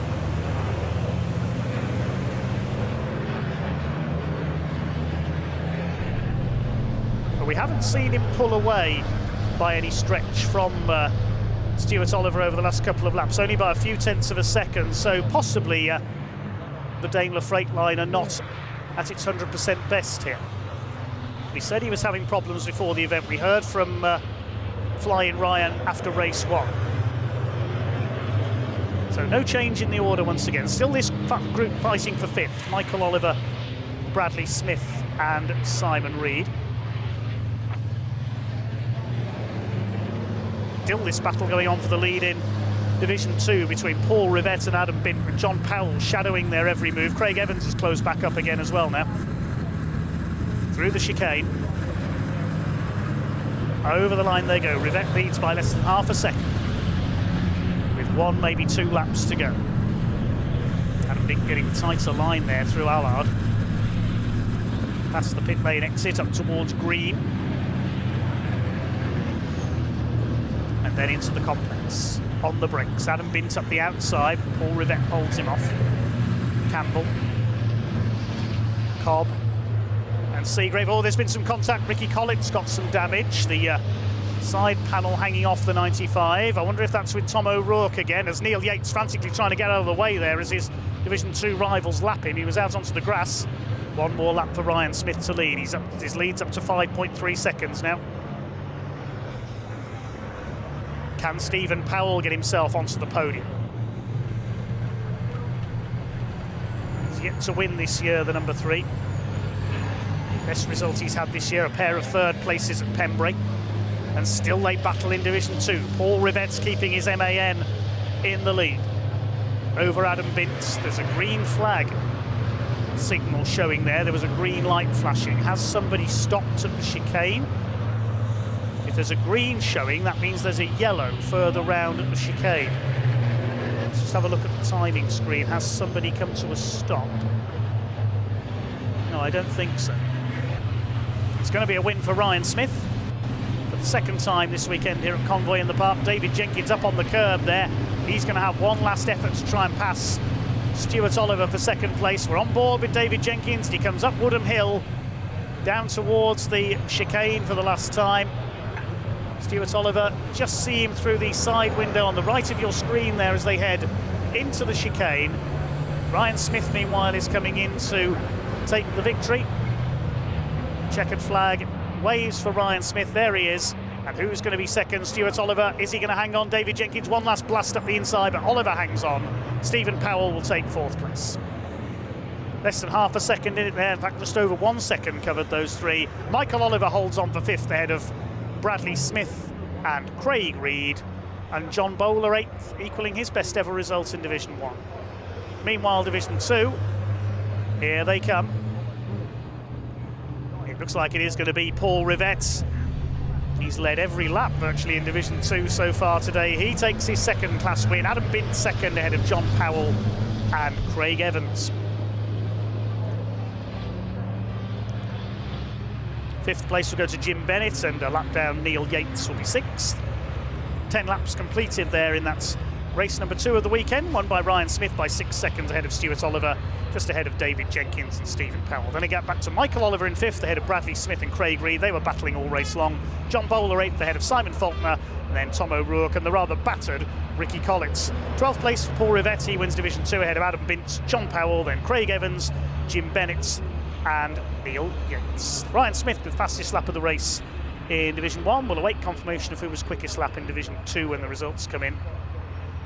Craig Evans fresh out the cab. Is it as warm as it in there as it is out here? Yeah, but that was why I back off. I was behind Bradley, really giving it some. Obviously gave him a little nibble. And, he started going 94, 95, 96, and I had to back off, let the truck cool down. It's so humid, it's just unbearable. But the truck, tonight we need to do some more cooling mods because I was just getting too hot behind Bradley. John looking over the truck, just making sure. Seems to is everything okay? You look quite concerned then by the truck. Yeah, it's getting hot. I think everybody's getting hot. It's a very weird weather at the moment. It is very much so. But it's definitely Thruxton, but the gauge is right up, the water level's right up, so it's not looking promising. So. All the drivers are looking quite warm as well. I know we just spoke to Craig and he was having a few issues with the heat as well, getting on the engine. That's this wet look gel. You can see it running down your face. Well, John, we'll let you get back to the garage. Good job on the result. So, a fresh day and more truck racing action, but of course that means it's time for race 3. High five. Yes, good man. Race 3, here it comes. Let's have a look at the grid then for our third race of the weekend. It is Stephen Powell, number 3, with his MAN on pole position. 8th place in race 1 yesterday. Number 14, John Bowler, will be starting alongside him in his MAN. Row 2, it's the Olivers, Michael and Stuart. Stuart, father of Michael, MAN and Volvo. Row 3, Craig Reed with his Iveco Stralis, number 68, alongside the man we just heard from, 69, David Jenkins. Row 4 is Bradley Smith, great second place for him yesterday with his MAN, the youngest man on the grid. And Ryan Smith, no relation, starts alongside him, the 7 times champion. Row 5 is Ricky Collitz, number 95, with his MAN alongside the Iveco of Simon Faulkner. And then on the 6th row, we will see Tom O'Rourke, the Scotsman, in number 86. And hopefully we will see Simon Cole alongside him in number 41. Simon had problems in qualifying yesterday, failed to race in yesterday's 2 races. We'll hope to see him back out for this one. Then there's a gap of a few rows, and we have the reverse grid for Division 2. Number 33, newcomer this weekend, Neil Yates with his DAF, starts alongside 28 Gentleman Jim Bennett in his Seddon Atkinson, the oldest man on the grid. Then we've got number 10, Craig Evans, who we just heard from with his MAN, and number 5, Adam Bintz, the points leader in Division 2 with the Volvo White Aerodyne. At the back of the field, 6, John Powell in the DAF, and 22, Paul Rivette. We were saying there, the trucks are limited to 100 miles an hour. They're limited to 56 on the road, of course, but electronically limited to 100 miles an hour for racing, and if you exceed that speed limit you will be penalised. Paul Rivette was found to have exceeded the speed limit in race 2 yesterday, having taken the win 3 times, and therefore was disqualified. Adam Bint also exceeded that speed limit twice, and he got a time penalty, so it was John Powell who inherited the class win in race 2. That will affect the grid possibly for race 4 later on today, but not for this race. So here they come then. Stephen Powell on his own on the front row. Michael Oliver has now dropped back into the second row alongside his father Stuart. It's time to go racing here at Convoy on the Plain, here at Thruxton, with the first of 3 races today for the British Truck Racing Championship. The revs begin to rise. Some 18,000 horsepower about to be unleashed on the Thruxton circuit. Here we go, the revs are up, we're underway. They head up towards Allard for the first time. There's already contact among Division 2 with Adam Bint clipping the back of Jim Bennett, but it's Stephen Powell who has got the early lead. They head through Allard and green corner up towards the complex for the first time. Simon Cole a bit slow away, so still possibly some problems there. It's Craig Evans who's taken the early lead in Division 2 from the second row of the grid. Jim Bennett drops the back. It's Powell that leads from Oliver. Michael Oliver in 3rd place. David Jenkins is 4th. Craig Reed moving past Bradley Smith. Ryan Smith trying to get through as well in the number 1. Ricky Collett under fire from Tom O'Rourke further back. They've been battling each other all weekend. Ryan Smith has a look as they go towards Noble. We're on board with him. He gets squeezed out by the 46 of Bradley Smith.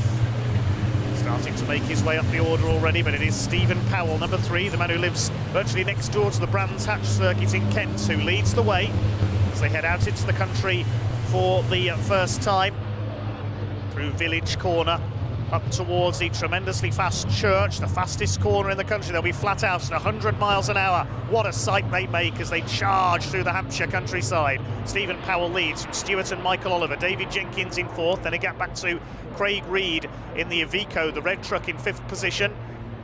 Down towards the chicane, they're up Woodham Hill and down towards the club chicane. It gets very tight indeed through here. Stephen Powell, number 3, the Dines Recovery and HGV Direct sponsored MAN leads. Battle is on for 5th. Craig Reed ahead of Bradley and Ryan Smith. Then Simon Faulkner going well. There's contact there. Simon Faulkner clips Ryan Smith. Then make their way through. Simon Faulkner has made a good start there up into 8th place, and it's side by side for 3rd. David Jenkins having a go as they go through Allard, trying to take Michael Oliver. They lead on each other. Get off, says Michael Oliver, and holds that 3rd place. The ever ebullient David Jenkins on the attack. Behind Faulkner, it's Collett and O'Rourke fighting it out for 9th place. Here comes Jenkins on the inside of the complex. We don't very often see overtakes through there. Michael Oliver a bit wide onto the tarmac runoff area. Jenkins will have the inside line for Seagrave. He may get through here. No, Michael Oliver keeps his foot in and holds him off. This is allowing Craig Reed to close up on. They're still not quite overlapping there. David Jenkins gets 2 wheels on the grass. He's determined to get alongside the MAN of Michael Oliver. Stephen Powell has the lead. This is allowing the top 2 to escape. Stuart Oliver giving chase in the number 7, looking to take his first win since Brands Hatch earlier this year. Draws up alongside. I don't think he'll make a move at Church. Moves back in behind the number 3 of Stephen Powell, looking for the 2nd Division 1 win of his career.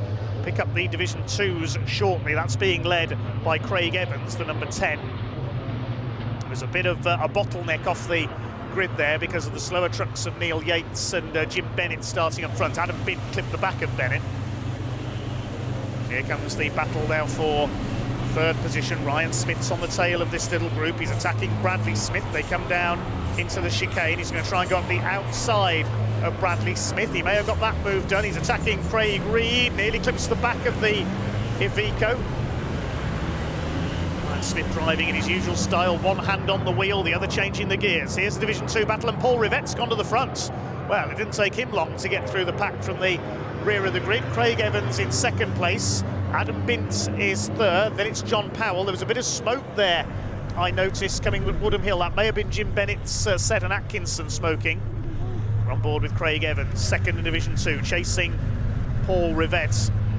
Well, David Jenkins unable to get past Michael Oliver, and there's been contact there between Craig Reed and Ryan Smith. Look, Ryan's missing the front bumper. Well, the front bodywork off his number 1 Daimler Freightliner. Chasing Craig Reed as they go up towards Woodham Hill. It's a good drive by Craig Reed. He took his first Division 1 win at the last race of 2022 at Brands Hatch. It's a special driver to be able to hold off Flying Ryan. I think he may have hit the side of Craig Reed. You can see the side panel pushed in on the 68, the man from Stoke. Ryan Smith from Nottinghamshire. He's going to have a go on the inside into Allard. Bodywork flapping away in the breeze, but he's got through. Stuart Oliver, has he got a run on the inside this time down into the chicane on Stephen Powell? It looks like he has. Here we go for the lead into the club chicane. Powell gives him room, and Stuart Oliver takes the lead. Oliver into the lead in the Volvo VNL. Stephen Powell goes down to 2nd. What about the battle for 3rd? Yes, Brian Smith has got past David Jenkins up into 4th position. Now going for Michael Oliver for 3rd. Now, how much time has he got to catch the 2 leaders? 6.5 minutes once he can get past Michael Oliver, which I'm sure he will.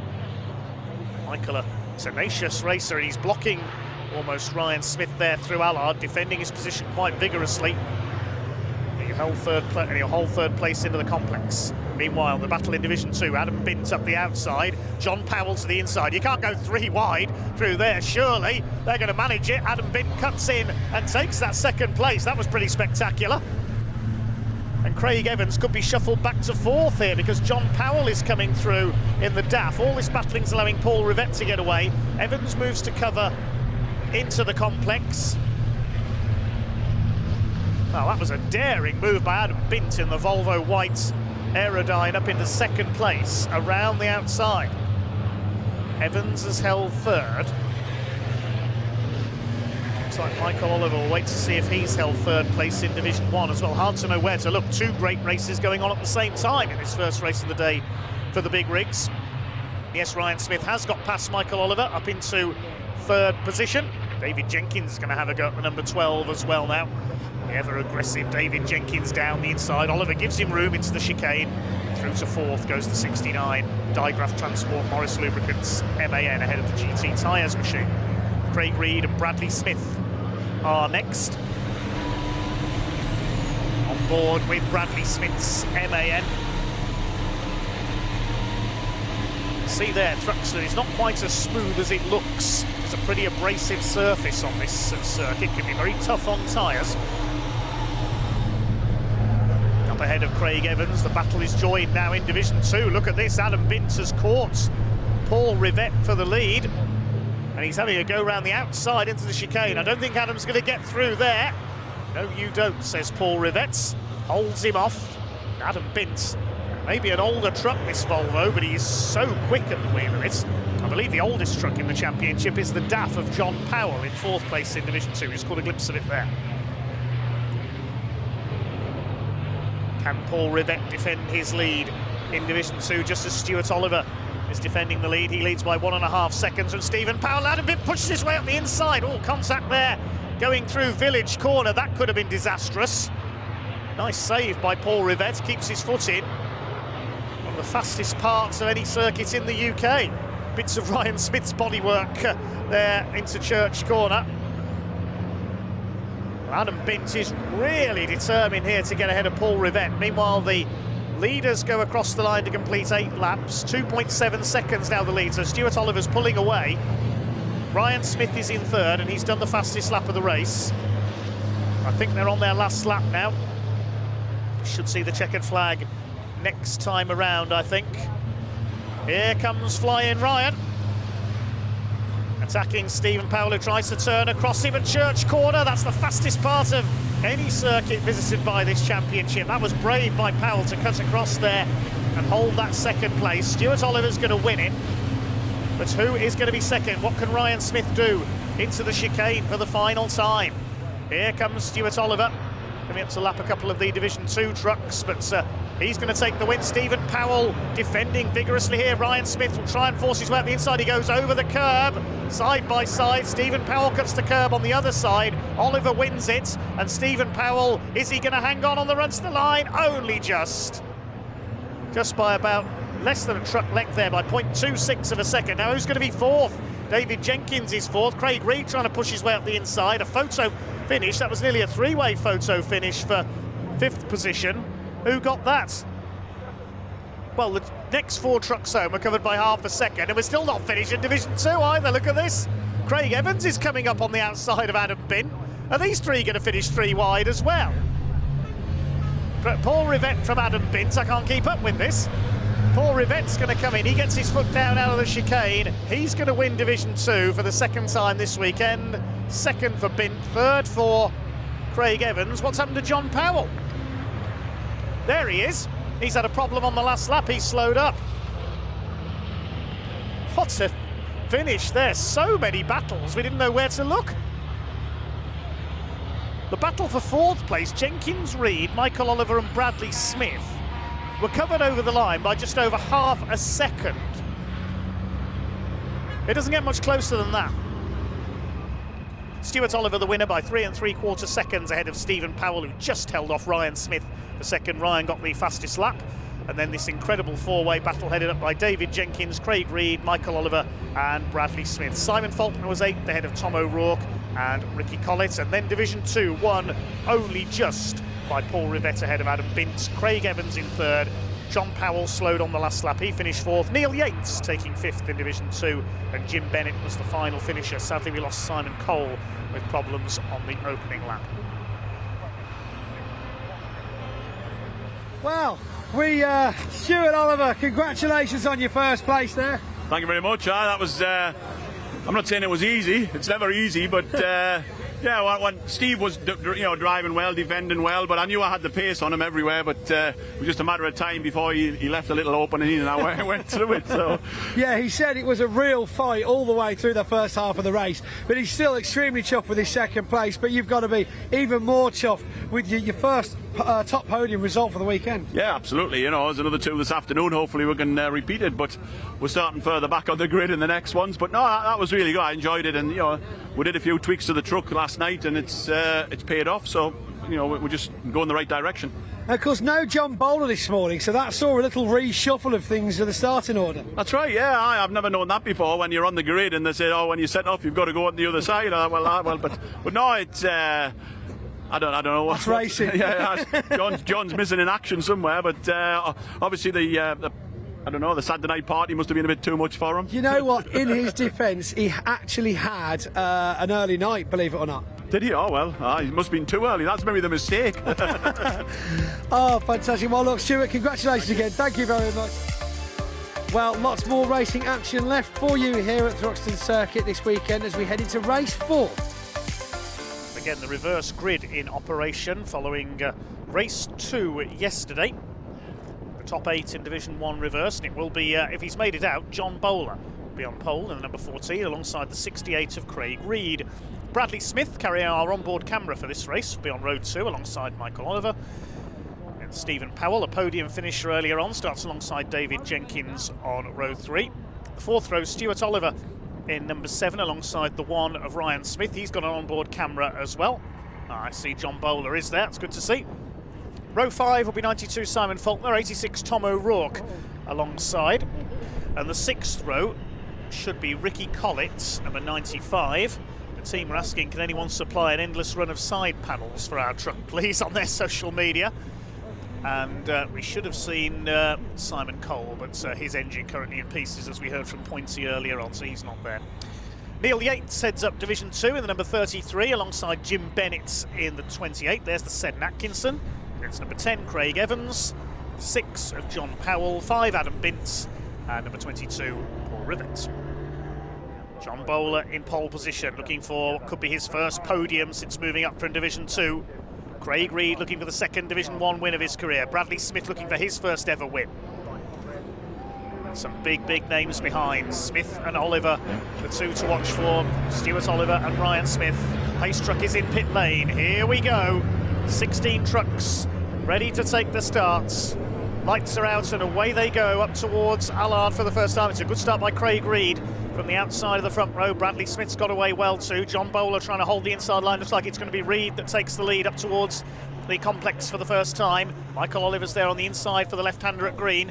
Bradley Smith will be fairly late on the brakes, so will David Jenkins at the 69. He's locked up, he'll run wide into the complex. Craig Reed has got the early lead ahead of John Bowler. On board with Bradley Smith. What a fantastic shot this is from the 3rd place truck, chasing John Bowler as they charge out into the country for the first time. Craig Reed in the Iveco, your early leader in Division 1. Bowler in second. In Division 2, Paul Rivette's already come through into second place. It's John Powell who has the lead. Already the slightly slower pair of Neil Yates and Jim Bennett have dropped to the back of the field. And off goes Stuart Oliver. Stuart Oliver on the grass there, coming through Noble, rejoins behind Ricky Collett. Well, he was down in 7th on the grid. He's got it all to do again now to try and fight his way through to the front of Division 1 if he wants his second win of the day, and Collett's lost another side panel. I think there's been some contact there.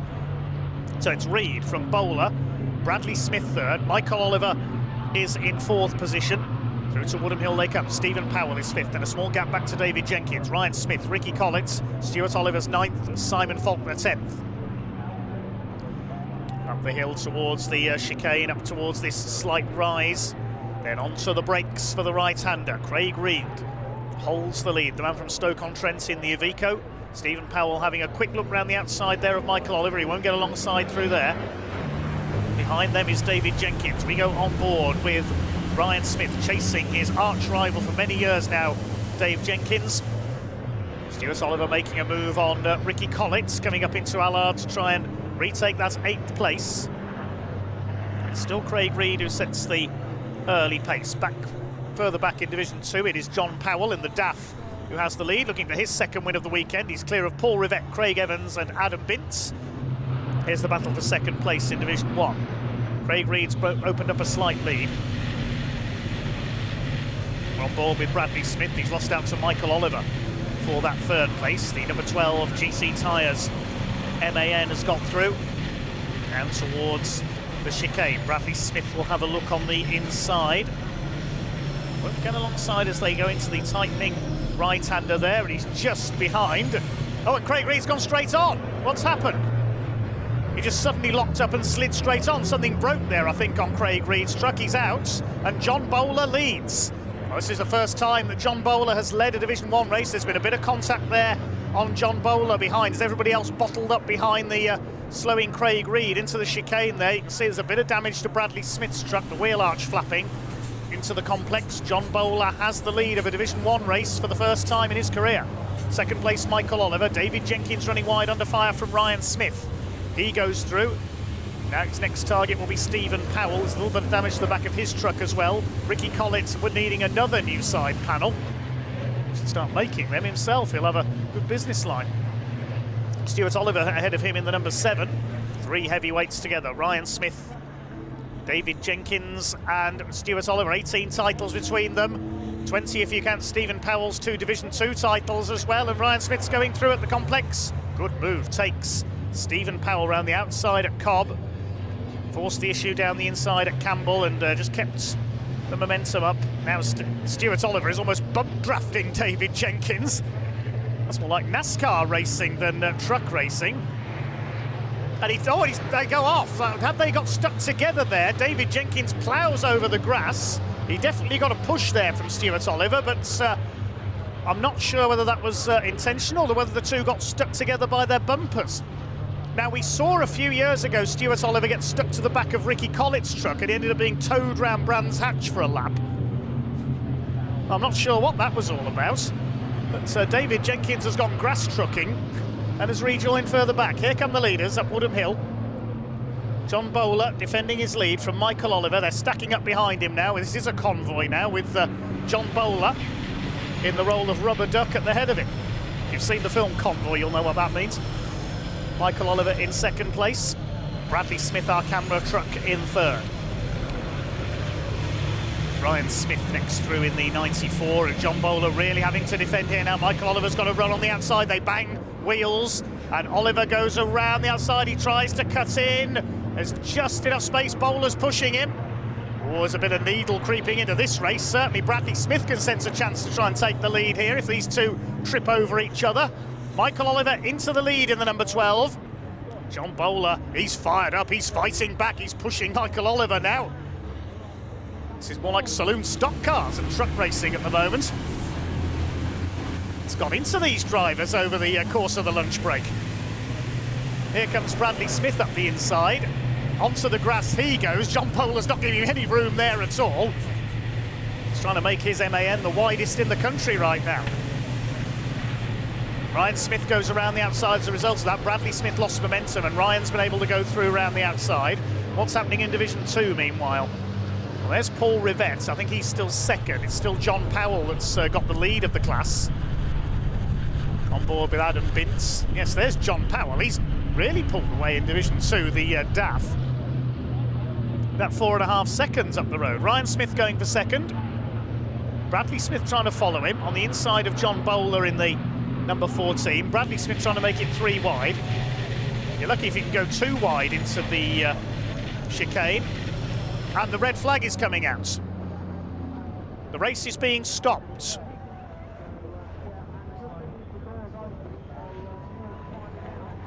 What has happened? Oh my God! That's Neil Yates. And he's gone clean through the barrier. Let's see what happened. He was coming up into Allard. He goes to the inside. The truck just ploughs straight on. Something broke there, I think, and wallops straight in and straight through. That is a horrific accident.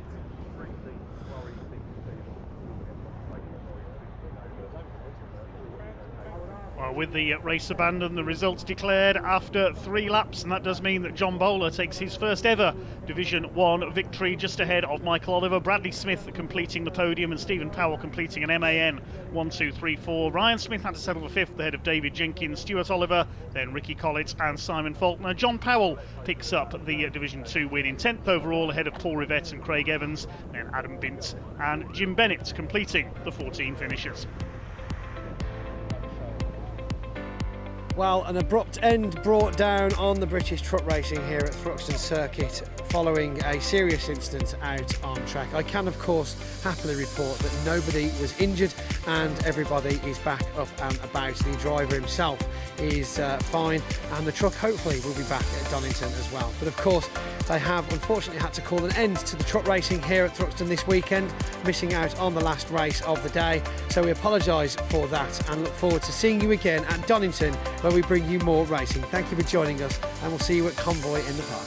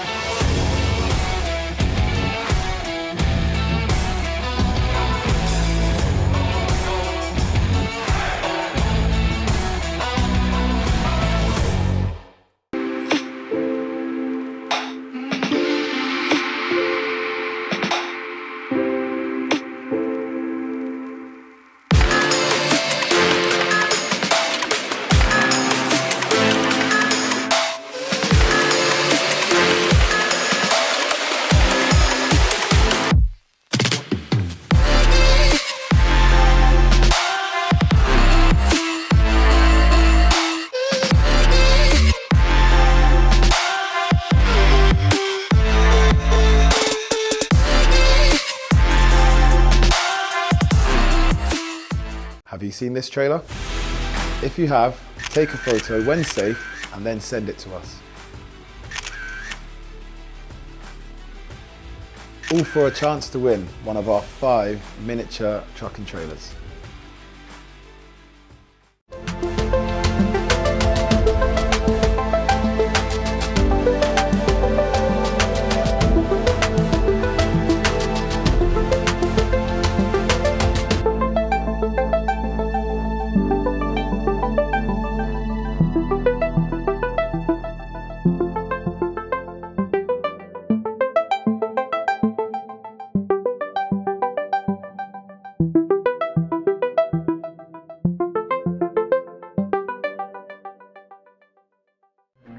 Repairing or maintaining commercial vehicles, you need total care.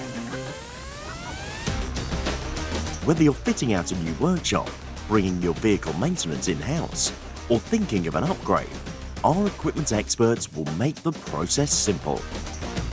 And with UK-wide service engineer coverage and flexible finance options, you can be sure that for workshop equipment, it's total care.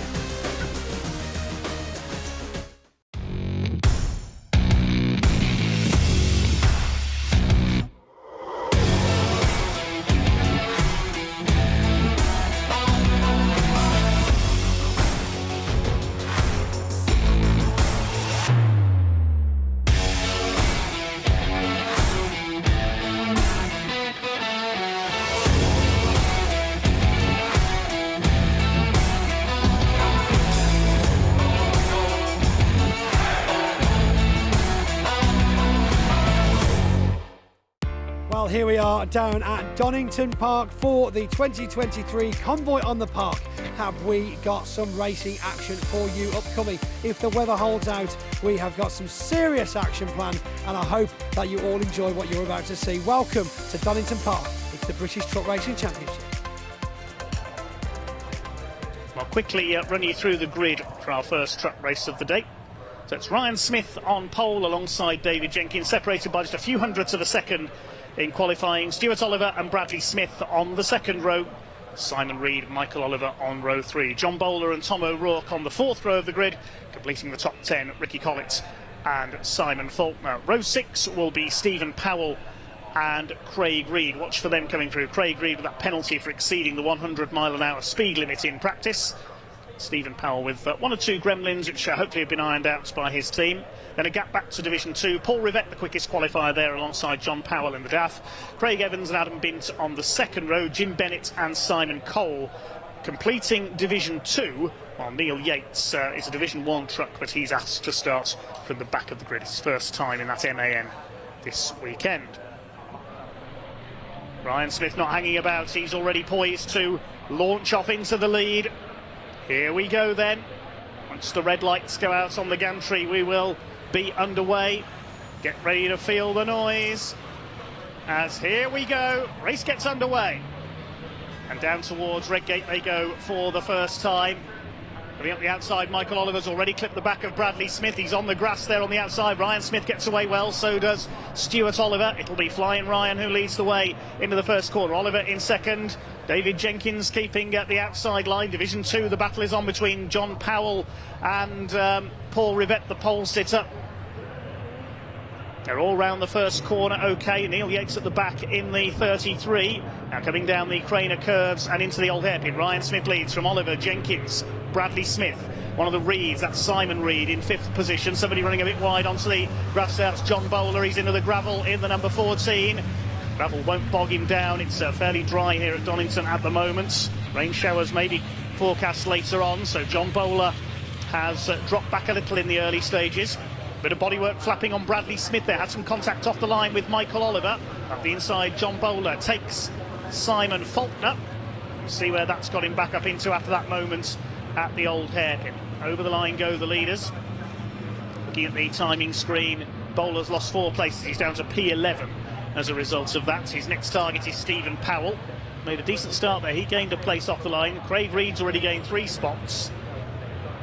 So they swing their way towards the Craner curves once again down the hill. Ryan Smith starting to increase his lead, as we've seen so often before, looking for win number 9 this season. In Division 2, Adam Bince and John Powell are level on 5 wins apiece. Paul Rivette's had 4. So those 3 have divided up the wins between them in Division 2. There are the Division 2 trucks heading down the hill. It's John Powell, number 6, with the advantage at the moment in the blue DAF. Somebody running wide onto the grass. That's one of the Reeds. That was Craig Reed. Mistake at Schwantz Curve. We'll see if he's gathered that up again. Fair bit of smoke coming from Adam Bince. Now, if you emit too much black smoke, you'll be black flagged. So Adam Bince could be in problems here if he starts smoking like that. And, yes, the leaders run wide there, coming out of Coppice. Bit of dust kicked up. Paul Rivette has pulled into the pits. I missed that. So Paul Rivette has pulled in with a problem. One of our Division 2 favourites in trouble already. Adam Bince is still going. He's 3rd in class behind Craig Evans in the number 10. Still looking for his first class win. As up the inside, Craig Reed has a look. There's nearly contact there coming through Coppice. Here they come along the exhibition straight. Craig Reed's got the inside line there. And the man from Stoke-on-Trent will pull back ahead of the Yorkshireman Ricky Collett. His trucks haul some of the biggest and heaviest loads seen on the UK's roads. Now under fire from Stephen Powell, the man from Kent, lives just down the road from Brands Hatch. John Bowler's trying to make it 3 wide. He's lucky if he can get 3 wide in cars going down into Redgate, never mind in trucks. Stephen Powell is going to get ahead of Ricky Collett. They think better of going 3 wide. John Bowler drops back a bit, and through goes Stephen Powell. Ricky Collett's lost 2 places. This is the battle for the lead in Division 2, with John Powell under fire from Craig Evans. Craig Evans desperate for his first class win. He came within half a lap at Brands Hatch on Easter weekend this year, then ran wide into the gravel and let John Powell through. He's lost the side panel off his truck there, you can see there, number 10, Craig Evans. These 2 are fairly well ahead of the rest of the Division 2 field. It's Simon Cole, 3rd in D2. Clock counting down to 0, so it'll be checkered flag this time. 5 seconds pending for Craig Reed as well, so both the Reed brothers could have penalties here.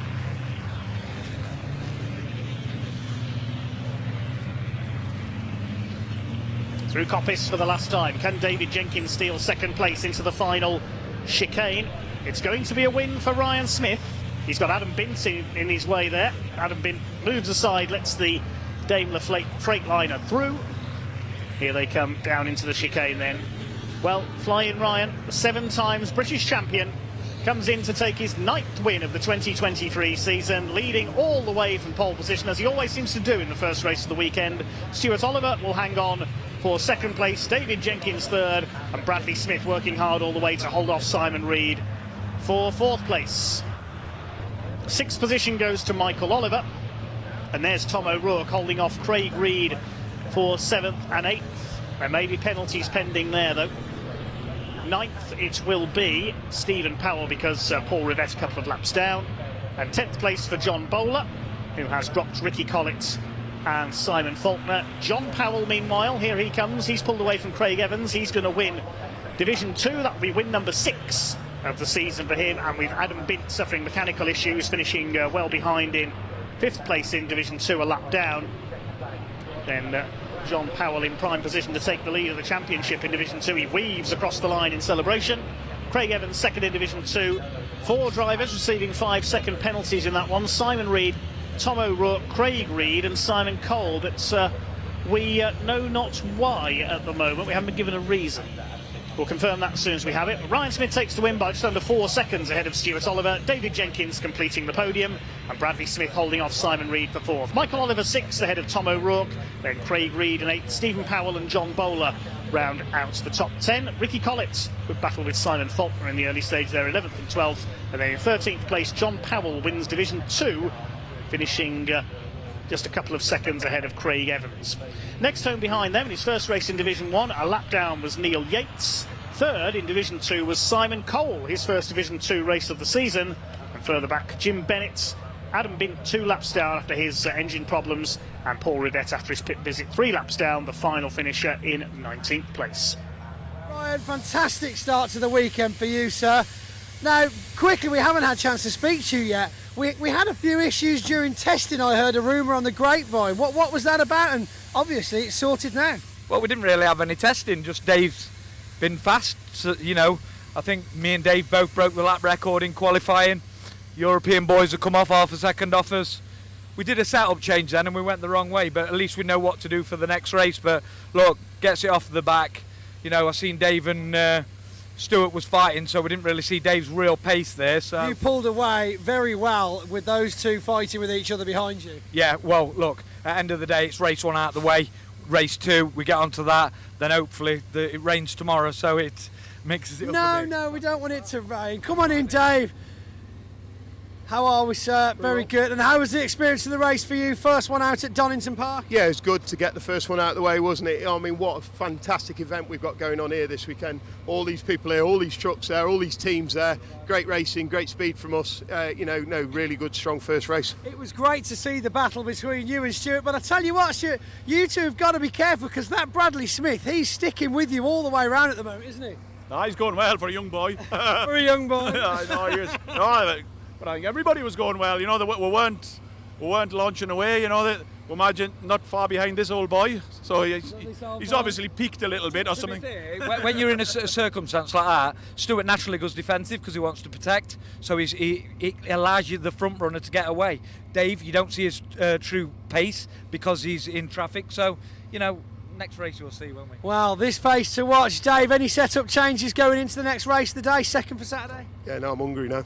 He's hungry, wants it. Lunch first then, by the sounds of it. Right, gentlemen, thank you very much for talking to me. Well, we had some naughty boys getting warnings about track limits with an impromptu meeting with Clerk of the Court after that last race. Let's see if we can get away with some better behaviour for the second race, the British Trucks, this afternoon.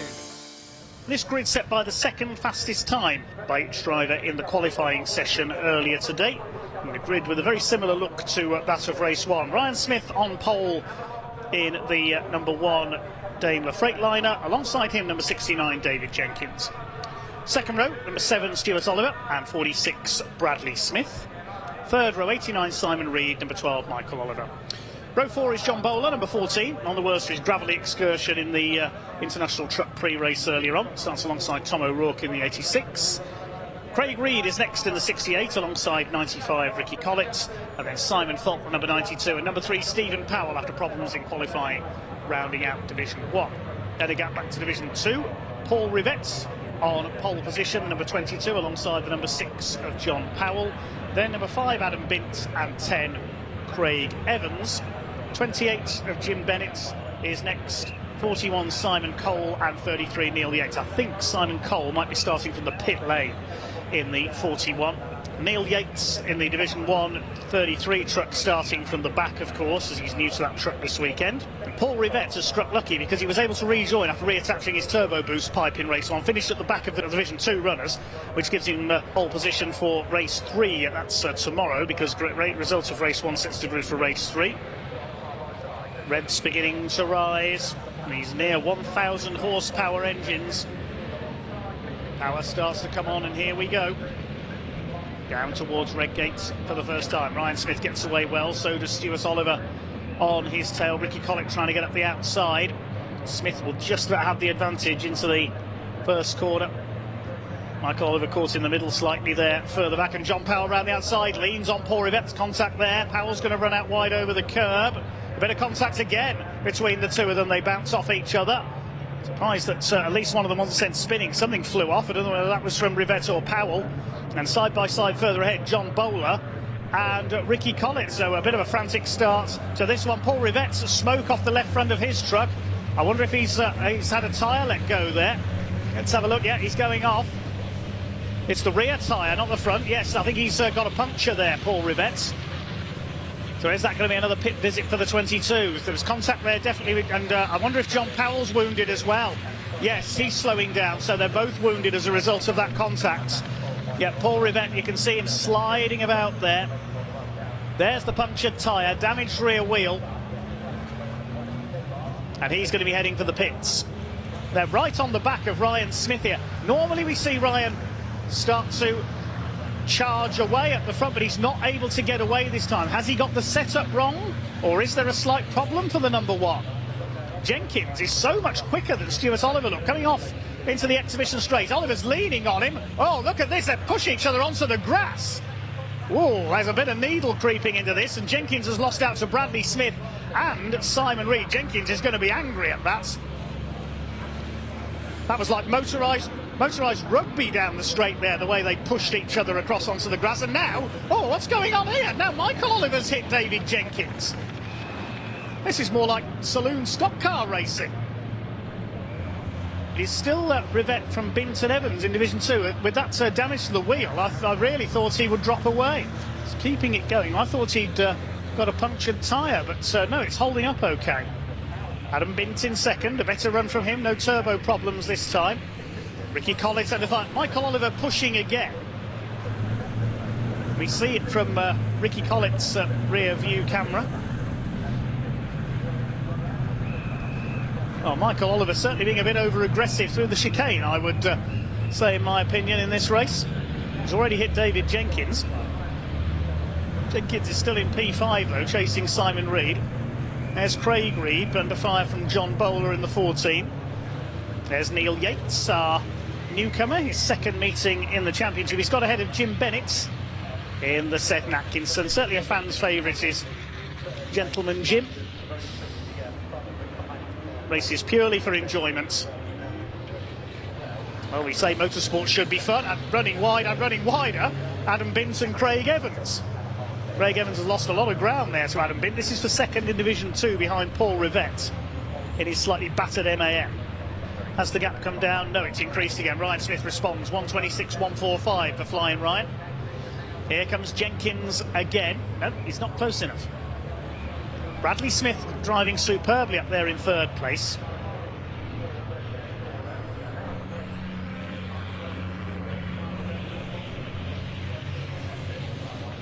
Side by side further back, Craig Reed and Michael Oliver almost leaning on each other. Can they get side by side down the Craner curves? Craig Reed pulls ahead. John Bowler right behind them. Craig Reed holds the place into the old hairpin. You won't get through there. You won't get two trucks side by side through there. Is that Adam Bint? Is he having the same problem as before? That looks like it's, yes, black smoke, and he's slowing up again, I think. What was Adam Bint's lap time there? He's lost second to Craig Evans. Yeah, I think he's in problems with his turbo again. Because there's Evans up the road. Adam Bint's in trouble again. Here he comes into the chicane. Stuart Oliver has closed a little, but it's going to be too late. Ryan Smith will win it ahead of Stuart Oliver. Across the line they come now. What's going to happen for third place behind them? And indeed for sixth. Here's the third place fight. Bradley Smith has hung on all the way, and he takes third ahead of Simon Reed and David Jenkins, but only just. Who's going to be sixth? Here he comes. It's going to be Craig Reed. Good run by him. The rest of them come across the line. Seventh place goes to Ricky Collett, just ahead of Stephen Powell. And who's going to be eighth? It's, yes, Powell is eighth. Tom O'Rourke ninth, I should say, ahead of Michael Oliver and John Bowler. Yes, Bowler struggling in the closing stages. A bit of smoke from his truck as well.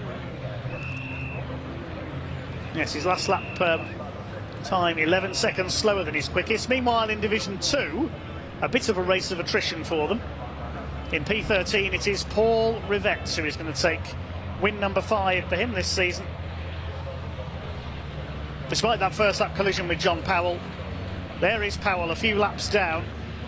Paul Rivette takes the win. Craig Evans will come over in second. And third in Division 2 will be Adam Bint. Okay, provisional result then of British Truck Racing race number 2. Ryan Smith the winner by 1.9 seconds ahead of Stuart Oliver. Bradley Smith on the podium in third, having held off Simon Reed and David Jenkins all the way. Craig Reed topped the battle for sixth ahead of Ricky Collett and Stephen Powell, so Powell will have pole for race 4. Ninth for Tom O'Rourke ahead of Michael Oliver, John Bowler and Simon Faulkner. Paul Rivette wins Division 2 in 13th overall ahead of Craig Evans.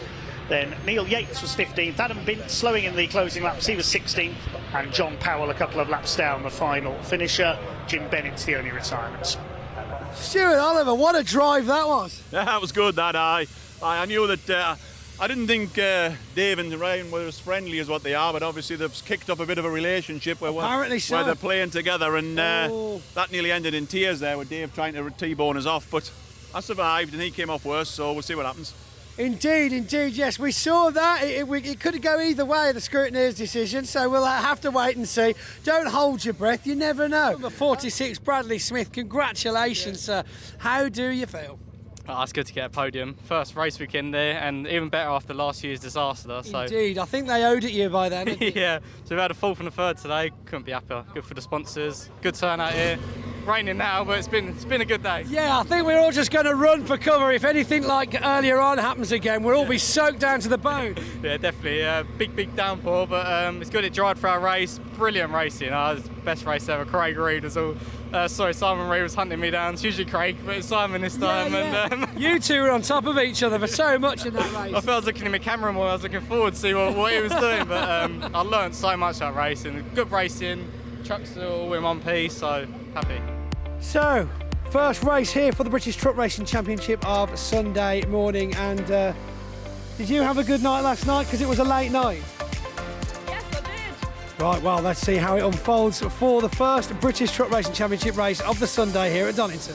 Race 3 out of 5 this weekend for the British Truck Racing Championship. The grid decided by the results of race 1 yesterday, with the top 8 in each division reversed. So finishing in 8th place in race 1 was Craig Reed in number 68 with his Iveco. He starts on pole alongside number 86, the Scotsman Tom O'Rourke with his MAN. Second row, number 12, Michael Oliver, and 89, Simon Reed, brother of Craig, on row 2 with his Iveco. Row 3, number 46, Bradley Smith, the youngest man on the grid, and 69, David Jenkins. Row 4, number 7, Stuart Oliver, father of Michael, 10 times British champion, 1-time European champion as well. And number 1, Ryan Smith, going for his 8th consecutive British title this year. Winner of the 2 races yesterday in Division 1. He starts 8th in his Daimler Freightliner. On row 5, number 3, Stephen Powell. Problems in qualifying hindered him slightly yesterday. The number 3 alongside the 14 of John Bowler. Fair play to John. He's contesting all 9 races this weekend. He's competing in the International Truck Prix as well. And on row 6 of the grid, number 95, Ricky Collett, the Yorkshireman, in his MAN alongside Simon Faulkner, number 92, with his Iveco. Then there's a gap. We've got the slightly less powerful Division 2 trucks, and they're headed up by Paul Rivette, number 22. He won the 2nd race yesterday. Starts alongside Adam Bint, number 5, with his Volvo Whites. Both of those trucks suffered turbo problems in race 1 yesterday, so finished at the back in Division 2. Therefore, they moved to the front of the grid for this one. Second row of the Division 2 grid, Jim Bennett, Gentleman Jim, in his Seb Atkinson, number 28, 74 years young. Starts alongside 41, Simon Cole, with his new Iveco, switching from Division 1 to 2 this weekend. Next on the grid, number 10, Craig Evans, with his MAN, alongside yesterday's race 1 winner John Powell in his DAF. And at the back, we've got a Division 1 truck. It's Neil Yates, number 33. It's his first time in Division 1, first time in that MAN, so he's requested to start from the back. It's time to go racing here at Donington Park. British Truck Racing Championship race number 3 of the weekend. Can Ryan Smith take a hat-trick? Wins yesterday for John Powell and Paul Rivette in Division 2. Here we go then, the pack about to be unleashed for 15 minutes of racing. Here we go. And the pack is away, down towards Redgate Corner for the first time. Craig Reed gets away well. Simon Reed going well at the outside as well. John Bowler, number 14, tries to squeeze his way down the outside. Looks like they're all going to get through Redgate. Ryan Smith's been crowded out. Stephen Powell gets around the outside. Paul Rivette leads Division 2 ahead of Adam Bint in the Volvo Whites. Or Volvo Black and Orange, it should be called. See the amount of spray being thrown up by these GT tyres as they head down the drop into the Craner curve. Looks like it's Craig Reed in the clear ahead of Tom O'Rourke. Michael Oliver is third. David Jenkins has got away well. He's up into 4th place. Ryan Smith currently stuck behind Bradley Smith in the 46. Donington, not the easiest circuit to overtake on in a truck. Takes plenty of skill. Here comes Ryan Smith on the back of Bradley Smith. No relation, those two. Ryan going round the outside. They go through Schwantz curve, named after Kevin Schwantz, the motorcycle legend. There's Division 2 back. There's Simon Cole. Good to see him back out. Had some problems yesterday. Stuart Oliver has a look as Bradley Smith. Ryan Smith's already gone through. You saw him get a wheel onto the curb and just flick the tail sideways. The painted curbs here can spin you out in wet conditions like this if you get a rear wheel onto them. Everybody makes their way through Coppice okay for the first time. Craig Reed in the Reed Freight Iveco Stralis leads the way by a few truck lengths ahead of the 86 of Tom O'Rourke, the MV Commercial MAN second. Michael Oliver in the Team Oliver Racing GT Tyres sponsored MAN is third. Had one win earlier this year at Pembrey in Wales. On board with Michael Oliver, chased by David Jenkins. They come out of the chicane. That's the Hospitality Suites down the pit straight, the Wheatcroft Straight. It's named after Tom Wheatcroft, who revived racing here at Donington in the 70s. Of course, the famous pre-war venue, Donington Park. Ryan Smith has a look up the inside. He's on the grass there, attacking Simon Reed. There's no room there to get through. Ryan's getting a little over-eager there. He really is a win-at-all-costs driver. David Jenkins getting through there past Michael Oliver up into third at the top of the Craner curves. There's been a little bit of contact there. You can see a rear wheel arch has come loose on the MV Commercials. Freuhauf Trailers MAN of Tom O'Rourke. Simon Reed fifth, Ryan Smith in sixth, then Bradley Smith, John Bowler. Stuart Oliver's quite a way down the order. Then it's Ricky Collett, Stephen Powell, and there's our Division 2 leader, Paul Rivett. The rain proving something of a leveller here because the Division 2 trucks, which are a little less powerful, able to keep up with the Division 1s.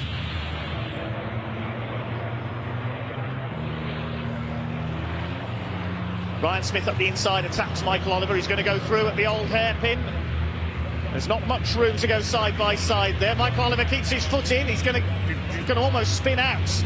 Yeah, he's onto the grass there. Michael Oliver, he really should have given Ryan Smith some room because he's just going to spin out. There's no grip on the grass at all. Round he goes. You could see that coming from the moment they went into the old hairpin. 68 Craig Reed, look at him sliding there as he comes down the Craner curves. Perhaps a bit of showboating there. O'Rourke going well in second place. His only win in British truck racing, if memory serves me right, he was here at Donington a couple of years ago. Ryan Smith on the inside is going to try again at the old hairpin on Simon Reed. Again, Reed keeps it there on the outside. He doesn't want to do what Michael Oliver did. No, he moves back onto the tarmac, giving Ryan Smith a bit more room. And Smith goes through. So that's Ryan Smith's preferred tactic. Get down the inside at the old hairpin. Quiet race for Stuart Oliver. He's back in 9th place. Craig Reed's got the fastest lap, 1:35, points at 9:08. Here comes David Jenkins, having a look on the inside of Coppice, trying to get through the P2. Ryan Smith now in P4. Here comes Ryan Smith. He's going for third place, almost leans on David Jenkins. Is he going to get around the outside of O'Rourke as well? Can Ryan Smith get the line here into Redgate? No. David Jenkins, the man from Stafford, holds the place. Simon Reed hanging on as well, and this is going to allow the rest of the pack to tow up, and David Jenkins leans on Ryan Smith there, coming through Hollywood towards the top of the Craners, and Smith's got the inside line. He'll get through into P3. This is much more competitive and close than we saw yesterday, it has to be said. Plenty more overtaking. Look at Ricky Collett, he's loving this in the 95, on the best races he's had so far this year. Chasing now Simon Reed for 5th place. Bradley Smith is 7th. Craig Reed still in front, looking for only his second Division 1 victory of his career. He's a former Division 2 champion. Here comes Powell. Now, is that spray or is that smoke from somebody? Up the inside, Stephen Powell takes Stuart Oliver into the chicane. That's a good move by Stephen Powell. And Stuart Oliver, if anything, is being caught by the Division 2 trucks. Has Stuart Oliver got a problem here, I wonder? Because he's dropping back. This isn't like Stuart Oliver at all. Round the outside comes Ryan Smith. He's going to go into second place. He's got ahead of Jenkins. He's now ahead of Tom O'Rourke. Around the outside into Redgate. Now, outside into Redgate rarely works in the dry, never mind in the wet. So I'm wondering if Tom O'Rourke's got an issue there. He seemed to be slowing a little. They lap Jim Bennett and Ryan Smith. Now he's trying to bamboozle Craig Reed. He's got the inside run. Here we go, down towards Redgate. Is he going to make his move early? They lean on each other. Ryan Smith's being forced towards the grass. Craig Reed turns in. Ooh, it's getting a bit rough and tumble at the front of the field. Surely Ryan Smith's going to go through. There he goes. Yeah, Craig Reed tried to turn in, but Smith was already alongside. He gets the line, gets the overlap, and gets the lead. Craig Reed is not finished yet, but he's fired up. He's going to have a go into the old hairpin here. No, you don't, says Ryan Smith. That's my move. He's wise to him there through the bottom section of the course. Through past Starkey's Bridge. The old stone arches there on the right, a feature of the Donington circuit pre-war. Would you believe it used to go through one of those little stone arches, the circuit here at Donington in its early days? Through McLean's Corner. And then up to Coppice. Can Tom O'Rourke hang on for his first podium of the season? Bradley Smith closing up as well. Ryan Smith with the fastest lap of the race. They're coming down to the checkered flag this time. Out of coppice, can Craig Reed pull off a last bend lunge through into the chicane? Here we go. Reed having a look to the inside. Smith will be wise to him. He's going to try and cover the inside line here into the first part of the chicane. I don't think Craig Reed's going to do it. See, the only chance he's got is to slipstream him on the run to the line. Difficult to do in a truck. Here they come then, out of the final corner. It's going to be a hat-trick for flying Ryan Smith. Well, the clock's counted down to 0. There's the checkered flag. Second goes to Craig Reed. Ryan Smith wins it from Reed. O'Rourke, his first podium of the season. Then Jenkins, Simon Reed, Collins, Bradley Smith, John Bowler, Stephen Powell and Stuart Oliver as quickly as that. And Paul Rivett wins Division 2 for the second time this weekend.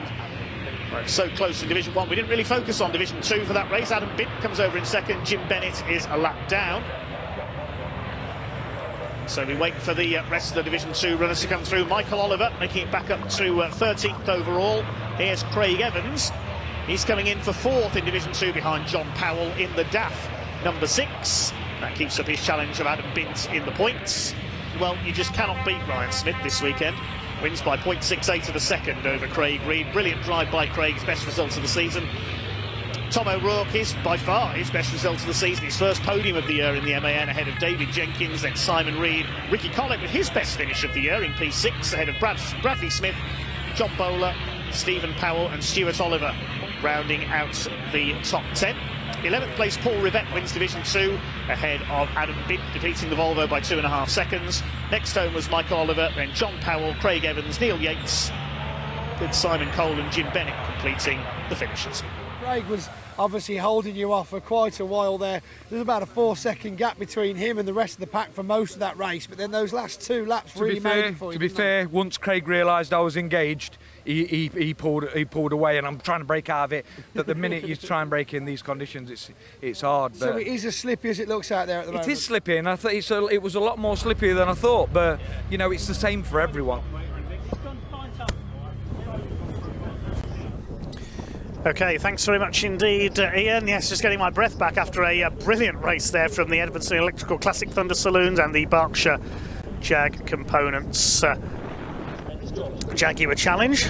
Losing my voice already, and this is only day 1 of the weekend. We've got 2 more races still to come. The British Truck Racing Championship is next for the 15-minute race, and then we've got our other Classic Touring Car Racing Club classes. We will have the Laser Tools Pre-93, Bertie Haulage Pre-03, and the Burton Power Blue Oval Saloon Series coming up at the end of the programme.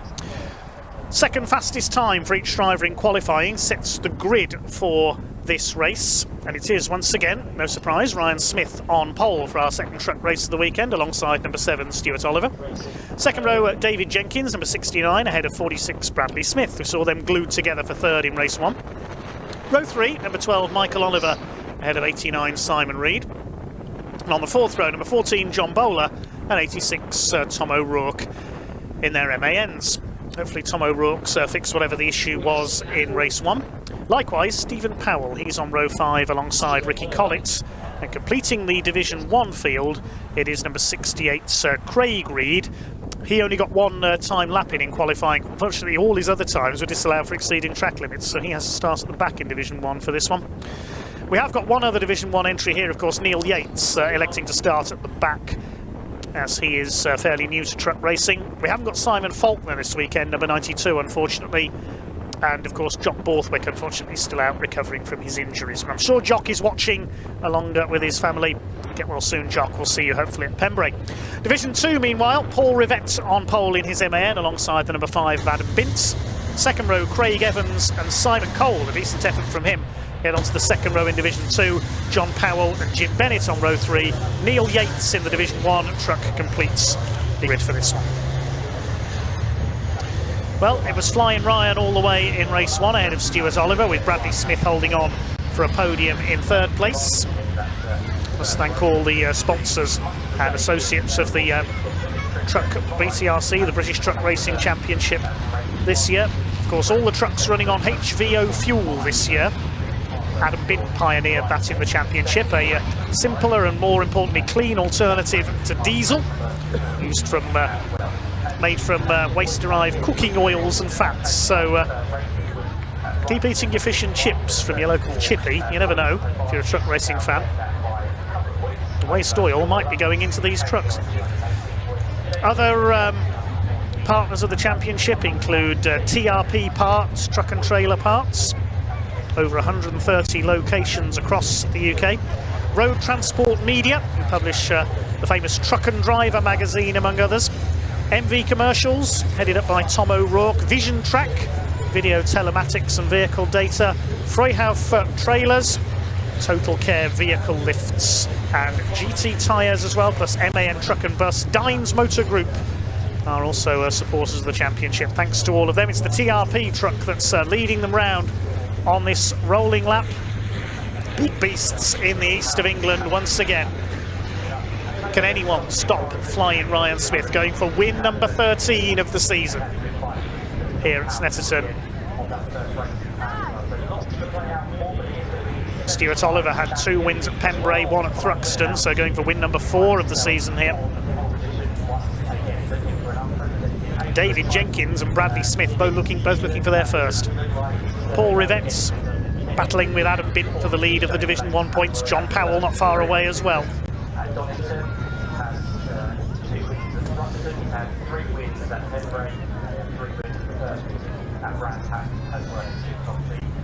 Keeping it steady on this rolling up as the sun begins to set here at Snetterton. There's Neil Yates at the back in the NYR Neil Yates Recovery Racing Team, MAN. Keep an eye on Simon Cole, looking for his best Division 2 result of the season so far as well. Can Craig Evans get his first Division 2 win? He is desperate for a victory. 5-ton, 1,000 horsepower race trucks up towards the red lights. The pace truck is in pit lane. Tension mounts. Race 2 of 5 this weekend here at Snetterton for the British Truck Racing Championship. Lights about to go out. Here we go. The power comes on and away they go. Decent getaway by Stuart Oliver. Watch for Michael Oliver as well, trying to get through the middle. Paul Rivette leads off in Division 2. Something flew off. I don't know who that came from at the back of the Division 1 pack there, but Ryan Smith has the lead ahead of Oliver. Jenkins in third. Michael Oliver's flown through into fourth. There's contact between Tom O'Rourke and one of the Reeds there going into Riches, I think, as Ryan Smith leads up towards the hairpin for the first time. David Jenkins trying to get up the outside, so is Michael Oliver. We look back in the pack. There was some contact there in the early stages. Michael has been shuffled wide by Bradley Smith, one of the Reeds involved. It was Tom O'Rourke who got hit on the first corner by either Simon or Craig Reed. Couldn't tell which. Back of his truck looking a bit second hand, but the race continues. David Jenkins all over the back of Stuart Oliver. It's Ryan Smith who leads down to Agostini for the first time, side by side for second, but Oliver's got the inside line. Here comes Bradley Smith up the inside, 89 of Simon Reed. Division 2 battle heads into Agostini as well. Clouds of dust being kicked up on the outside there. Well, Ryan Smith's already escaping. Stuart Oliver in second place. Third is Jenkins. 89 of Simon Reed, under fire from John Bowler. He's got away well in the number 14. Then it's O'Rourke. Michael Oliver got forced wide on the hairpin. Made a good start, was up into fourth place, but 3 into 1 didn't go at the hairpin, unfortunately. Behind him, Stephen Powell in the number 3. We've lost somebody up there, I notice, at the entry to Oggies. It's one of the Reeds, it's Craig Reed. I think he's got away without hitting anything, spraying water out there as the truck rejoins. We're on board with the number 12 of Michael Oliver, chasing the remnants of Tom O'Rourke's truck briefly there, as they start to sort themselves out around the completion of the first lap. Stephen Powell trying to close up on Michael Oliver. Paul Rivette, meanwhile, is leading Division 2. One truck I've not seen out there is... now there he is, Ricky Collins. I was wondering where he'd gone. He must have tangled with Craig Reed. I was wondering where Ricky had gone. He's in among the Division 2 trucks. There's Simon Cole. Further back, John Powell's been delayed as well, number 6. There's been a bit of a melee at Oggies, I think. Adam's under fire from Craig Evans in the number 10. Hard to see through these clouds of dust and smoke in the late afternoon sun. You can't emit any black smoke. If there's black smoke seen coming from your truck, you will get a black flag in return. Paul Rivett leads Division 2 then. Side by side between Adam Bint and Craig Evans, and the third championship contender John Powell's dropped back. Simon Reed having a go at Bradley Smith. This is for 4th place. David Jenkins escaped into 3rd place ahead of them. But Ryan Smith leads at the end of lap 1 by nearly 5.5 seconds. That's how dominant Ryan Smith is. And look at Tom O'Rourke's truck, it's falling apart. Thankfully, that's only superficial damage, just a bit of body work. He got clobbered by one of the Reeds. I think it was Craig Reed on the first corner. Craig Reed has come into the pits. I wouldn't be surprised if that collision has damaged his steering, and that's why he went off at Oggies. Yeah, Tom O'Rourke will have to be hoping that that bodywork doesn't flap around too much, or he'll get the black and orange flag and have to come into the pits for the team to remove it. He's got Michael Oliver, number 12, on his tail.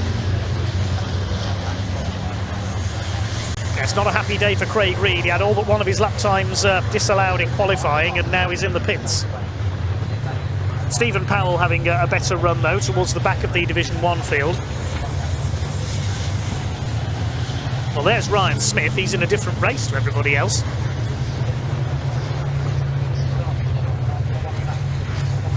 Even with all his wins over the last 7-8 years, I've never seen him clear off in front of a field like this in the early stages.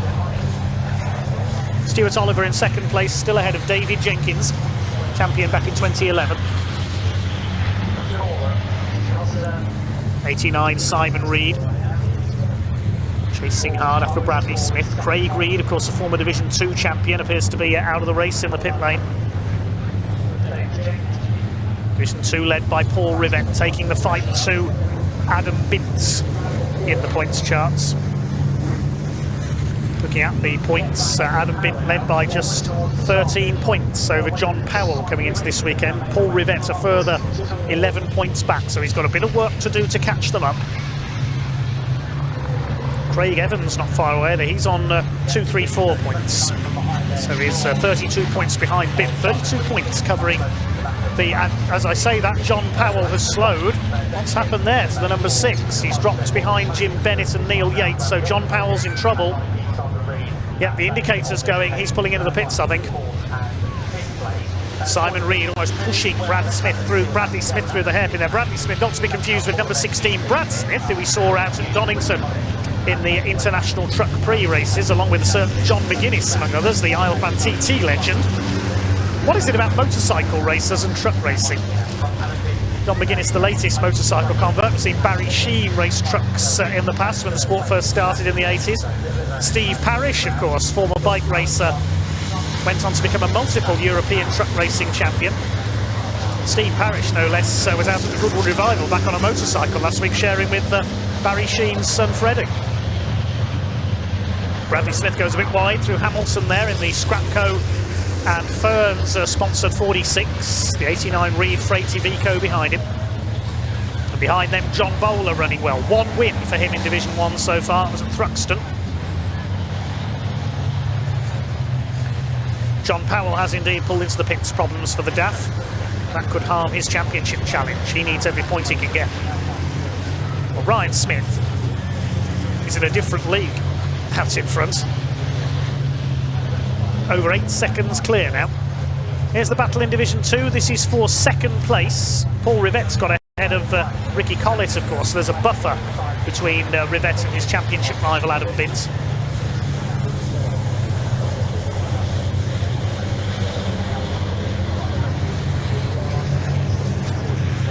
David Jenkins still harrying Stuart Oliver as Simon Reed at the inside at Coram goes through. Good move, Simon Reed up into 4th place past Bradley Smith. Bradley Smith, who his team pulled off the most amazing rebuild I've ever seen. He went into the tyre wall at the Craner Curves and Convoy in the Park at Donington, and somehow the team got the truck back out for the next race after the front axle had been ripped out. I've never seen anything like that. Full credit to number 46 team. There's Simon Cole, he's still going well up there in 4th in Division 2. Craig Evans is all over Adam Bint in the older Volvo. Adam is a former Division 2 champion of several years ago. This Volvo used to be in a blue and white livery, the colours of CMG Recovery. Changed to this menacing black and orange colour scheme. The bonneted Volvo is, of course, reminiscent of the trucks that Richard Walker was so successful in back in the 90s, the Lucas-sponsored machines. Before that, Richard raced the Century Oils Kenworth until it was completely destroyed in a massive start-line collision at Zola. Look up the onboard footage from that incident. It's quite scary. Well, there's Tom O'Rourke, running a bit wide there. The truck, fortunately, not shedding any more body panels, and Bradley Smith's in trouble. He's lost places, he's dropping down the order. Stephen Powell's gone through, so has Michael Oliver. I think we might see Bradley Smith heading for the pits here. That's a great shame. Well, Ryan Smith, no relation to Bradley, incidentally, leading by over 10 seconds now. There he is, into Brundle.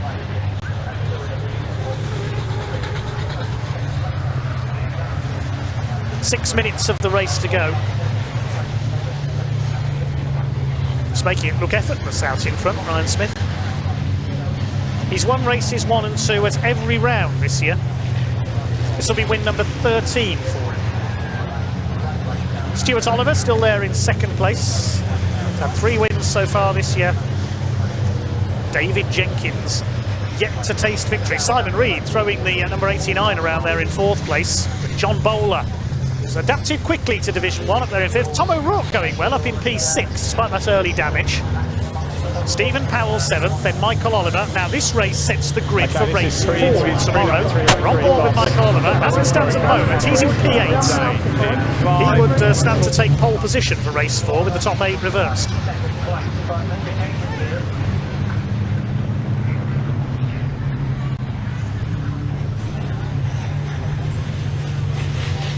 Bradley Smith and Craig Reed, of course, after their problems, would have to start from the back. Back of Division 1, that is. Now, has Bradley Smith pulled it into the pit lane? We'll wait and see. Well, he may not have got that far. He hasn't come through yet. Yes, he is into pit lane. Problems for Bradley Smith, sadly. So that's let Ricky Collett up into P9. Paul Rivett, the Division 2 leader, is now 10th. Now, how far ahead of Adam Bint is he? 6.5 seconds. So it's looking good for Paul Rivett once again in Division 2. 4 wins at Donington last time out.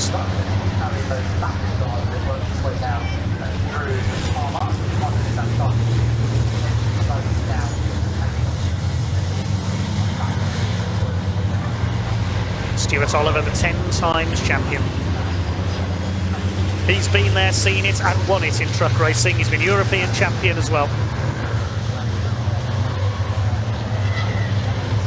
Chased by David Jenkins. Yeah, the Digraph Morris Lubricants MAN. Simon Reed just keeping a watching brief in 4th. Had a couple of wins in his Division 1 career, former Division 2 star.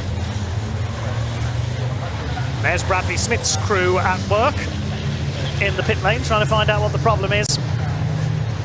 Yeah, Simon Reed has had 2 wins this year so far, both at Donington Park in the Iveco on his local circuit, the man from Stoke-on-Trent.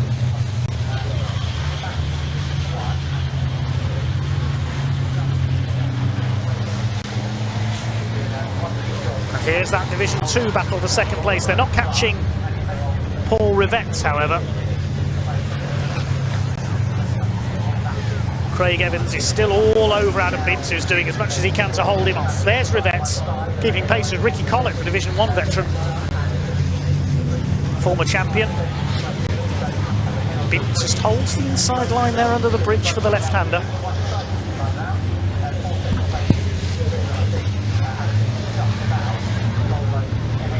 Swing their way out of Nelson. Up towards the bomb hole. See the circuit drop down there and then back up again. That's a depression in the circuit. The feature of Snetterton since the place opened. As motorcyclists first noted this, as we said earlier. Through the left at Murray's. Still Craig Evans cannot get past that number 5 of Adam Binns. Just over 2 minutes to go now, so wait to see whether it'll be 1 or 2 more laps to go for Ryan Smith.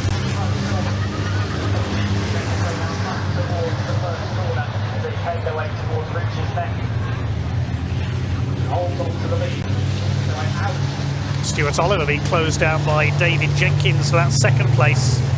They're over 15 seconds down on Ryan Smith. He's just so dominant this season. Of course, things might change in races 3 and 4, where he'll have to start from P8 on the grid. But he's even won from there this season on a couple of occasions.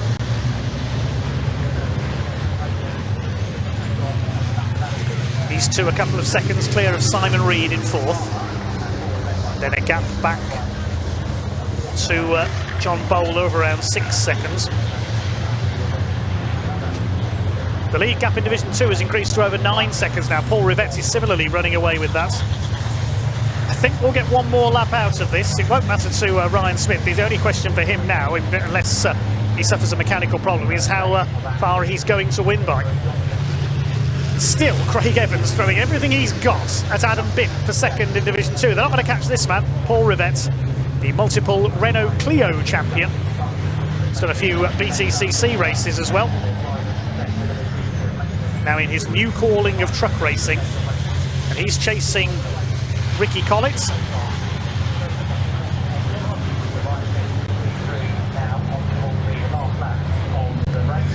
Ryan Smith has just gone onto his last lap. There are a few seconds left when he crossed the line. Bit of smoke there from Ricky Collins, I think, or is that steam from the brakes? It looked like more like smoke to me. Yes, there's definitely some smoke there. Ricky Collins had a spectacular engine blow up in the first weekend of the year on Easter weekend at Brands Hatch. I hope that's not going to happen again.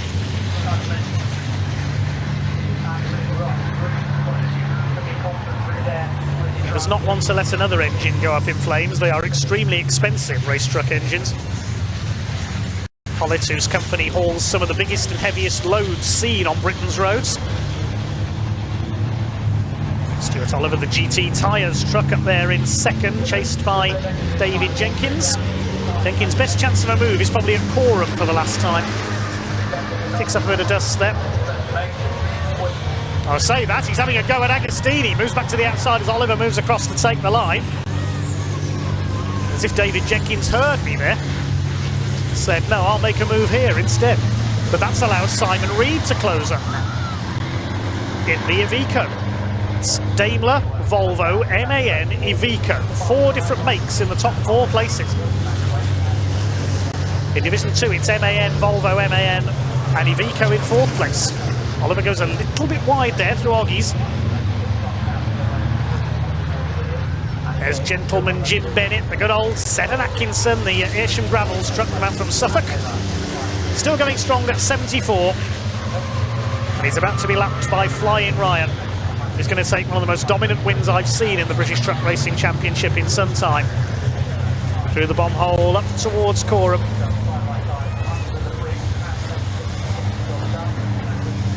Disappearing into the sunset.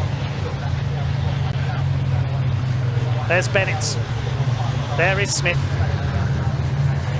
Is Jim going to let him through here, or is he going to finish side by side? No, he's going to briefly bulk in there coming out of the corner. Excuse me, says Ryan Smith. I've got a race to win here. Bennett lets him through. Ryan Smith wins by a country mile. Jim Bennett crosses the line a lap down. We await 2nd place to come through. Is Stuart Oliver going to hang on? It looks like it's... Oh, Simon Reed's gone wide onto the grass. That's kiboshed his chance of a podium.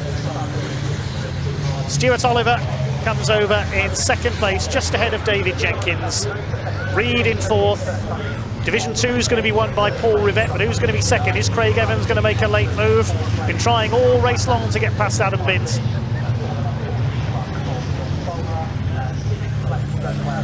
4th has gone to Simon Reed. 5th is John Bowler, good run by him. Tom O'Rourke 6th, just ahead of Stephen Powell. Michael Oliver 8th, that'll give him pole for race 4 tomorrow.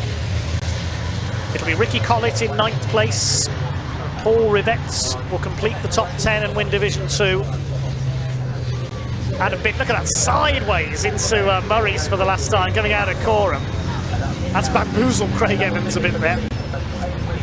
Paul Rivette's come across the line, won Division 2, and Adam Bitt with a superb defensive race takes second in class ahead of Craig Evans. It should be Simon Cole home next, the number 41. There he is coming through Coram. And Neil Yates will be the last man on the lead lap. He's over 30 seconds down though on Simon Cole. Jim Bennett has already finished a lap down. And we lost Bradley Smith, unfortunately. John Powell and Craig Reed all pulling into the pits.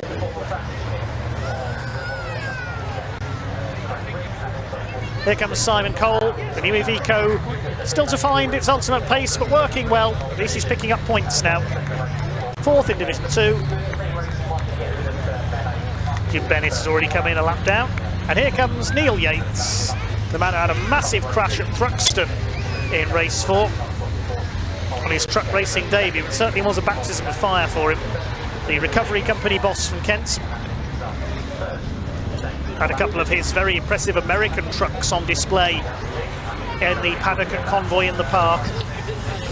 He brings his number 33 MAN, one of Stephen Powell's fleet of trucks, in to take the flag.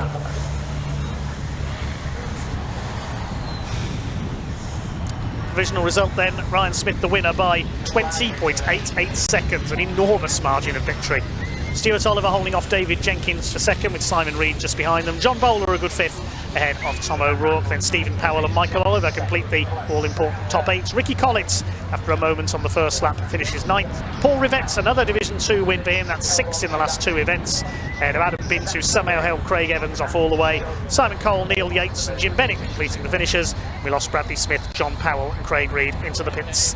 Let's go and find Pointy in Parc Fermé.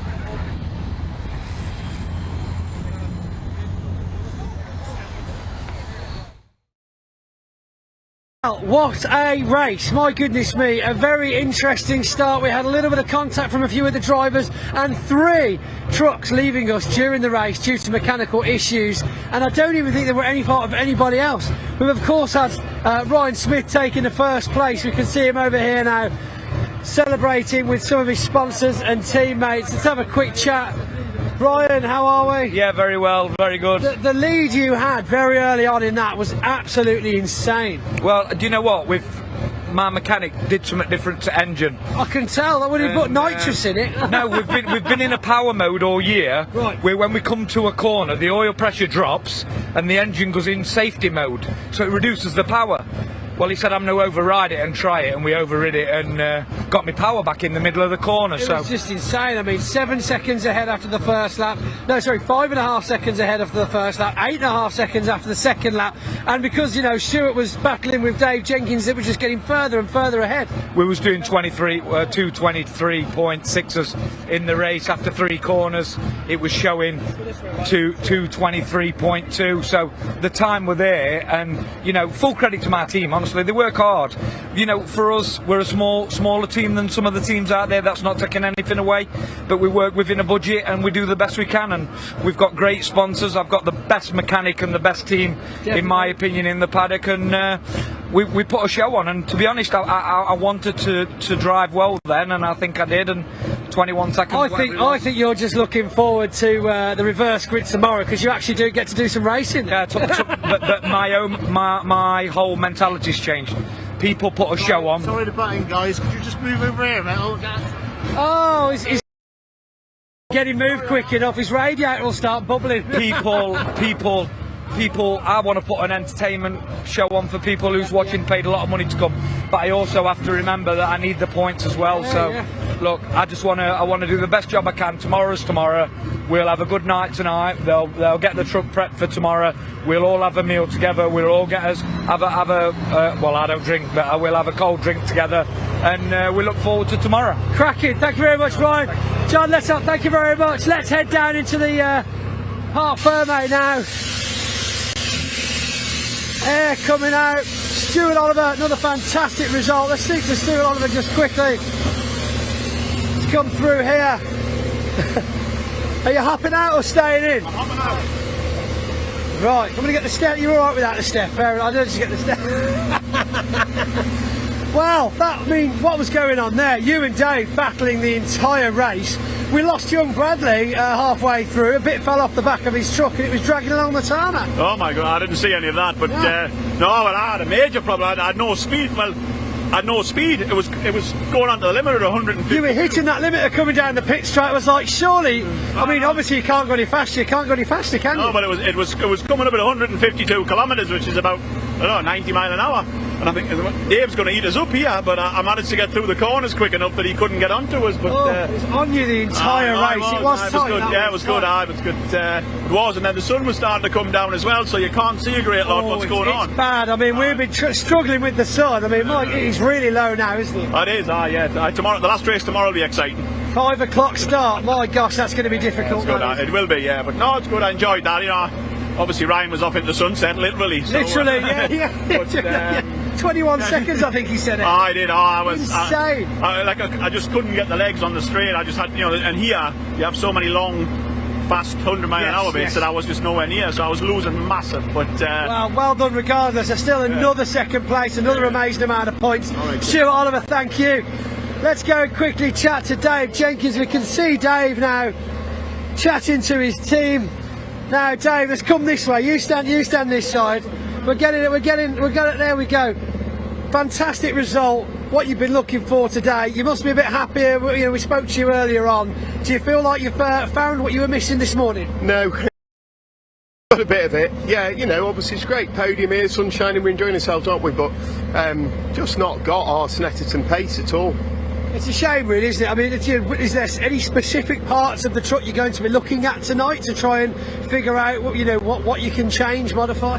Yeah, we need a bit more traction in the slow speed mid turns, like in the hairpins. I'm not able to light it up early enough, and then obviously Ryan and Stuart's truck's got a little tiny bit more squirt than I've got, so unless I'm absolutely got the throttle application in completely the right place, they're just able to squirt away. Ryan's obviously package is on the next level this weekend, but Stuart's beatable, but we've got to sort this the traction out of the slow speed corners. Definitely. So something to look at over dinner tonight, most likely. Late night for the lads. Yeah, no, we'll be alright. We'll have it washed and some dinner and some contemplation. Yeah, we'll be fine. Contemplation is the key to success. Dave, congratulations on the third place regardless. Let's head down to the Division 2 now, if we can, because obviously we need to shout out to the Division 2s.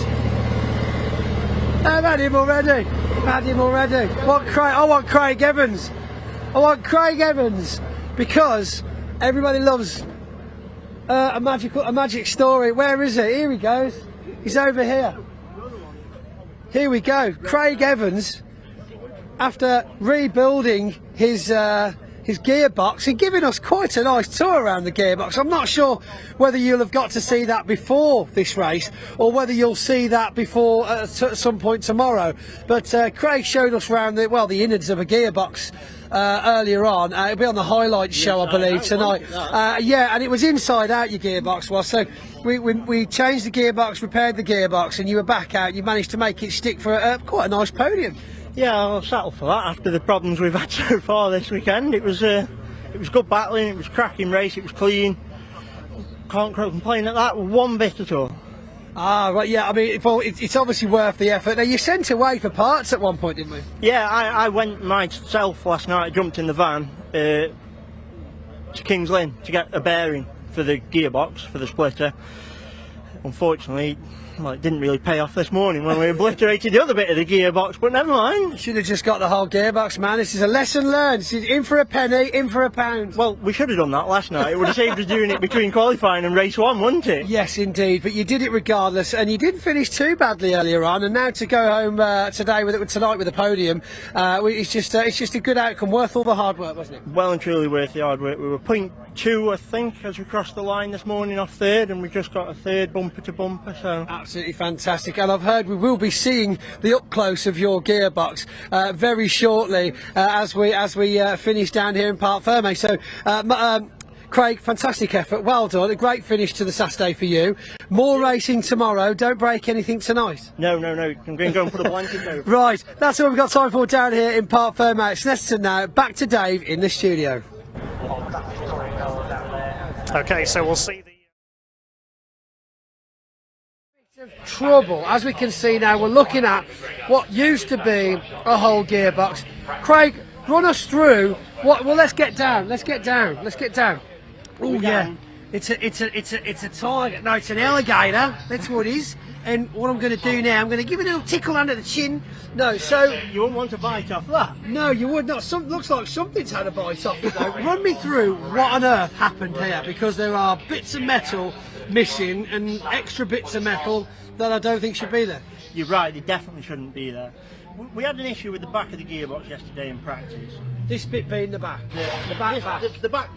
The back, right, the selector. The splitter. Right. Right. So we had a problem with that, we fixed that last night, I went off and got some new bits, brought them back to the circuit to date spot last night. Got that fixed. Went out in qualifying, did 3 or 4 laps, then this happened. So what's this bit?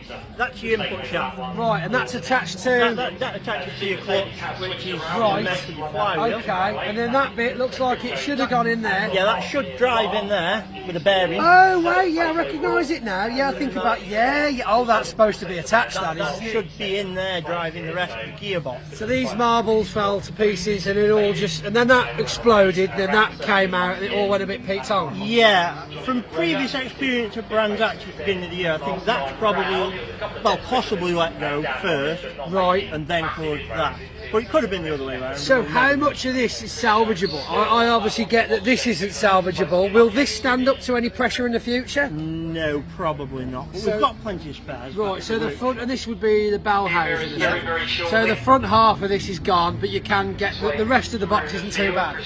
The main casing will be okay. The gears and the shafts inside probably not so. And hopefully the back is with. So in this situation, I mean, I got here last night and Michael Oliver was changing his gearbox as well. It's, you know, to do a gearbox in a car is a relatively involved thing. To do it on a lorry is even bigger.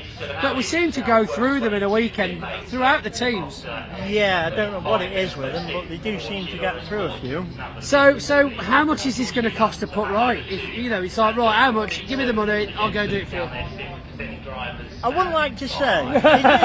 To be fair, it's an old-fashioned gearbox. We've got plenty of spare bits back at the workshop. Right. Hundreds or thousands? Hundreds. So that's not too bad. I feel like it might be a little bit dearer on some of the Div 1 trucks. I would have thought it would be a lot dearer on some of the Div 1 trucks. But the good thing is we can fix this ourselves. Oh, very back good. To the workshop, we'll strip this down, salvageable bits will get salvaged. New bits will get ordered, or second-hand bits out of another gearbox, and we'll do it ourselves. So the bent bits and the cracked bits will go onto some new bits, and we'll all have just a brilliant pile of bits. Brand new gearbox on one shelf and a pile of scrap on the other. You're back to getting trophies. Yeah. Fantastic. Craig Evans, the engineer. Who'd have thought it, ladies and gentlemen, to see this many extra bits of metal. My goodness, I think we've got to go to a driver's briefing, haven't we? I think we best set off. Yeah, let's set off. Let's go. So you put the third hat on there, and the second hat goes in second place, and then the first hat goes in first place, and there you go. See? And we have to do that 5 times a weekend. In fact, it's quite difficult, believe it or not, when you haven't got a 2-hour endurance race on the circuit to do it on your own. So I had help from Mr. Steve Powell, Division 1 racing driver, and we had a little chat at the back of the lorry together. Let's see what that was about. What happened in that last race then? Because obviously we were all wandering about in the pit lane, and then you come in with your fronts hanging off. Yeah, we've been struggling with understeer, like, terribly, and like, we played around it yesterday, like, in testing, like, well, we got it a little bit better, but nothing, and then went out and qualified and actually lost a second and a half from yesterday. And like, it was bad enough yesterday, so I thought, my God, nothing else would go wrong. And then we tried something else, we went out of the race, and we had a good start, but we started from 7th, and got a good run up the inside of Michael, who was level, got around the first bend, and then suddenly everyone's just slowed down rather quickly, and I've just hit Simon really hard. So, no. And then they gone, and then we're going, and every time I'm under braking, I can hear the panels rubbing on the floor, so I think it's not too bad, it's been alright on the radio. No, it's only 5 glass, only 5, great. Looking at the temperature gauge, it's going up 1 degree every 10 seconds. I take it that's because you blocked the airflow through the engine. Initially, I thought I might have knocked the hose off the radiator, and that's a big worry, because, and that's why I was looking at the... Well, that's end of engine, that is, isn't it? Yeah. So I was looking at it, but it wasn't going up rapidly, it was just like 1 and 1 and 1 and 1. And then I was behind Tom, so I had to keep coming out of his draft to get a bit of cool air in it, but it was still going up. Literally come around Agostini, went into there, but lad radio black and orange. I'm like, oh. And then the minute he said that, the screen just went yellow. So that means it goes overheats, goes into limp mode. Oh no! And I'm there, and I thought, oh, right, race over. So I just had to cruise all the way back to the pits and got it in. And the bumper had actually fallen off and only held on by one bolt. It was almost fully under the truck, wasn't it? And then that picked the cowling up, which was blocking all the air going into the radiator and intercooler. That's 480. So they done it in the pits. Too late to go back out, and then it's fine now. But so when you all the screens went yellow and it all went limp mode, was there a fear that you were thinking, oh God, if this is really bad now, if I don't get back to the pits before it overheats properly, I could kill my engine? It was, but I think I know how them engines work, and that's literally because like the factory engine, they literally put themselves in limp mode to stop that happening. Right. You can theoretically run a lorry for 10 minutes with no water in it from cold. No you way. can, yeah. You wouldn't want to do it, but you can do. Sometimes we've done it. Not if you're working on them, you can actually do it. So see what it's doing. you went round really, really slowly all the way back. It should be fine, you know. And yeah, and then they got back the end attack. All the water's bubbling up where it can't get nowhere, and like I said, they fixed it. I had a Rover like that the once. Yeah, I had cars like my mum used to have one like that, and they used to always take off the header king and it used to shoot up in the air. Yeah, it's the worst thing you can do, isn't it? So it's not been a good start to the weekend, if I'm totally honest with you. And do you know what? It's like we didn't really have a good Donovan. Brands we flew at Brentbury. Fruxton we done really, really well, and the team it's been a bit hard because we was moving forward. Donovan was a bit flat. Do you feel like there's been a kind of dilution of efforts taken on Neil Yates as part of the team as well? Do you reckon that you kind of eye might have been slightly swerved towards his team? You know, a lot has changed in our team, to be fair. Neil's a great asset to me as a sponsor. He really wanted to have a go. We brought him in. If anything, that's helped us. We've got a new trailer. We've got a nice new setup. So the boys are now in luxury. I mean, I've always been in a position, and they understand that what money we get behind us, we invest into the truck, not into the living. Yeah. So that's helped us. And I then was thinking, is it the two trucks? But it's not. We've run two trucks before. Yeah. Now, the fact of the matter is, Division 1's a lot more competitive, and we was going better, then you get a bit flat, and then you then just drop off a little bit. But it's so annoying, because to be like third and fourth, like I was at Pembury, was brilliant. Yeah. It's the best we've ever qualified. It was great to see, yeah. So we then went into Fruxton with full motivation, and we done all right. Donovan the same, and then we just went backwards, and that what kicks you in the. It's not. Yeah, of course, we're running two trucks, but like they bring a couple of lads, and it's a nice system now. The good thing is they're identical trucks now, bar that when he was in Division 2, so everything's shared parts. It makes the job easier. Yeah. So like, I was thinking it, but we had a few. I lost one of the lads off the team, unfortunately. He kept letting us down. That sort of. It did hurt us, but we've worked around. We've got another lad now who's 10 times better. Do you know what I mean? So if anything, whatever bad happens, there's always good out the side of it. And yeah, it's not that. I was starting to think that, and I'm thinking, have I done? Yeah, it's not. You look around, it's brought everything. Like it's nice to not have a financial. The setup looks great. It's It nice does to not look have a great. financial problem. Do you know, we never had, but we've always run on the shoestring. Yeah. And as we've gone through Division 1, getting better and better, the sponsors have got bigger and bigger, which is brilliant. And now I keep my sponsors. I've had them since I've started. I'm quite loyal with them, and they're loyal with me, and it means a lot to me to bring Neil into the sport, which I think is an asset to the sport, and get another Div 1 truck on there. You know what I mean? And be able to help him and teach him. It also helps me because you actually think of what you actually know through it.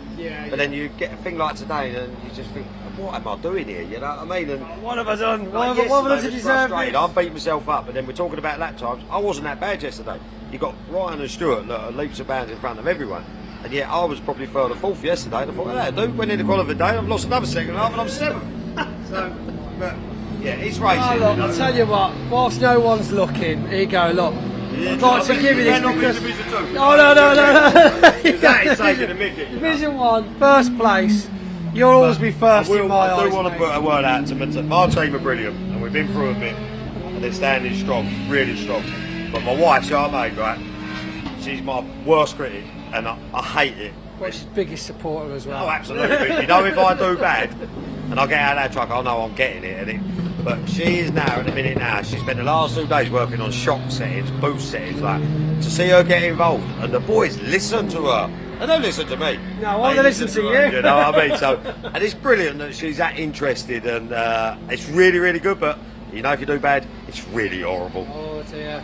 Team manager / wife. That sounds like a combo for destruction. That's business partner. So you can never get business away. partner. Yeah, never get away. And she's a pub landlord as well, so she takes no rubbish from nobody. I know people say it, but my team are very important to me. We've been through a bit recently, and they're brilliant. And without 16 years, without any of them, this wouldn't happen. And same as the sponsors, same as my family, and like, it means a lot, you know. And what we're doing now with Truck Sport, the way the job is, it's brilliant. Like the paddock, it's so good. Yeah. Everything's good apart from my race results at the minute. It'll come. It'll come. I can't be selfish. It's not all about me. Is it? It's not all about you. It's definitely not all about it. It's all about me, obviously. I'm the one that's on camera all the time. We're done, yeah. Let's get the hats and we'll... Well, yeah, let's get the hats and we'll put these trophies out. I think we're going to do some work now, ladies and gentlemen. So you carry the Division 1s. Are you want to put that in? Yeah, no, you carry the Division 1s. I'll carry... Yeah, why not? Yeah, they'll only get robbed. They'll only get robbed once, won't they? GT. GT.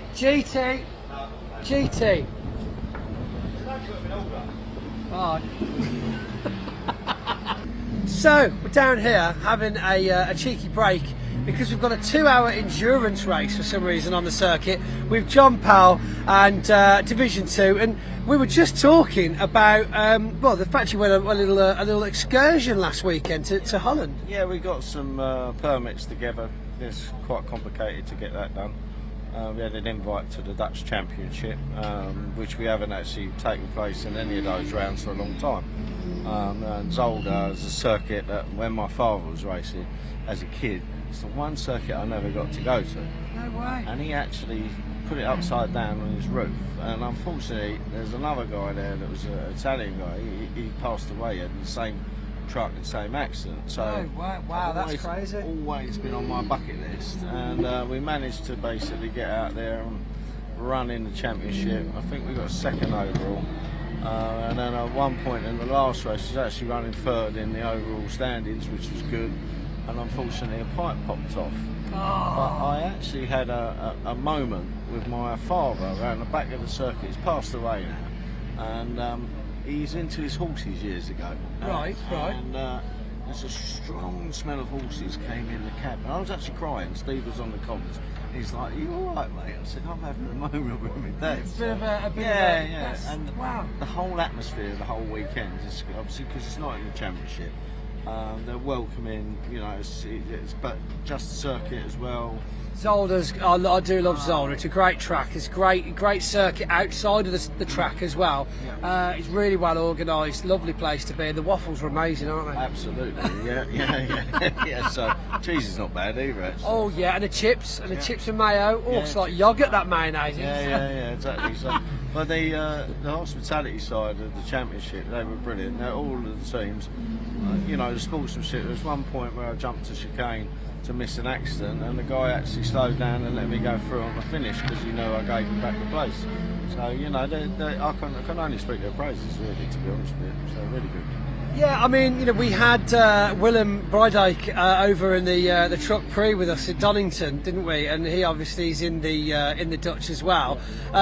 Did that? I mean, you know, I'm sure there's a bit of a language barrier to say the least. But did they mention much about the Donington thing? Might we see more of them coming over for next year? Do you think? Well, I think there's something on the card somewhere along the line, the possibility of Germany.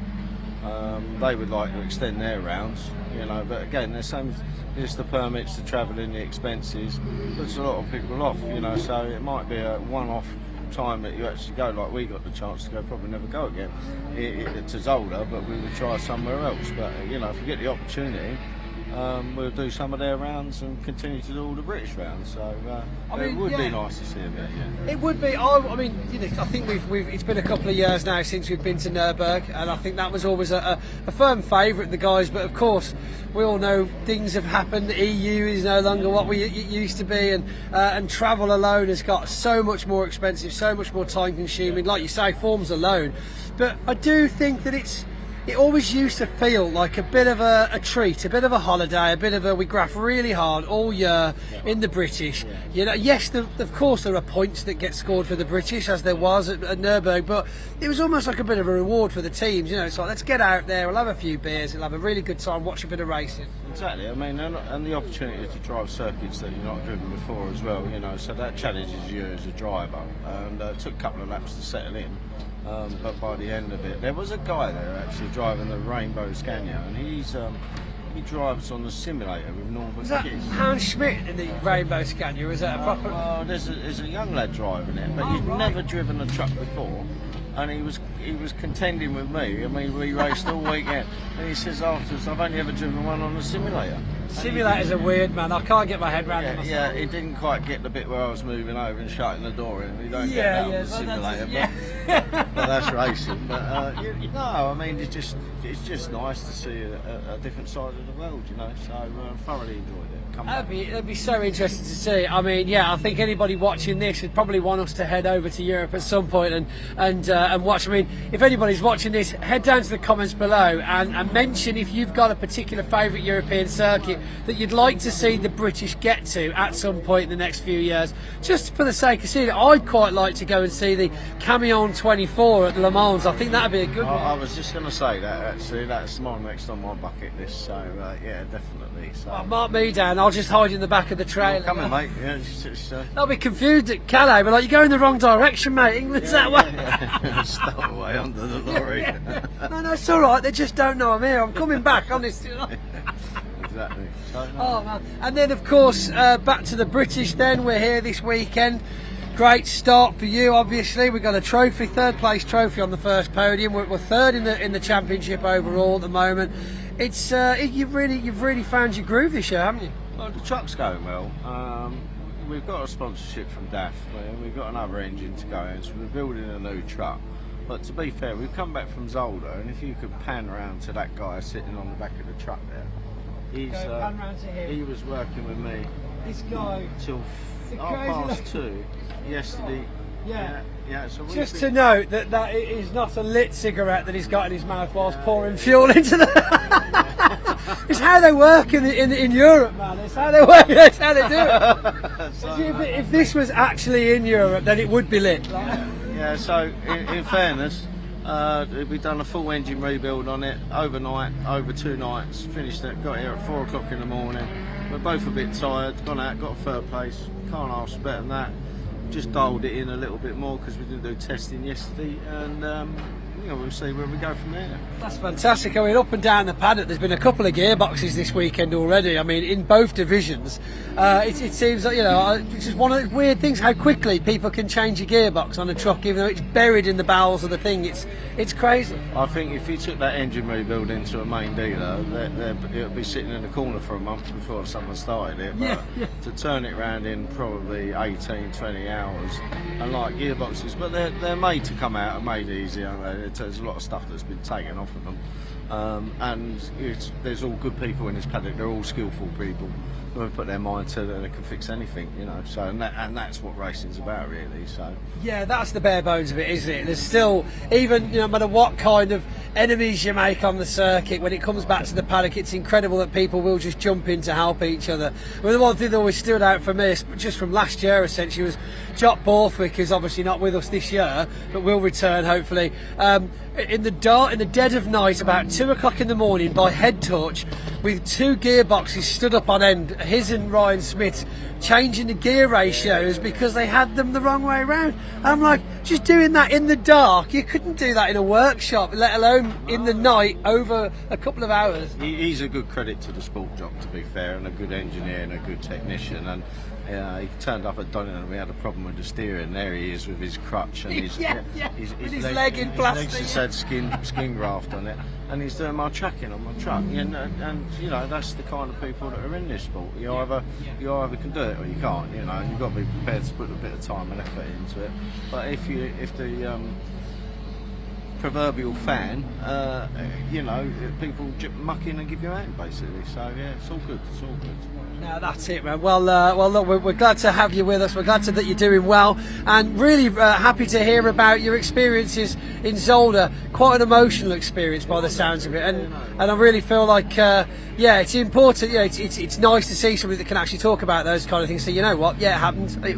It was there. I was there for it, and this is what it was about. So yeah, fair play, man. Well, it's funny enough, he was a pioneer of it in the '85, so I wouldn't have been doing it if he didn't do it. And ironically, it's just. it just happened. Literally following in footsteps, quite possibly the same tyre tracks. Yeah, absolutely. Yeah, dead right. Yeah, and yeah, it's amazing, really. So yeah. Well, John Powell, thank you very much for joining us, and thanks for coming back to the British. So I hope that glad that the Dutch haven't swayed you away from us just yet. We're not over yet. We've got a few points left to go, but right, you never know what's around the corner. See you in 24. In this trailer? John Powell, ladies and gentlemen. If you have, take a photo when safe and then send it to us. All for a chance to win one of our 5 miniature trucking trailers.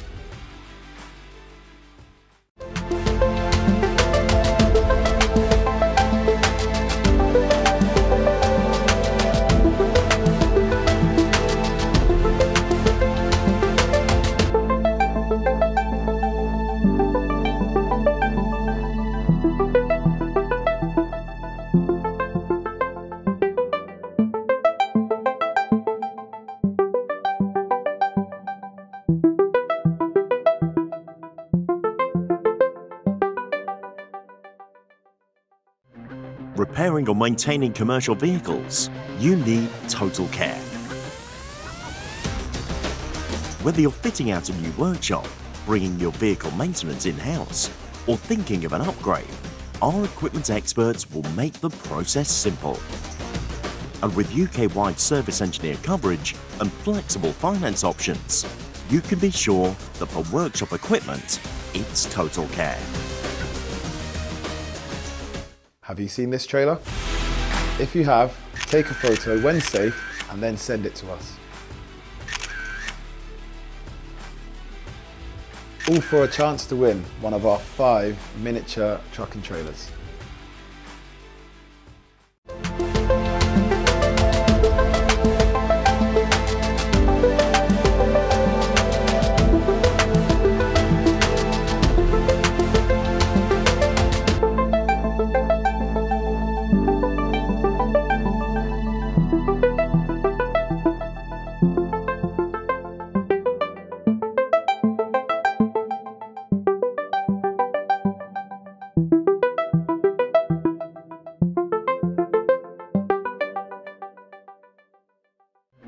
Repairing or maintaining commercial vehicles, you need total Here we care. are down at Snetterton Circuit for the second podium of the day. What an interesting race that was. We had some interesting finishes, some interesting tactics, and what a battle between 2 of the drivers. But of course, it's time to hand out some trophies.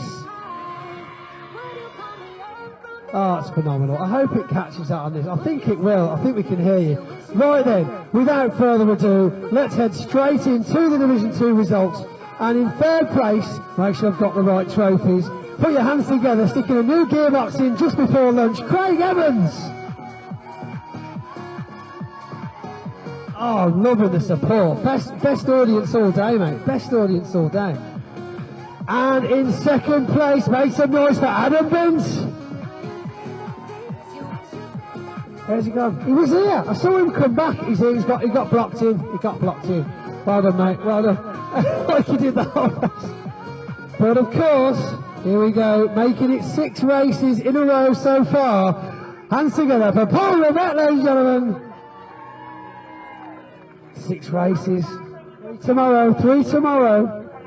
Up your hop. There we go. Right then. And another round of applause for Division 2 top 3. Get those pictures in. Quick word from the drivers before we make a mess. Craig, what do you think of the race? Close. Lap 1 carnage. Lap 1 carnage, very true. Fast and furious. Fast and furious reminds me of something else I do. Right then, and as they say in Europe, it's time for the champagne. Go on, get him. He wants it. Look at him. Yes, yeah! Oh, incredible. Absolutely incredible. They are going to smile on the way home. The back seat of that car is going to absolutely stink. If he gets pulled by the police now, it's game over for him. Right, so there we go. On to Division 1 now. Don't go anywhere. We've got some more trophies to hand out. And in third place, the number 69 MAN. He made it, ladies and gentlemen. Dave Jenkins. First trophy of the week, but not the last, Dave, I think. heads together tonight and you're going to make it stick tomorrow. In second place, of course, it's none other than Stuart Oliver. Never thought I'd have such a romantic trophy presentation with the sunset and the music, and just lovely, isn't it? Lovely. But of course, in first place, do I even need to shout his name out? It's Ryan Smith, ladies and gentlemen. Oh my goodness, how much did you pay that lot? My God. Incredible. Right then, I'll get out of your way. You can get some shots, some videos, pictures of your famous top three. Another round of applause for your Division 1. Now let's have a word with you, Dave. What do you think? Nearly. I'd have gone with the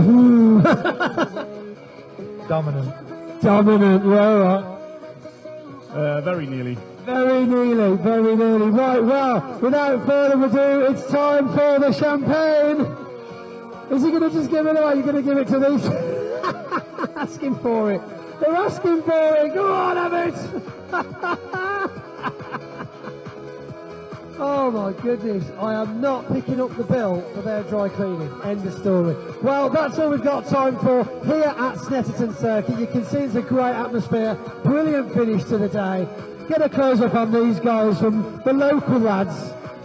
Absolutely soaked. We've got a young lady here who's been given one of the trophies. It's a great atmosphere, great place to be. Regular viewers over here as well. They've been to a few of the weekends so far. We've got more racing action for you tomorrow, and don't forget to check out our highlights show after this on YouTube. Thanks for joining us. We'll see you in Snetterton tomorrow morning. Seen this trailer?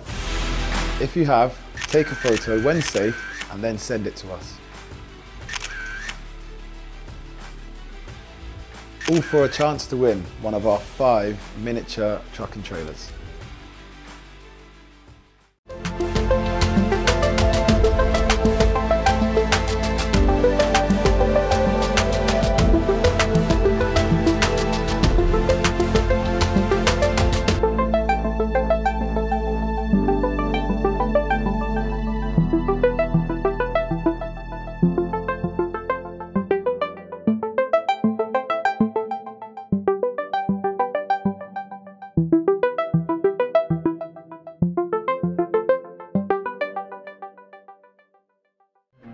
Repairing or maintaining commercial vehicles, you need Total Care.